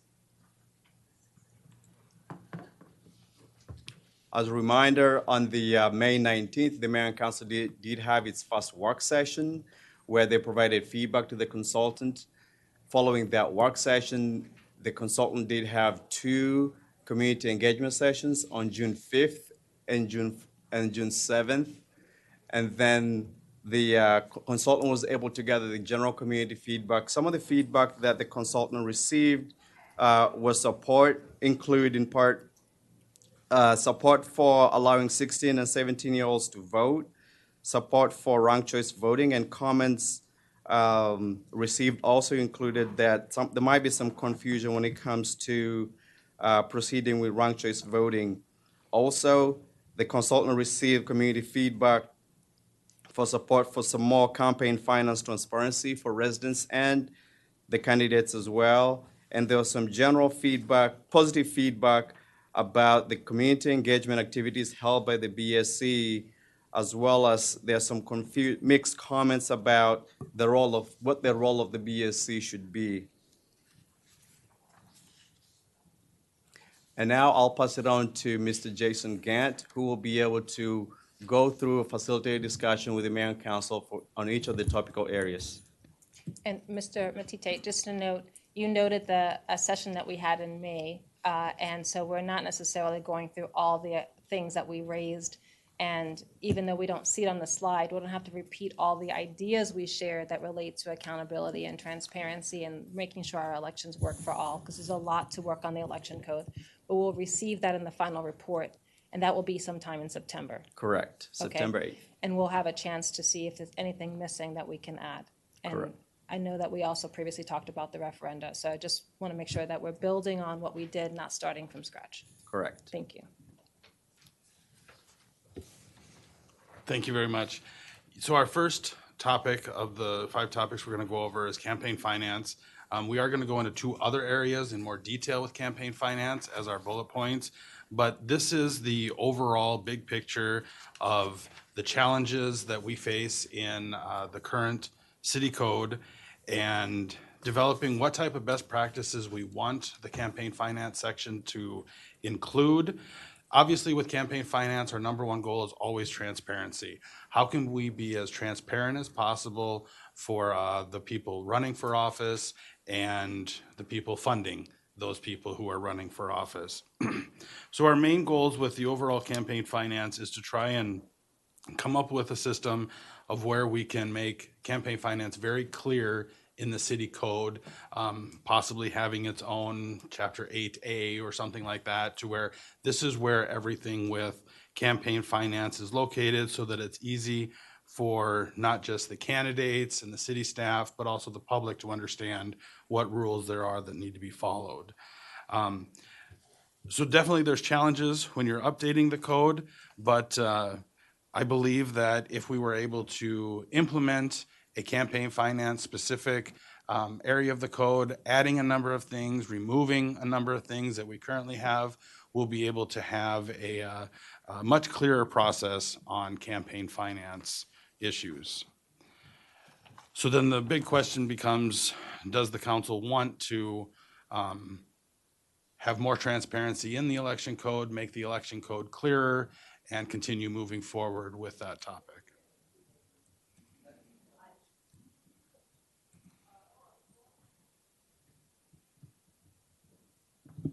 You want us to pause now, as I imagine.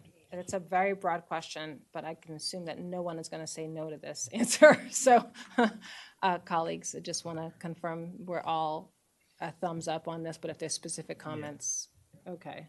I'm watching the screen. All right.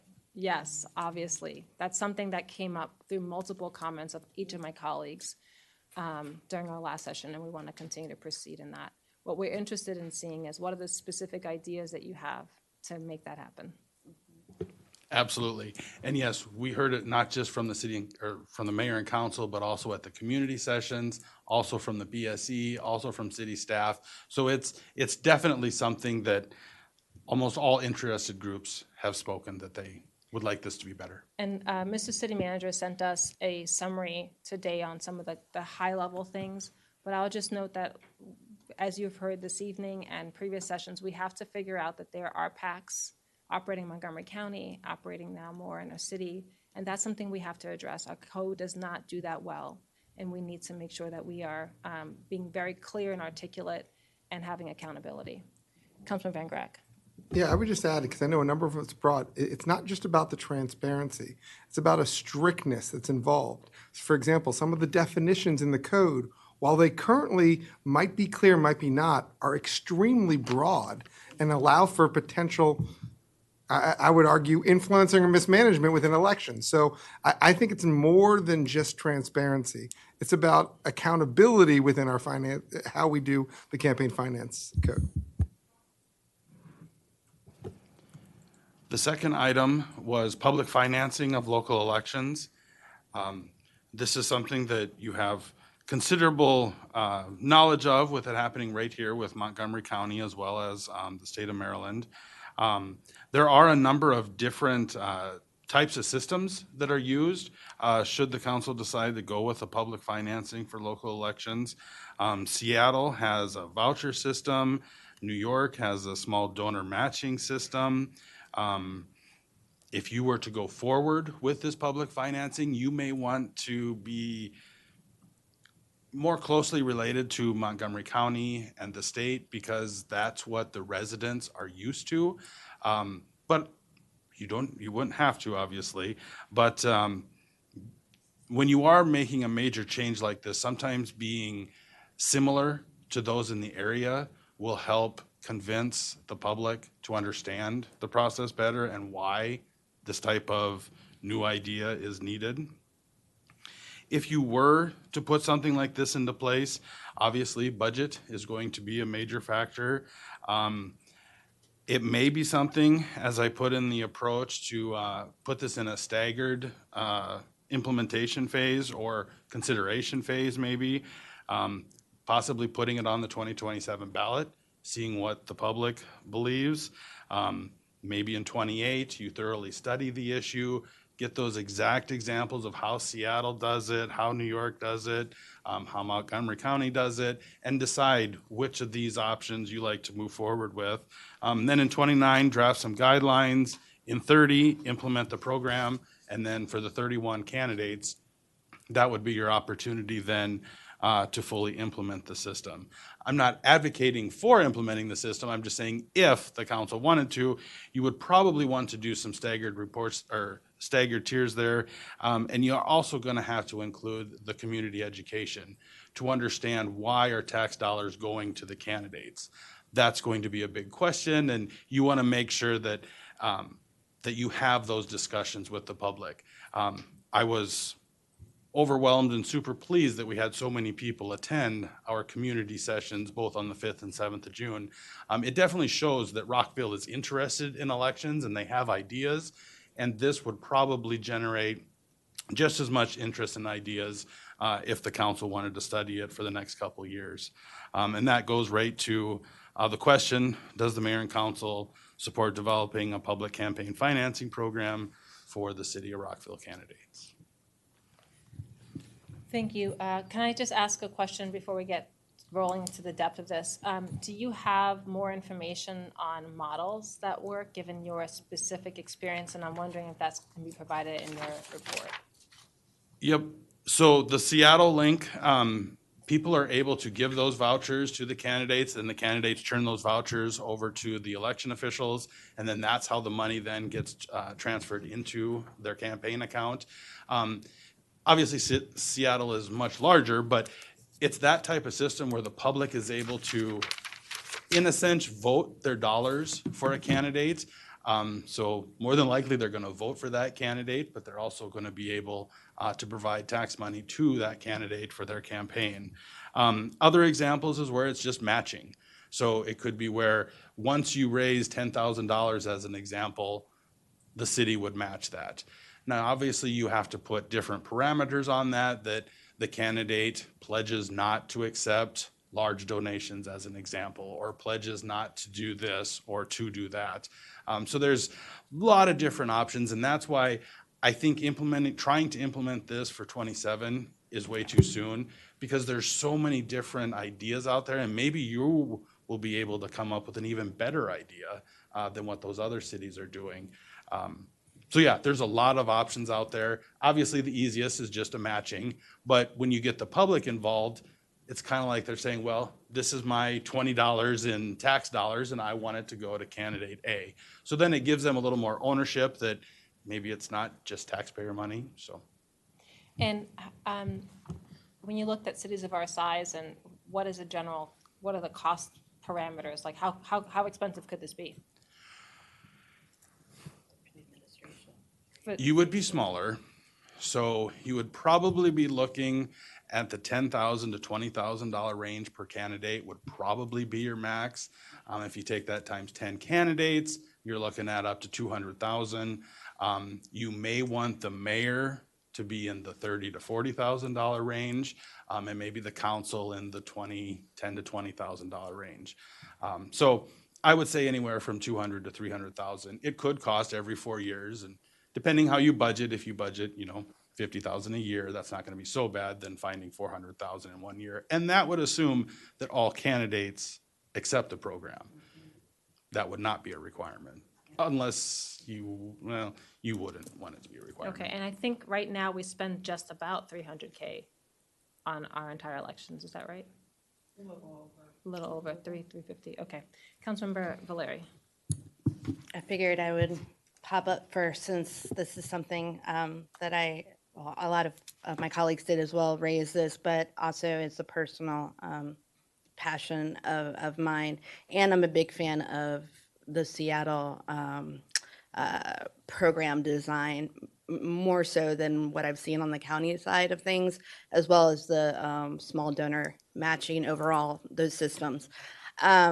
I really appreciated the Seattle model, because at the heart of public financing of elections, the idea that everybody should be able to vote with their dollars, as you stated. And the voucher system means that, the voting with your dollars is a shared pool of, here's your voucher, as opposed to putting your own money or your income, which we're all tight and squeezed from all sides, being able to do that. And it doesn't seem like a lot to folks, but as somebody who heard time and time again from some folks that wanted to support me, but didn't feel, well, why should I even give you like $20? That's the most I could do for this entire election. There seemed to be a futility, and even, and I'm like, no, not futile, like, go for it. But there is that sense of like empowering as many people as possible, people that may not have any expendable funds, to be able to get engaged in that way. I really appreciated. I thought about, what would be the best way to do it? And as my colleague, who was also on Charter Review Commission with me, Councilmember Shaw, I'm not a big fan of putting advisory questions related to democracy on the ballot. I would be interested in doing some like surveying leading into it of like the entire community. But our ballot measures are, they're advisory and frankly are just a way to survey existing voters anyway. So I would love to kind of replace that with surveying. And then, for my 2 cents, I really think a voucher-like program, as opposed to something a little bit more complex, like the county program that has a huge administrative overhead due to the complex nature. I think that would be a great thing to even pilot, to then perhaps expand somewhere down the road. Anyone else? Councilman Van Grack. No, you sorry. Who had their hands up? All right, we'll go to you next. I think I said something similar before. I truly love the idea of public financing. I love the fact that the county does it. I'd like to see it more jurisdictions. My only concern is it's going to have significant cost to the city. And right now, we've got a lot of things that we really need to afford, and I don't know whether this is the right time for us to be implementing a public finance of elections, even though I really love the idea, because just as Councilmember Valeri said, I think there's a lot of benefits to allowing the public to have more of a say, even if they can't afford to do so. But I just don't know whether it's feasible from a cost perspective at this point. Thank you, Councilmember Shaw. So I support public financing. It's just a matter of how and how much. And I think the devil's in the details. So I would like to see models. I also am just questioning how we would roll this out and educate the public on the pros and cons. I think this is just what it took, I think 13 years for Montgomery County to pass public financing. So there's a lot of different views on that. I do like the idea that it brings a lot more people into the political process that would not have initially would have been able to have the resources to be involved. It also helps to involve more residents in the process as well.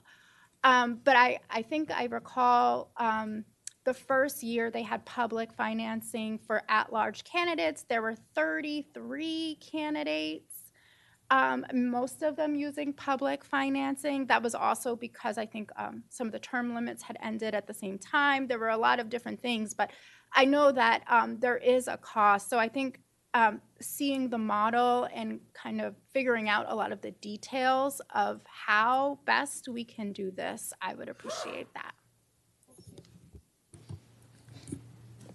Thank you. Councilmember Jackson, then Councilmember Miles, and then Councilmember Fulton. Thank you, Mayor. So I'll be brief because I know it's getting late, but I like this idea a lot. I don't know exactly how to implement it, but that's a question for a later date. I'm worried about the cost, but I'm balancing that out with it costs money, real money, to run a campaign. I think everybody on this dais knows exactly the cost that you have to put into running for office. And the more that we can spread that around and make it easier for people to run, the better. I mean, I think that it's a quality. I think that you won't have wealthy people, only wealthy people running. You will have people with moderate means who are interested in maybe holding political office but can't because they're worried about affording a campaign and about all the costs associated with it. So yes, I am concerned, like Councilmember Van Grack, about the budget, but it's leavened with the fact that it opens up so much opportunity for so many people that I really like the idea, and I like the advisory question. I understand what my colleague, Councilmember Valeri, was saying, but the referendum is advisory, and it is like a survey. So you could combine that with a survey and get even better results. But no, I think advisory question and referendum and then implementing it in 2030 would be a good idea. Thank you, Dr. Miles, and then Councilmember Fulton. Thank you, Madam Mayor. I largely associate myself with the comments of my colleague, Councilmember Jackson, in that it'd be cool to, I think I'd support it in theory, would want to get the public's input on it, and would be interested, as our other colleagues, including Councilmember Shaw, outlined, I would be interested in getting more info about implementation. That's all. Councilmember Fulton. I very much support the concept of public financing. I think it's worth looking into. Two things. One, I think Councilmember Valeri said it, maybe others did too. I don't like advisory referendum questions, like period. So I think I would want to look at other ways to get adequate, representative, informed feedback from the public before we did it. I just don't know that advisory questions are the way to do it. The other thing I will say, coming from a very pragmatic point of view, like I feel like I heard like we're all very eager to get the election code updated before the next election. Like that is the primary goal of what we're trying to do here. So if the assessment is that we cannot do this by the next election, I wouldn't want to spend a whole lot of time on it before the next, because the goal is to get what we can get done before the next election. So I'm in favor. I wouldn't prioritize it right now, given all that we have to do. I'm concerned about implementation, and I don't think advisory questions are the best way to get feedback. Thank you. I appreciate the comments of my colleagues. I do feel like there are people who would be great leaders who think about the daunting aspect of raising funding and leveraging their own funding. So that is something that gives me pause, that I think this is worth having an ongoing conversation about. With that said, you mentioned it, and I know our staff have a lot of work to do for the next election, so I don't see that happening for this next election. However, I would support continued discussion and surveying. I think that is worth it, and if you have models that you can share more information with your final report, I would appreciate that as well. The other comment I would make is the city does not have the same kinds of budget as other jurisdictions, and so we may want to consider what is the upper limit, because you just don't know how many candidates are going to jump in, and maybe a pot that you have to figure out how to divide up. It would, even with what we see right now, would double the cost of our elections. And we still need to do better at doing more outreach as well. So that may go up over time. But if we were to explore it, I would put on the table sort of an upper limit start as a pilot.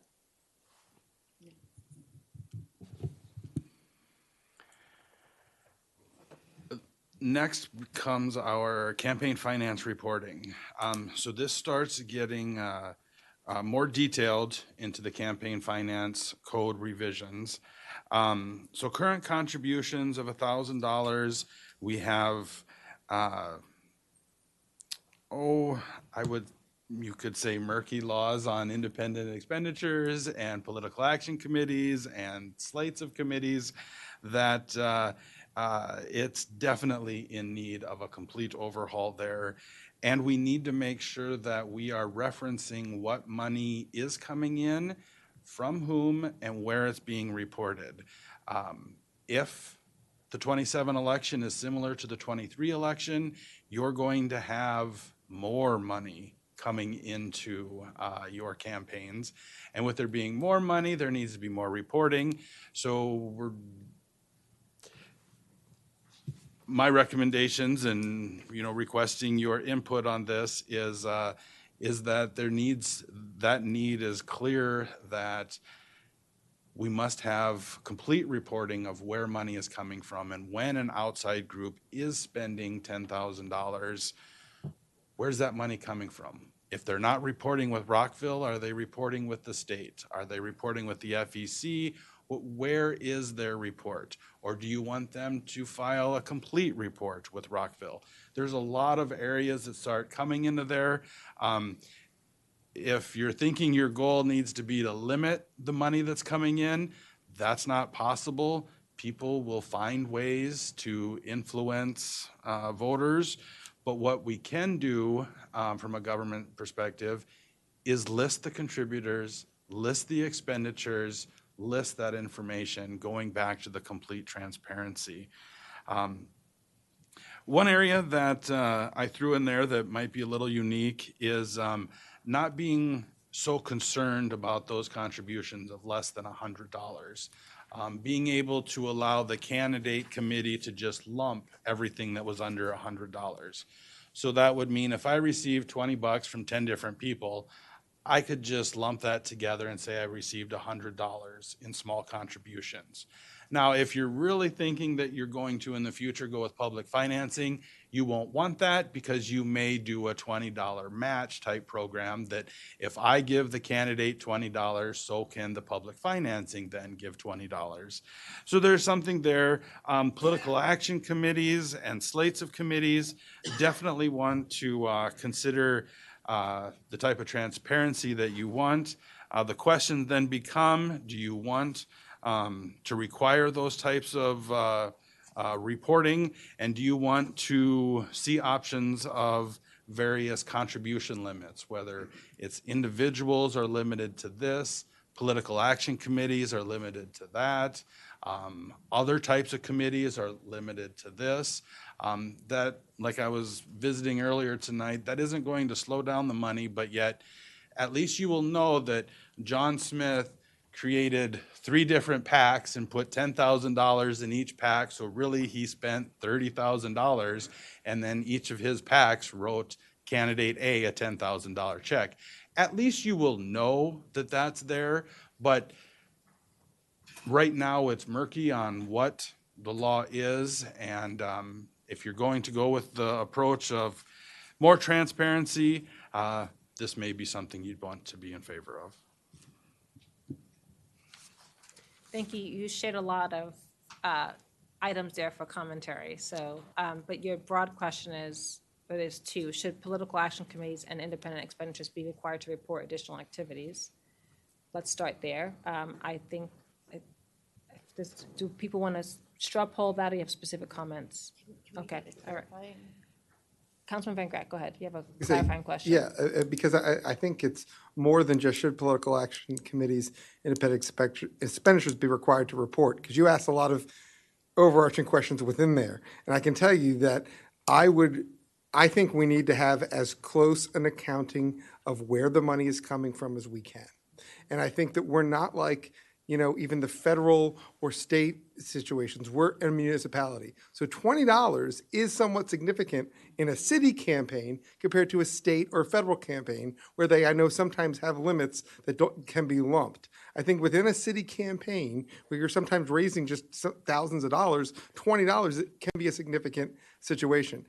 And it also helps show where the money's coming from. Because I know it's allegorical, but you've heard of accusations of candidates that have lumped together $1,000 and be like, well, it's all $5 contributions. This way you have a complete accounting. It's transparency. We've heard from the Board of Supervisors of Elections who's look at this. It's transparency, it's accountability, and it's making sure that we know where the money's coming from. I agree with you that there have been some, how can I say, Wild West within Rockville because of some of the, not just lack of clarification, but whether it was intentional or not, there are political action committee and independent expenditures that didn't have to report. They truly didn't need to because of the definitions. We need to make sure that the money coming into the city is accounted for and understanding so that people know where it's happening, where it's coming from. So not only should it be, I'd say to a strict level, it be addressed.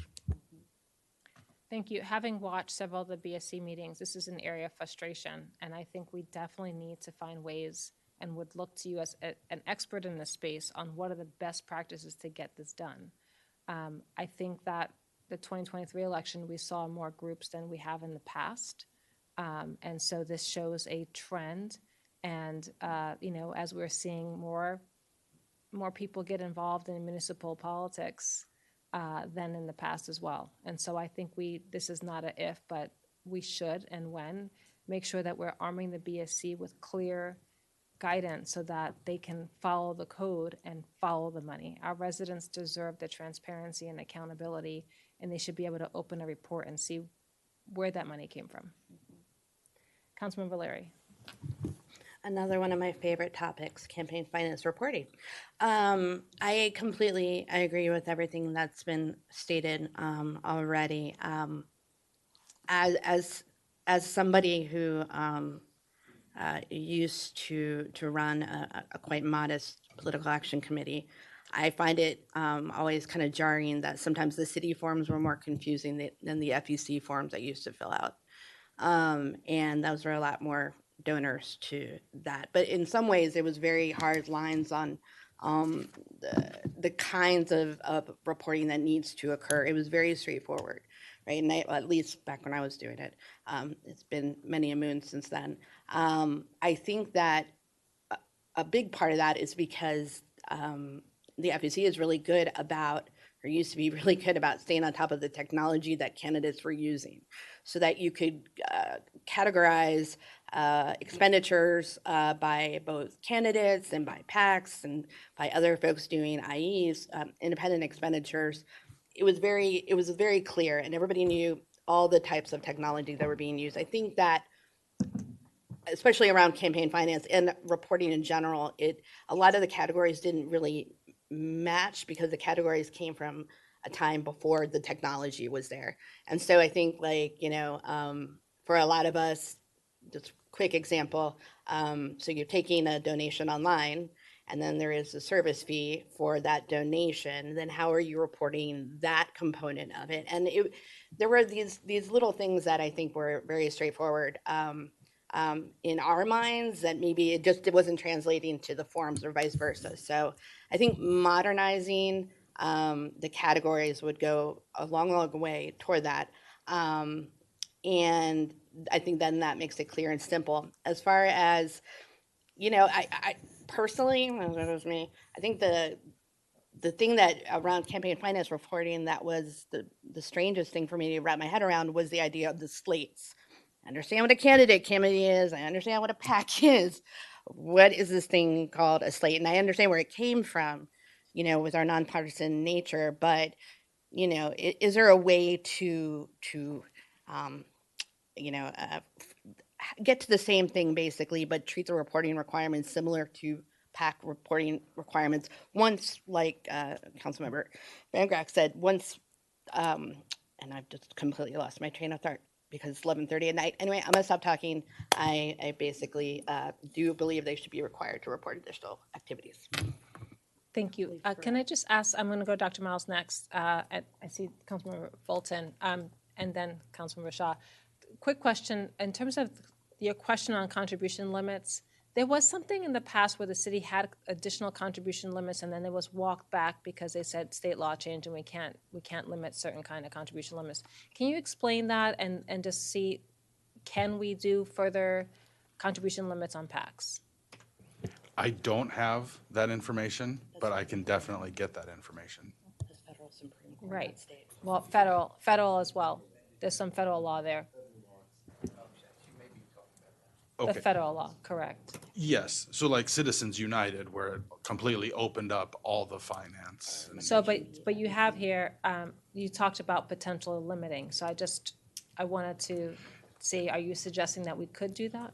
No, I'm not suggesting that you could eliminate it. I'm suggesting that it's going to happen and we have to figure out how best to report that that is happening. So if I go and create an independent expenditure and I mail out a postcard and it costs me $10,000 and it says vote for candidate A, but I did it through an FEC type filing, or I did it through a state filing, or I did it through a Virginia filing, but I spent the money here in Rockville for the city, we need to come up with a plan on how to require that type of expenditure to be reported to the BSC so that they can put that information out there and show that the ABC PAC received contributions from these people and it spent $10,000 on a postcard. I don't know if you could say the postcard could say vote for candidate A or vote against candidate A, but at least you would know that when you do receive that in the mail, at the bottom it says paid for by the ABC PAC, then you can do that investigating through the BSC's reporting. Okay, I see all of my colleagues have their hands up. Councilmember Fulton. All right, sorry, I was confused by it. So the first question, should they be required for? Yes. Yes. So my feedback on your first question is yes. Now the question on contribution limits being reviewed, that all just confused me because I thought the question was, should we be reviewing our current limits to see if they're accurate or appropriate given changes in times? But now it's about, is that specific to reporting of PACs and independent expenditures? The second question about contribution limits, or is it just a general question about contribution limits? It's a general question about That's what I thought. contribution Okay. limits. There was something about one of the council meetings, someone brought up the issue of should the $1,000 be increased by That's what I thought it 5% was a about. year or Yeah, something like okay. that. So that's why it was on there. Yeah. So if that's the question, thank you. That's what I thought it was. How often should contribution limits be reviewed? Before every election is my feedback on that. I agree. Okay, we're going back. Dr. Miles, and then we'll go back to my right. Thank you, Madam Mayor. I was gaining clarification on the first point about political action committees.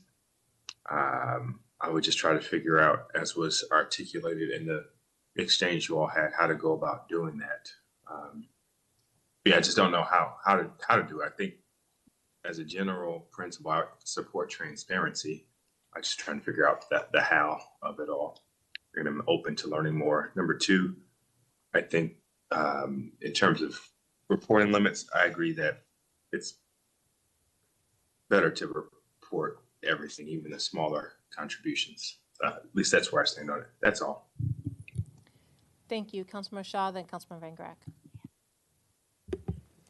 Thank you. Can you just clarify what additional activities are as referred to in the question?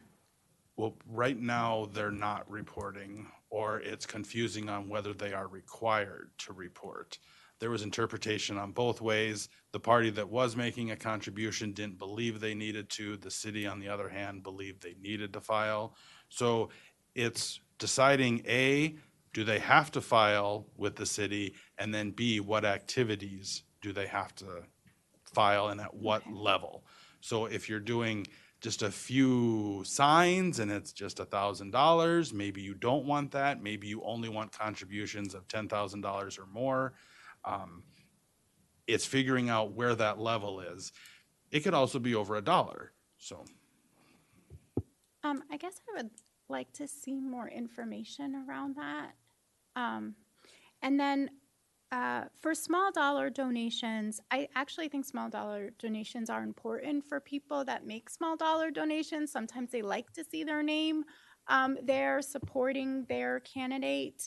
So I would actually want to include small dollar donations and not lump it together under $100 or what have you.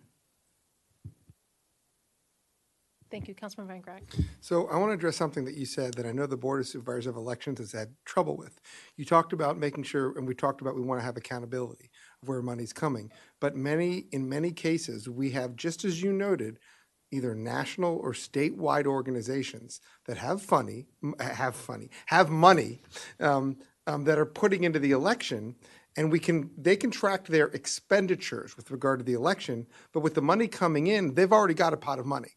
How do we account for an entity that necessarily does not have contributions that are necessarily directly attributed to their expenditures in Rockville, but they're expending it? I know the Board of Supervisors of Elections has wrestled with this issue because we've had large, whether it's a statewide or national organization coming in, and they're supposed to list with their donations, but they just have their entity, it's a pot of money. Is there a way to address that? Because you yourself talked about where the money's coming from, or is the only solution the entity just writes it's coming from us? And if that's the case, what if you do have a Rockville entity? And are they exempted from having to list their specific donations because the other organization doesn't have to do it? Is there a way to wrestle with that problem that I know the BSE has specifically struggled with themselves?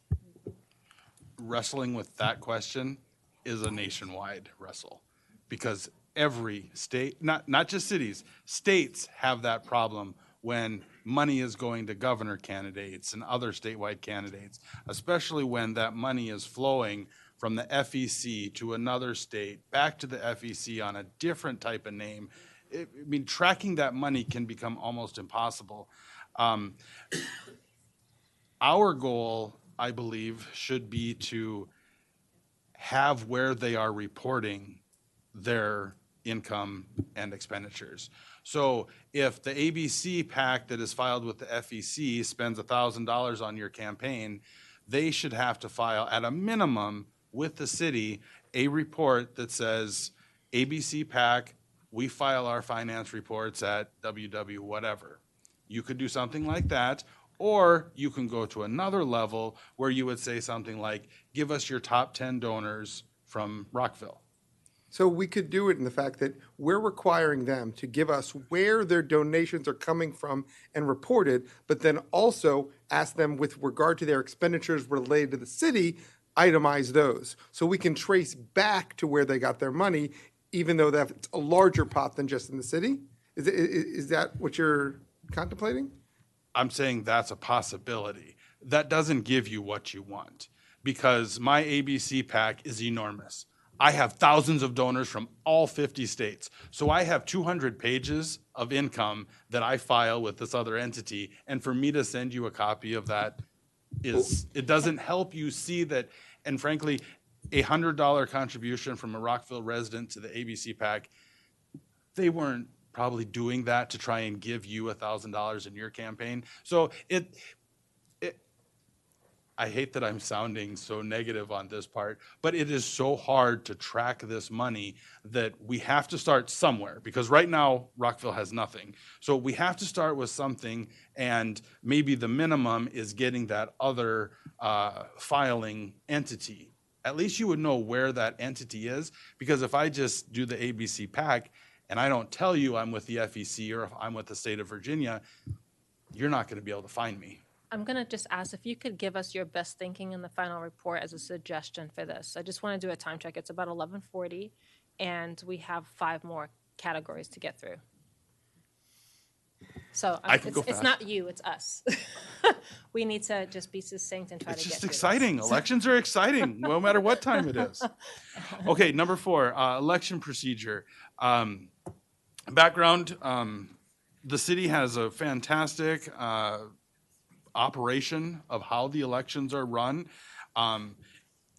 There's never ever been a perfect election in this country, no matter what level, city, county, state, nothing. But you have dedicated election workers who are trying to do their absolute best. And with our election procedures in Rockville, there's always ways that we can improve. And one option that I discussed there was coming up with more of a complete handbook. And you can envision this handbook where it's pre-election, it's election day, and then it's post-election, because you have completely different activities that take place in those 3 areas. And we're focused on the election administration here. We're not thinking about the candidate packets, because that's more campaign finance, and we're not thinking about those things. We're thinking about the administration of the election. So there's some ideas there with creating the handbook in that type of way, and also making sure that this handbook is available for future elections and future staff, so that there is some playbook, so to speak, to get started. I'm going to ask for a straw poll on this. Okay, great. Everyone says yes. And to the extent that when after we develop the handbook, there could be a video, even better. So. The enforcement mechanism. 2023 was lots of fun, and we need to make a new plan for 2027. And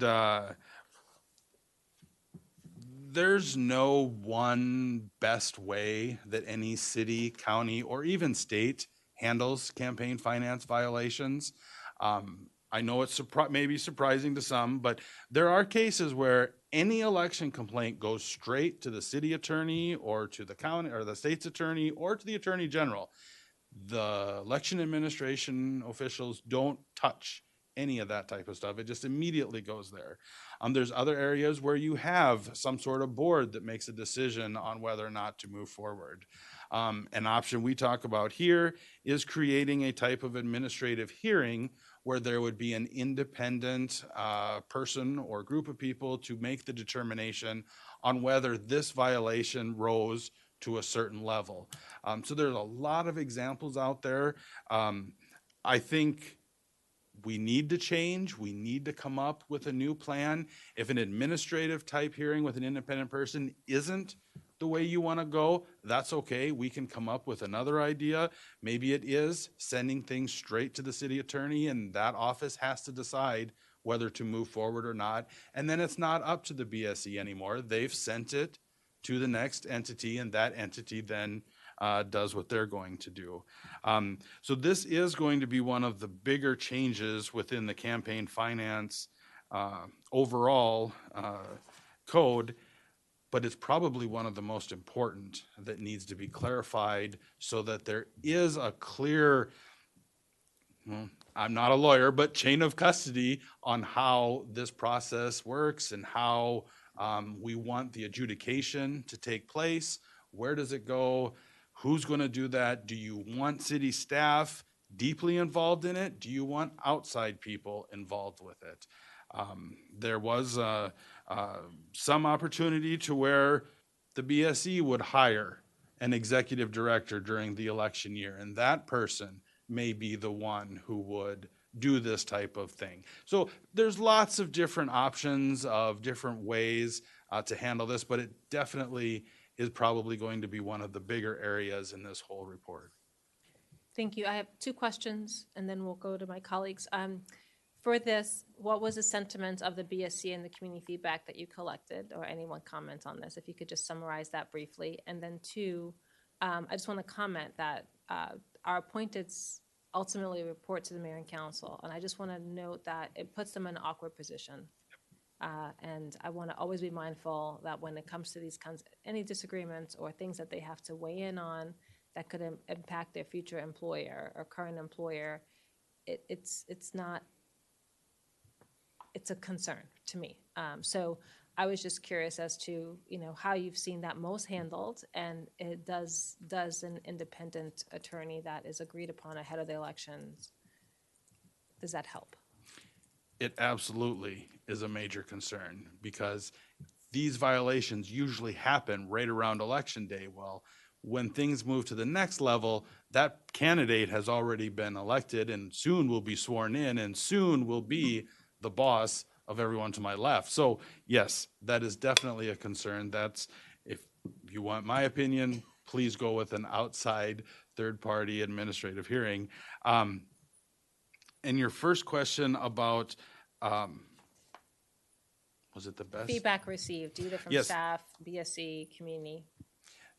There wasn't specific, go this direction, go that direction. There was mostly, it needs to be fixed. This is so confusing. Thank you. Do you have any follow-up questions? Councilman Fulton. Sorry, I just have one question. It's not clear what we're talking about for the administrative hearing. Like there's two steps in my recollection. One is the determination that a violation occurred. Who owns that and how? The second question is, do we enforce that violation and through what mechanism? Who makes that decision and how? They're two separate things. And I think the biggest challenge that happened in the last election was the second question. And in my experience, an administrative hearing is an evidentiary question to determine whether there is a violation. An administrative hearing wouldn't help with the decision whether to enforce. There should just be a clear standards for that take into account who's actually accountable at the end of the day and who is the prosecuting authority. So I just want to separate the two issues. Does the city attorney want to speak? I'm watching your facial expressions. Okay, all right. All right. So I think the first thing to really what we're talking about is if there's a violation of Chapter 8 and how should that be handled. And so the way we handle violations for most chapters in the city code is through the municipal infraction process. And so for most of the other chapters, it's city staff that will do the investigation and they will issue a notice of violation, giving the person an opportunity to cure. And if the notice of violation isn't cured, then they'll issue a municipal citation. They'll present it to the city attorney's office, and the city attorney will decide whether or not to take the citation to district court. So that's how it typically works for most of the chapters. I'm of the opinion that Chapter 8, because it deals with the elections, should not be dealt in the same way as, say, the property maintenance code. So then the question is, what happens if there's someone who's violating Chapter 8? And I do think that the consultant is right. There are lots of different ways of doing it. And you can look at how it's done in Gaithersburg, City of Frederick, College Park, et cetera. So I've been reading those different election codes. If the body is considering having an administrative hearing, one way that could work is if there's someone suspected of violating the election code, we could have staff or the BSC do the investigation as to whether or not they believe a violation has occurred.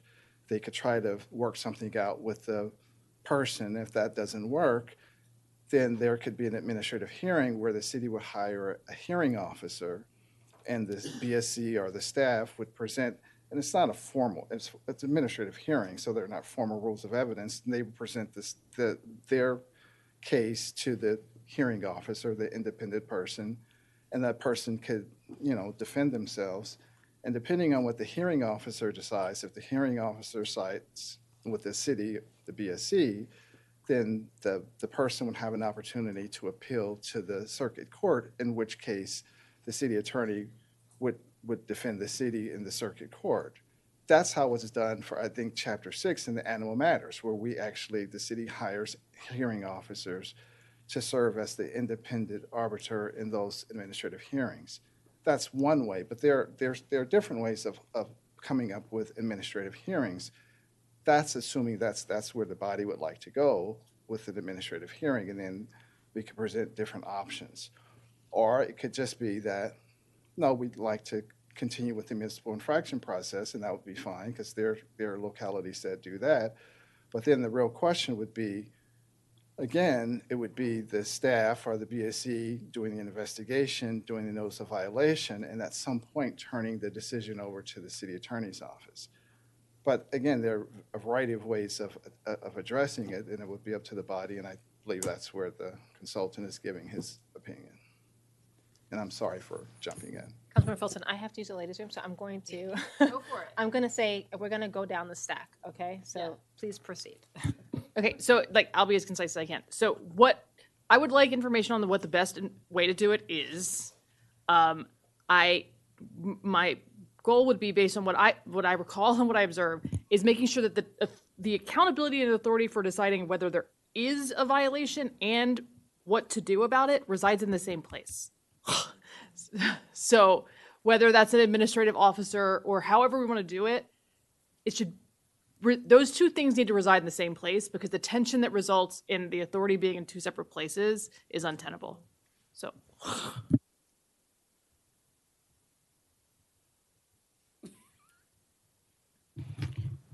Do any of my colleagues have the stack by chance?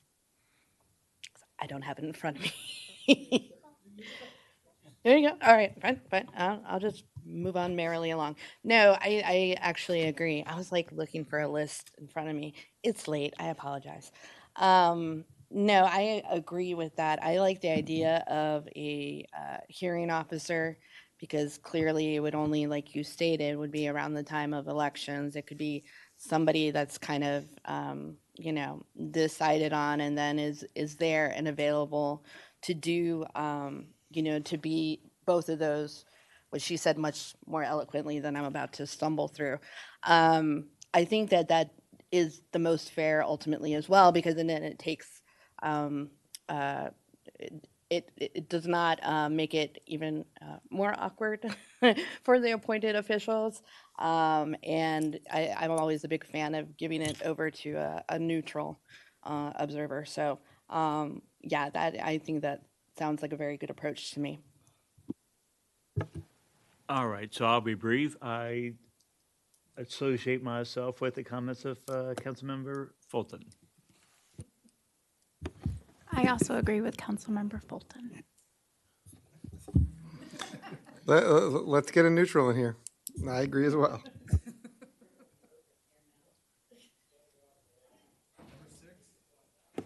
Number 6.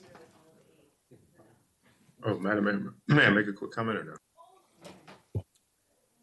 Dr. Miles. Oh, yeah, I was going to, thank you, Madam Mayor. I was just going to associate myself with Councilmember Fulton's comments, and by extension, just say that it raises my concern if volunteers for the city are able to be involved with the process of issuing infractions. Those who are not employed are not responsible to any implications or blowback that may come back from issuing such infractions. That's why I think, at a larger point, the comments that Councilmember Fulton made make sense, but that's sort of a tangential comment that I had about that particular point. That's all.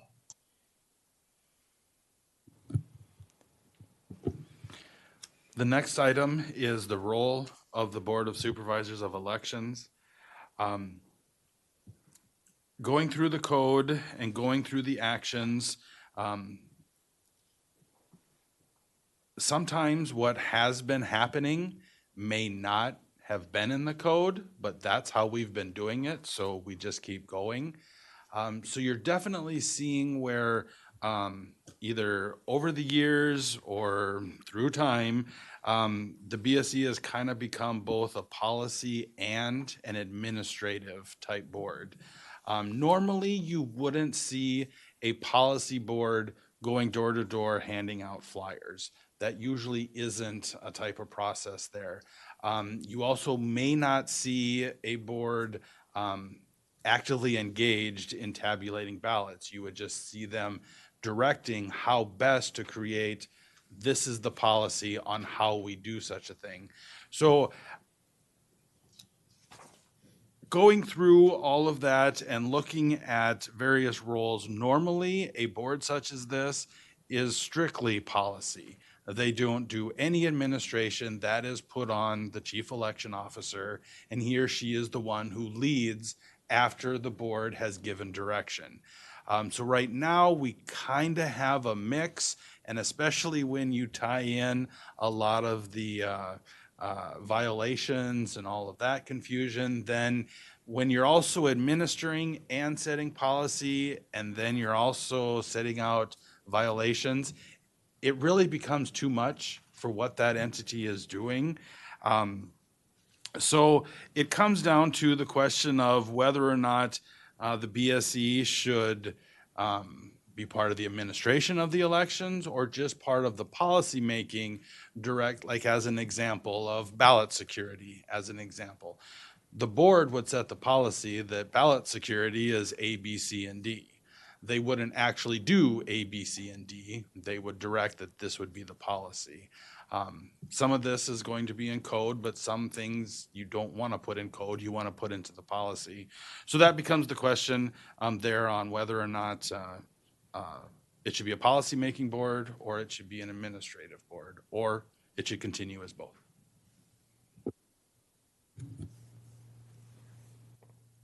So I don't see hands yet, so they may be still contemplating this question, and it's also midnight. But I do want to note that I think that we have had sort of policy discussions come to us by some of the charter review commissions in the past.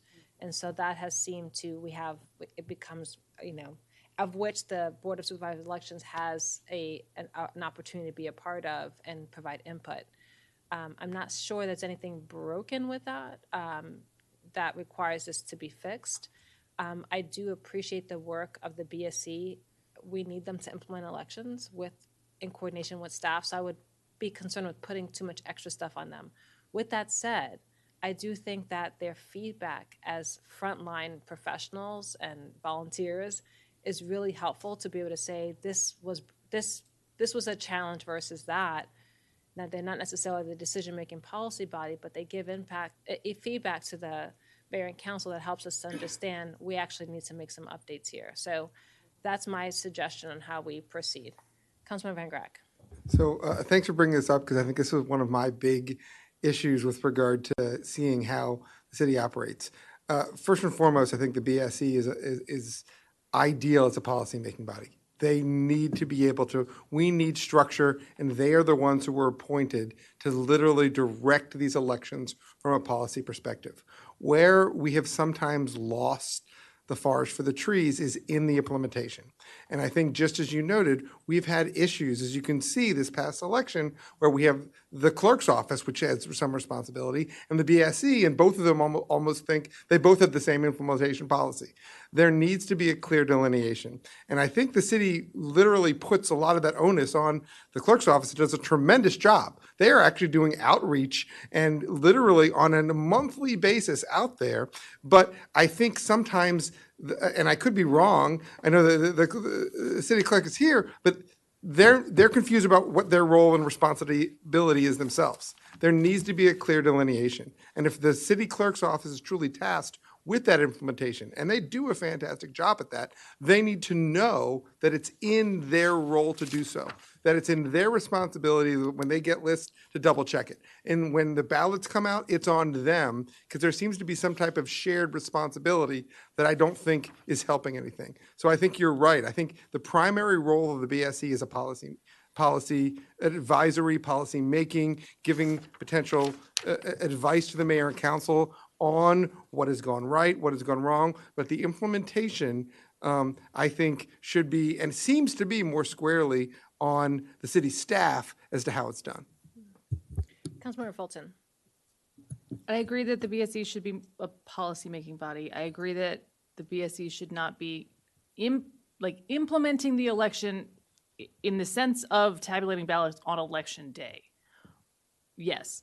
What that leaves, though, is a gap that I'm not clear on about the campaign implement. Like, who's going to review campaign finance reports? Who's going to review? So it's that piece of the implementation that I don't know who does if it's not BSE. But just to be clear on what I can now, I don't think that the tabulating of ballots and the actual making, like, on election day is, like, fair to ask of a BSE or appropriate. Policy, yes. I don't know what to do about that middle campaign implementation piece.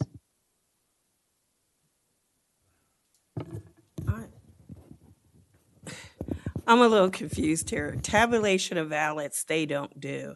They oversee the process, but they oversee the canvassing of the ballots just to make sure they are the ones who reconcile the canvassing at the end before ballots are tabulated.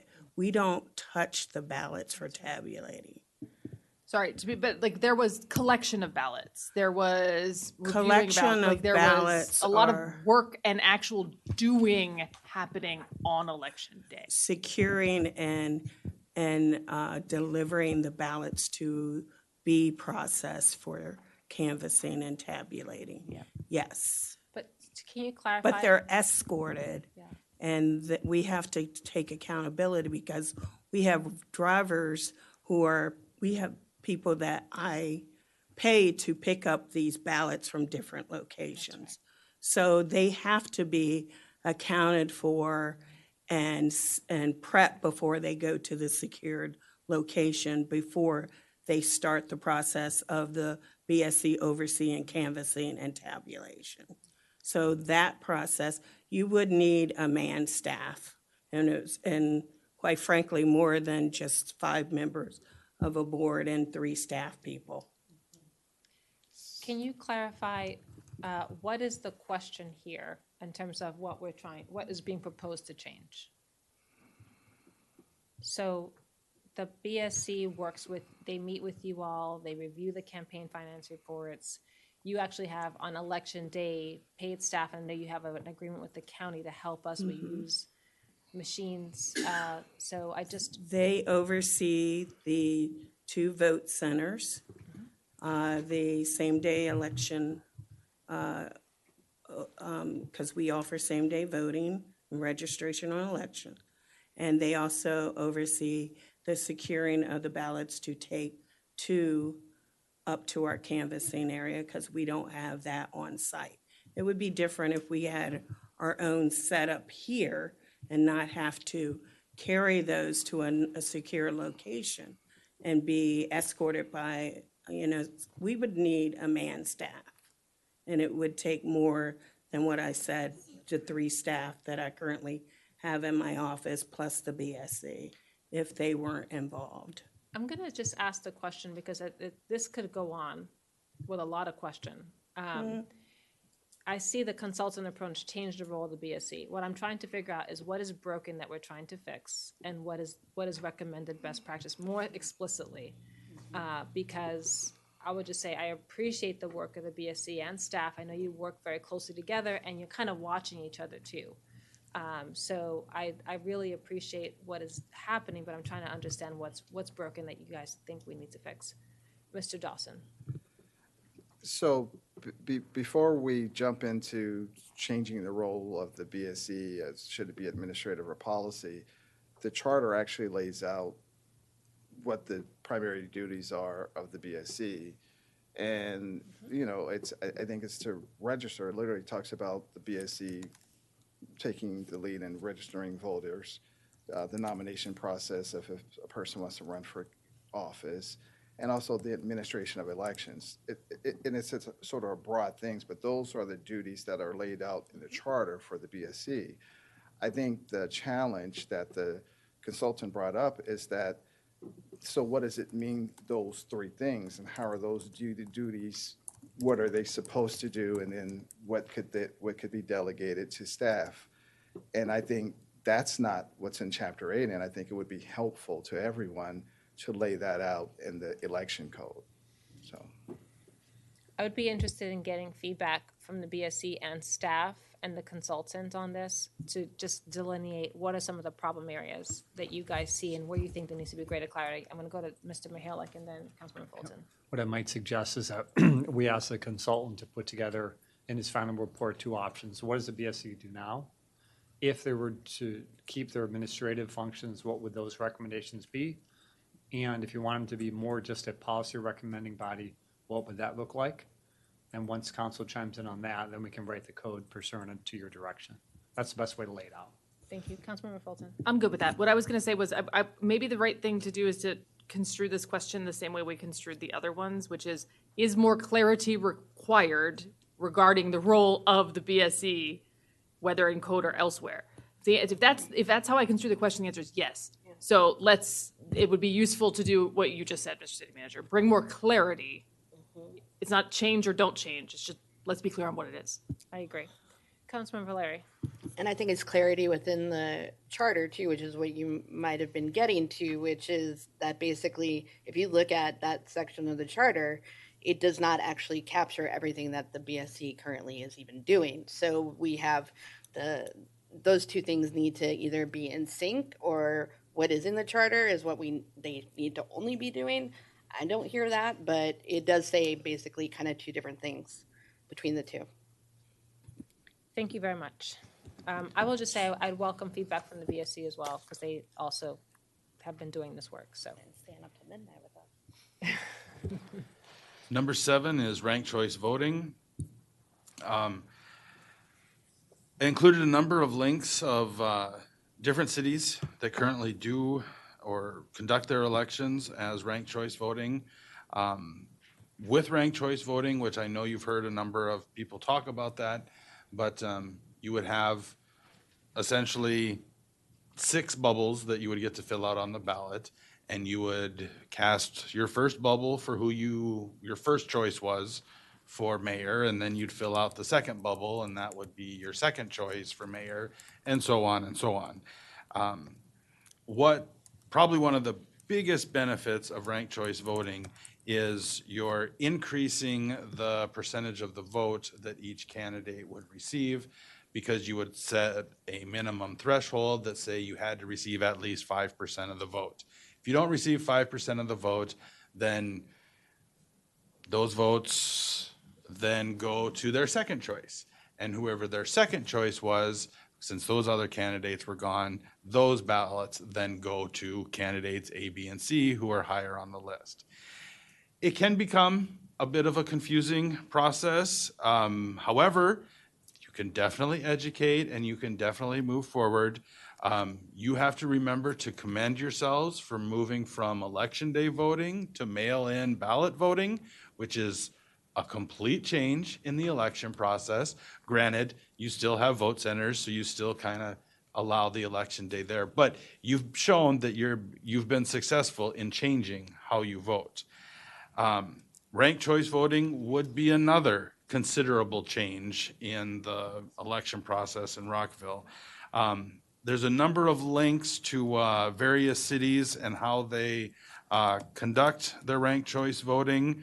There's also links to the groups that have been here and visited about it. We did hear a lot of great things about ranked choice voting during the community engagements, but we also heard people confused when that was the topic of a general discussion in the area, like, well, how does that work? What do I do?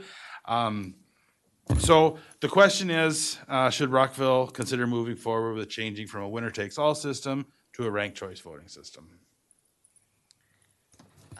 Thank you. Councilmember Fulton had her hand up. Yes, I'm in favor of the city of Rockville moving forward with a ranked choice voting system. Thank you. I will just also note that Councilman Van Grack and I met with Executive Director of Ranked Choice Voting Maryland, and I think there was commentary, it might be difficult to do for 2027, but by some colleagues, but I think they have some really good ideas on how it could work in the city of Rockville. And I would want to get that information from them before September, if they can do that. But I think that this is very intriguing, and anything we can do to ensure greater representation is a good thing. Councilman Van Grack, I saw Councilman Jackson, Valerie Shaw. I just wanted to add that, we've really met. We met with numerous people from the community, and I've talked to others, and I do think that ranked choice voting is the right move for Rockville. Now, I do have a concern about, just as Councilmember Fulton said before, the most important thing right now is getting an election code corrected, and adding this might not be ideal in getting something concise and direct for this upcoming election. That being said, I do think it's something the city needs to ultimately turn to. Councilmember Jackson. All right, thank you, Mayor. So I'll be brief. I mean, I really like ranked choice voting. The problem is that it's really confusing to a lot of people, and it would take some time to educate people on how it works. And getting the state support is going to be crucial as well. So I don't see us implementing ranked choice voting in the next election. But given time to educate the public and to get everything in order, I think that ranked choice voting would be a great thing for Rockville to move towards, but maybe the 2031 election. Councilman Valeri. Not to jump the line, but if we're not going to look at representative districts, then if we want to change and make sure that representation is more equitable, I see ranked choice voting as really our best move here. And you know what? I'm super proud of the city of Rockville. We are so beyond cutting edge on voting anyways that, this is like a drop in the bucket to like our residents. There definitely is education that need to be done. Don't get me wrong. But, our residents are all in on vote by mail, and I can just see that same kind of adaptation being done by current residents for ranked choice voting. So I'm a thumbs up. Did you want to weigh in on the timing of it? Oh, the timing? I'd like to see what is possible by 2027. However, I'm also a realist. I don't think that we could probably get the level of education up to the point where I think I would personally feel comfortable, but I think it's something, I don't think that we could do it in time for the next election as much as I would want it. Councilmember, Shaw. No worries, Madam Mayor. So absolutely, yes, I want to move forward with ranked choice voting. This is something that I pushed forward in the Charter Review Commission, so I am glad to see it here. I want some more details about the timing, what is possible. I'm not sure if we could have it by the next election, but I think we should at least be well on our way to have it at a future election. I do have some questions around how we're going to educate the public. The first question I often get is, how does that work? And my response is, really all you have to do is rank your candidates. But how the calculation works, I think, is the larger question. And finding some ways and messaging to share that and educate the public on how to do that. I also have some reservations around if we do it beyond 2027, we could include it as a ballot measure or as a survey, just so we can engage the public on this larger decision. It is a significant change, and traditionally we have done ballot questions, so I feel like there should be some way to get some community input. But I will say, or even just questions about it, just to engage the public. But overall, I'm absolutely, yes, we should be doing ranked choice voting. It's just the details. Thank you. Councilmember Fulton, did you weigh in on timing? Can you, if you haven't? I would prefer to move faster. I also agree that the most important thing is to get it done. If we can't get it done, then it doesn't really matter.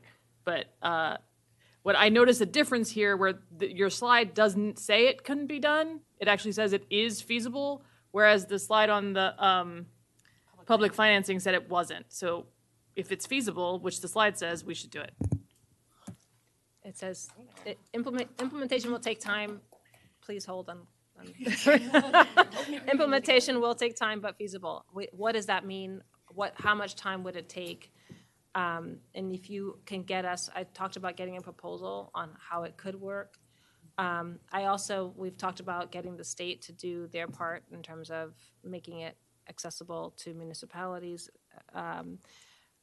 I would want to know what the cost of the city is, what impact would it have on timing, and also how we could do some public engagement. Right. The last item is the 2023 ballot measures. Again, Sorry, 1 second. Dr. Miles, were you good? Oh. Sorry. I was just going to say, I certainly support.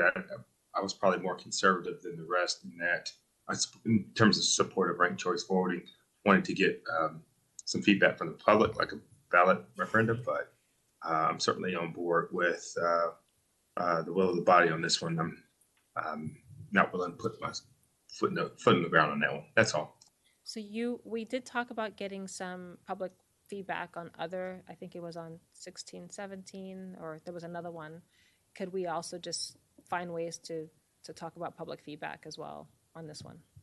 Okay, thank you. so for 2020 ballot measures was the question, should the election code be changed to allow 16 and 17-year-olds to vote in city elections?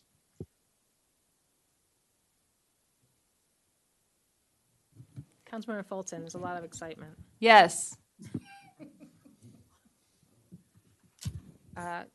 Councilmember Valeri. Heck yes. Is that possible? No, exactly. Like for the reasons that are here. The state already has the data.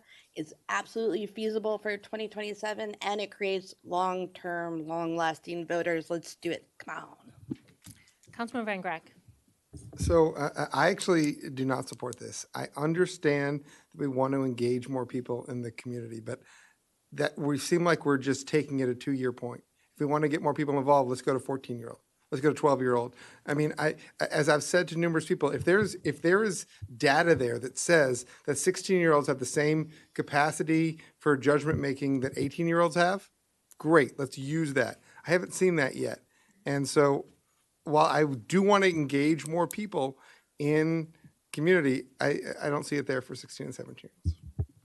Thank you. I think we talked about getting some public feedback as well. Is there a possibility to do that before we make code changes or not? I don't think there's any code changes that would be that dramatic because the state, the county already collects 16, 17-year-old voting. So what's the feasibility of getting public input and being at the ready? It's in there. Sorry. If I could, Madam Mayor. Yeah, go ahead. It says during the community sessions, there was overwhelming support for allowing 16 and 17-year-olds to vote, even though in the survey of already existing voters, it received the least amount of support. However, the community feedback, which is what you're asking for, was that there was overwhelming support for 16 and 17 and ranked choice voting.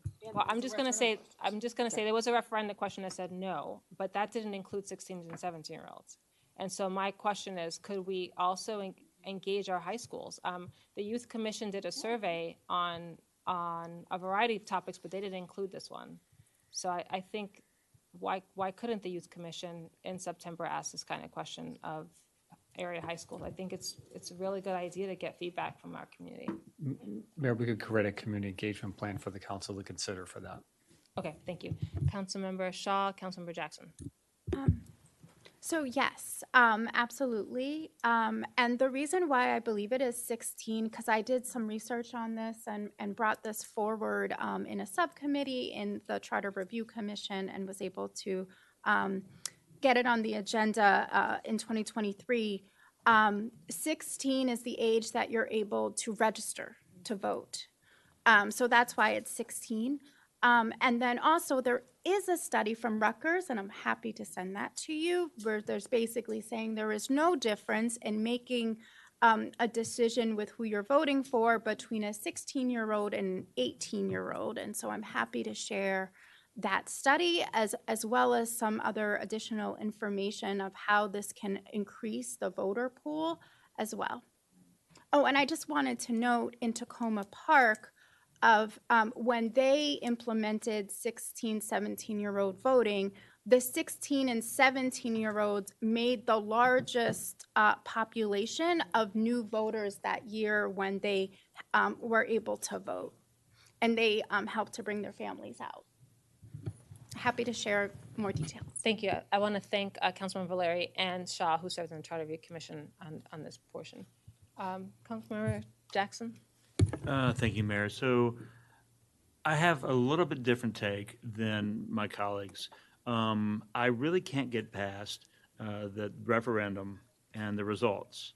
So while I do feel that, 16 and 17-year-olds want to vote, some want to vote, I have to say that the public did weigh in pretty heavily, 69%, almost 70%.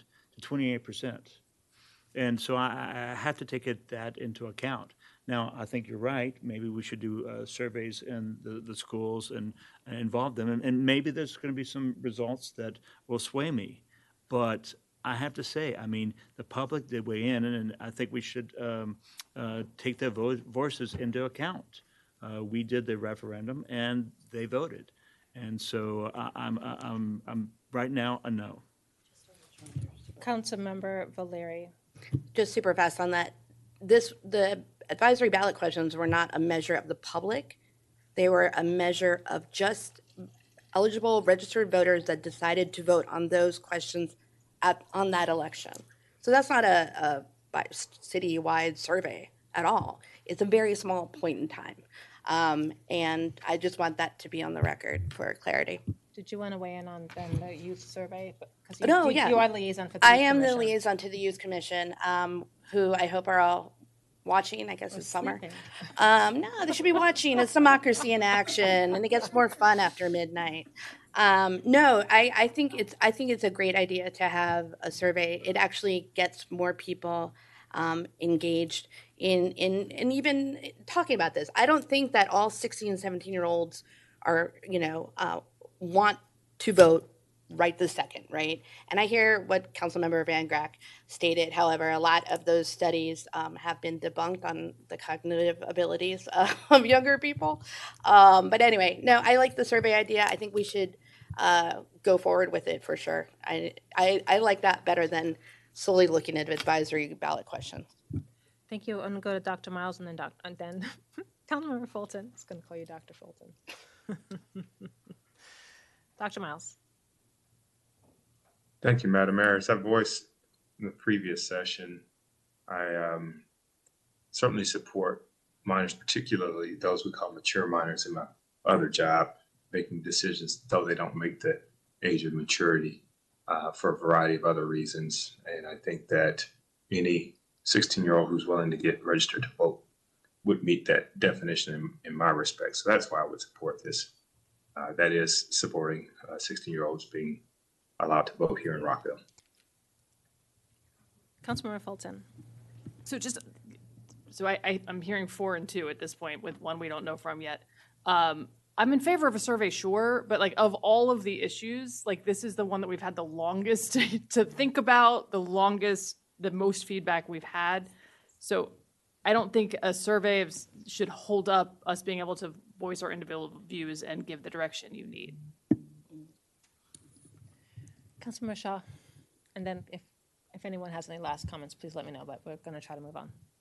And this is to build on Councilmember Valeri's point. I just want to be clear in terms of the approach with the advisory ballot questions, just like non-citizen voting. This is around the right to vote. And so when we're asking folks that already vote about who should have the right to vote. Although I do think we could do an advisory question for ranked choice voting, but that is a voting system for existing voters. But putting the ballot question for voting age and non-citizen voting, that is asking the current voters who have the power to vote who and who should not be voting. And I just want to lay that out. And then, this is about the right to vote. Voting is a right and not a privilege. Like, you don't have to have all the information and know everything. It's just about your right to vote. Thank you. I think I heard there's interest in moving forward and exploring this, but I also heard that there's interest in getting the survey from at least 4 people. That's what I heard too. Thank you.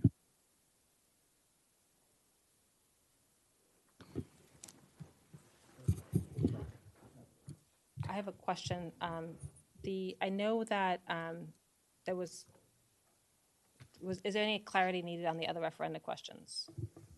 No, Mayor. No, Mayor. Okay.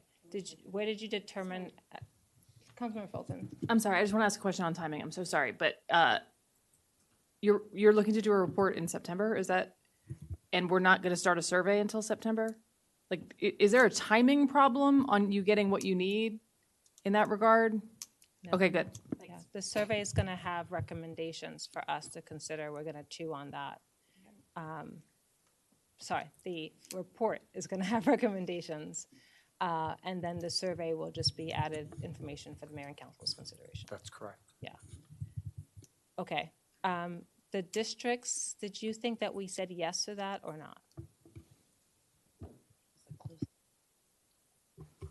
No. Okay.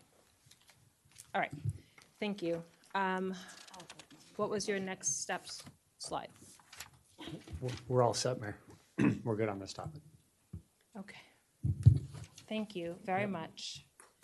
I appreciate all the work on this report. Thank you to my colleagues for going through very difficult questions at this hour. And thank you to all of our residents who participate in this process. Thank you to the BSC for all you do, incredible hours that you all put in. We really appreciate you. All right.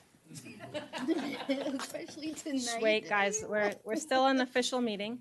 We're now moving on to the mock agenda, item 13.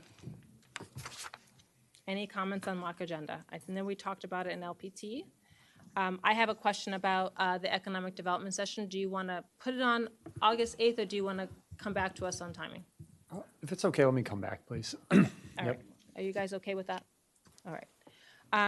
Next is old new business. Councilmember Jackson. Councilmember Van Grack, you have a question. Well, we're moving it to the next meeting? What, economic development? Yeah. He wants to take, the city manager wants the time to talk with. I'm sorry, I thought you guys decided to move it off of this election, off of tonight. Is that what the question is? The economic development. Yeah, we moved it. Yeah. We can't start that at 1 a.m. We moved it from tonight. Ready has been released, as well as other people who were related to that item. The city manager would like to come back to us with whether it goes on August 4th or another time, and he needs time to confer with staff. Yep. and Ready. Yep. Okay. We're now back to old new business, and Councilmember Jackson has the floor. Thank you, Mayor. So I've been listening to others talk about how outside organizations and others are impacting Rockville, trying to influence the debate, ultimately the policies that affect Rockville residents and businesses. I think Councilmember Van Grack covered it well. So to that end, I would propose that we add an agenda item to discuss lobbying and to tighten up disclosure requirements for those who seek to influence Rockville's politics. As part of this initial framework, I would include items for discussion like the names of the individuals or organizations that are doing the lobbying, whether it's direct lobbying or indirect lobbying, what type of expenditures they're making and how much. The intent is not really to stifle speech, but instead to provide transparency to Rockville's residents. They deserve to have full disclosure about who is trying to shape the policies that affect them. Thank you. Councilmember Van Grack. I'm not sure exactly what it would look like, but I support that idea. I think we need, I think we need to have an understanding of who is looking to influence the Rockville City Council. And I think that to the extent we can have a discussion about how we're going to do that, I think it's important. This whole body has talked about transparency. And we've talked about it, transparency. We've just talked about it with regard to elections, but I think that it involves lobbying to the mayor and council as well. Thank you. Councilmember Valeri. I'll be a third. I think this is really important. I think that this is the final piece in our campaign finance jigsaw puzzle. And that has always been the connection between lobbying reports and campaign finance reports. So for that reason, and for many others, I think we should agendize this. Thank you. You have more than two for agendizing this. And I think it's worth a discussion. Thank you. You bet. Any other old new business items? Okay. All right, so I want to thank my colleagues and everyone for participating in this meeting. We'll be meeting again on August 4th, and that's the last meeting before we're on recess. Also want to acknowledge the 1-year anniversary of our city manager. And that it's a virtual meeting only. It will be a virtual meeting on August 4th. Thank you very much, Ms. Sarah Taylor Farrell. All right, have a good night, everyone.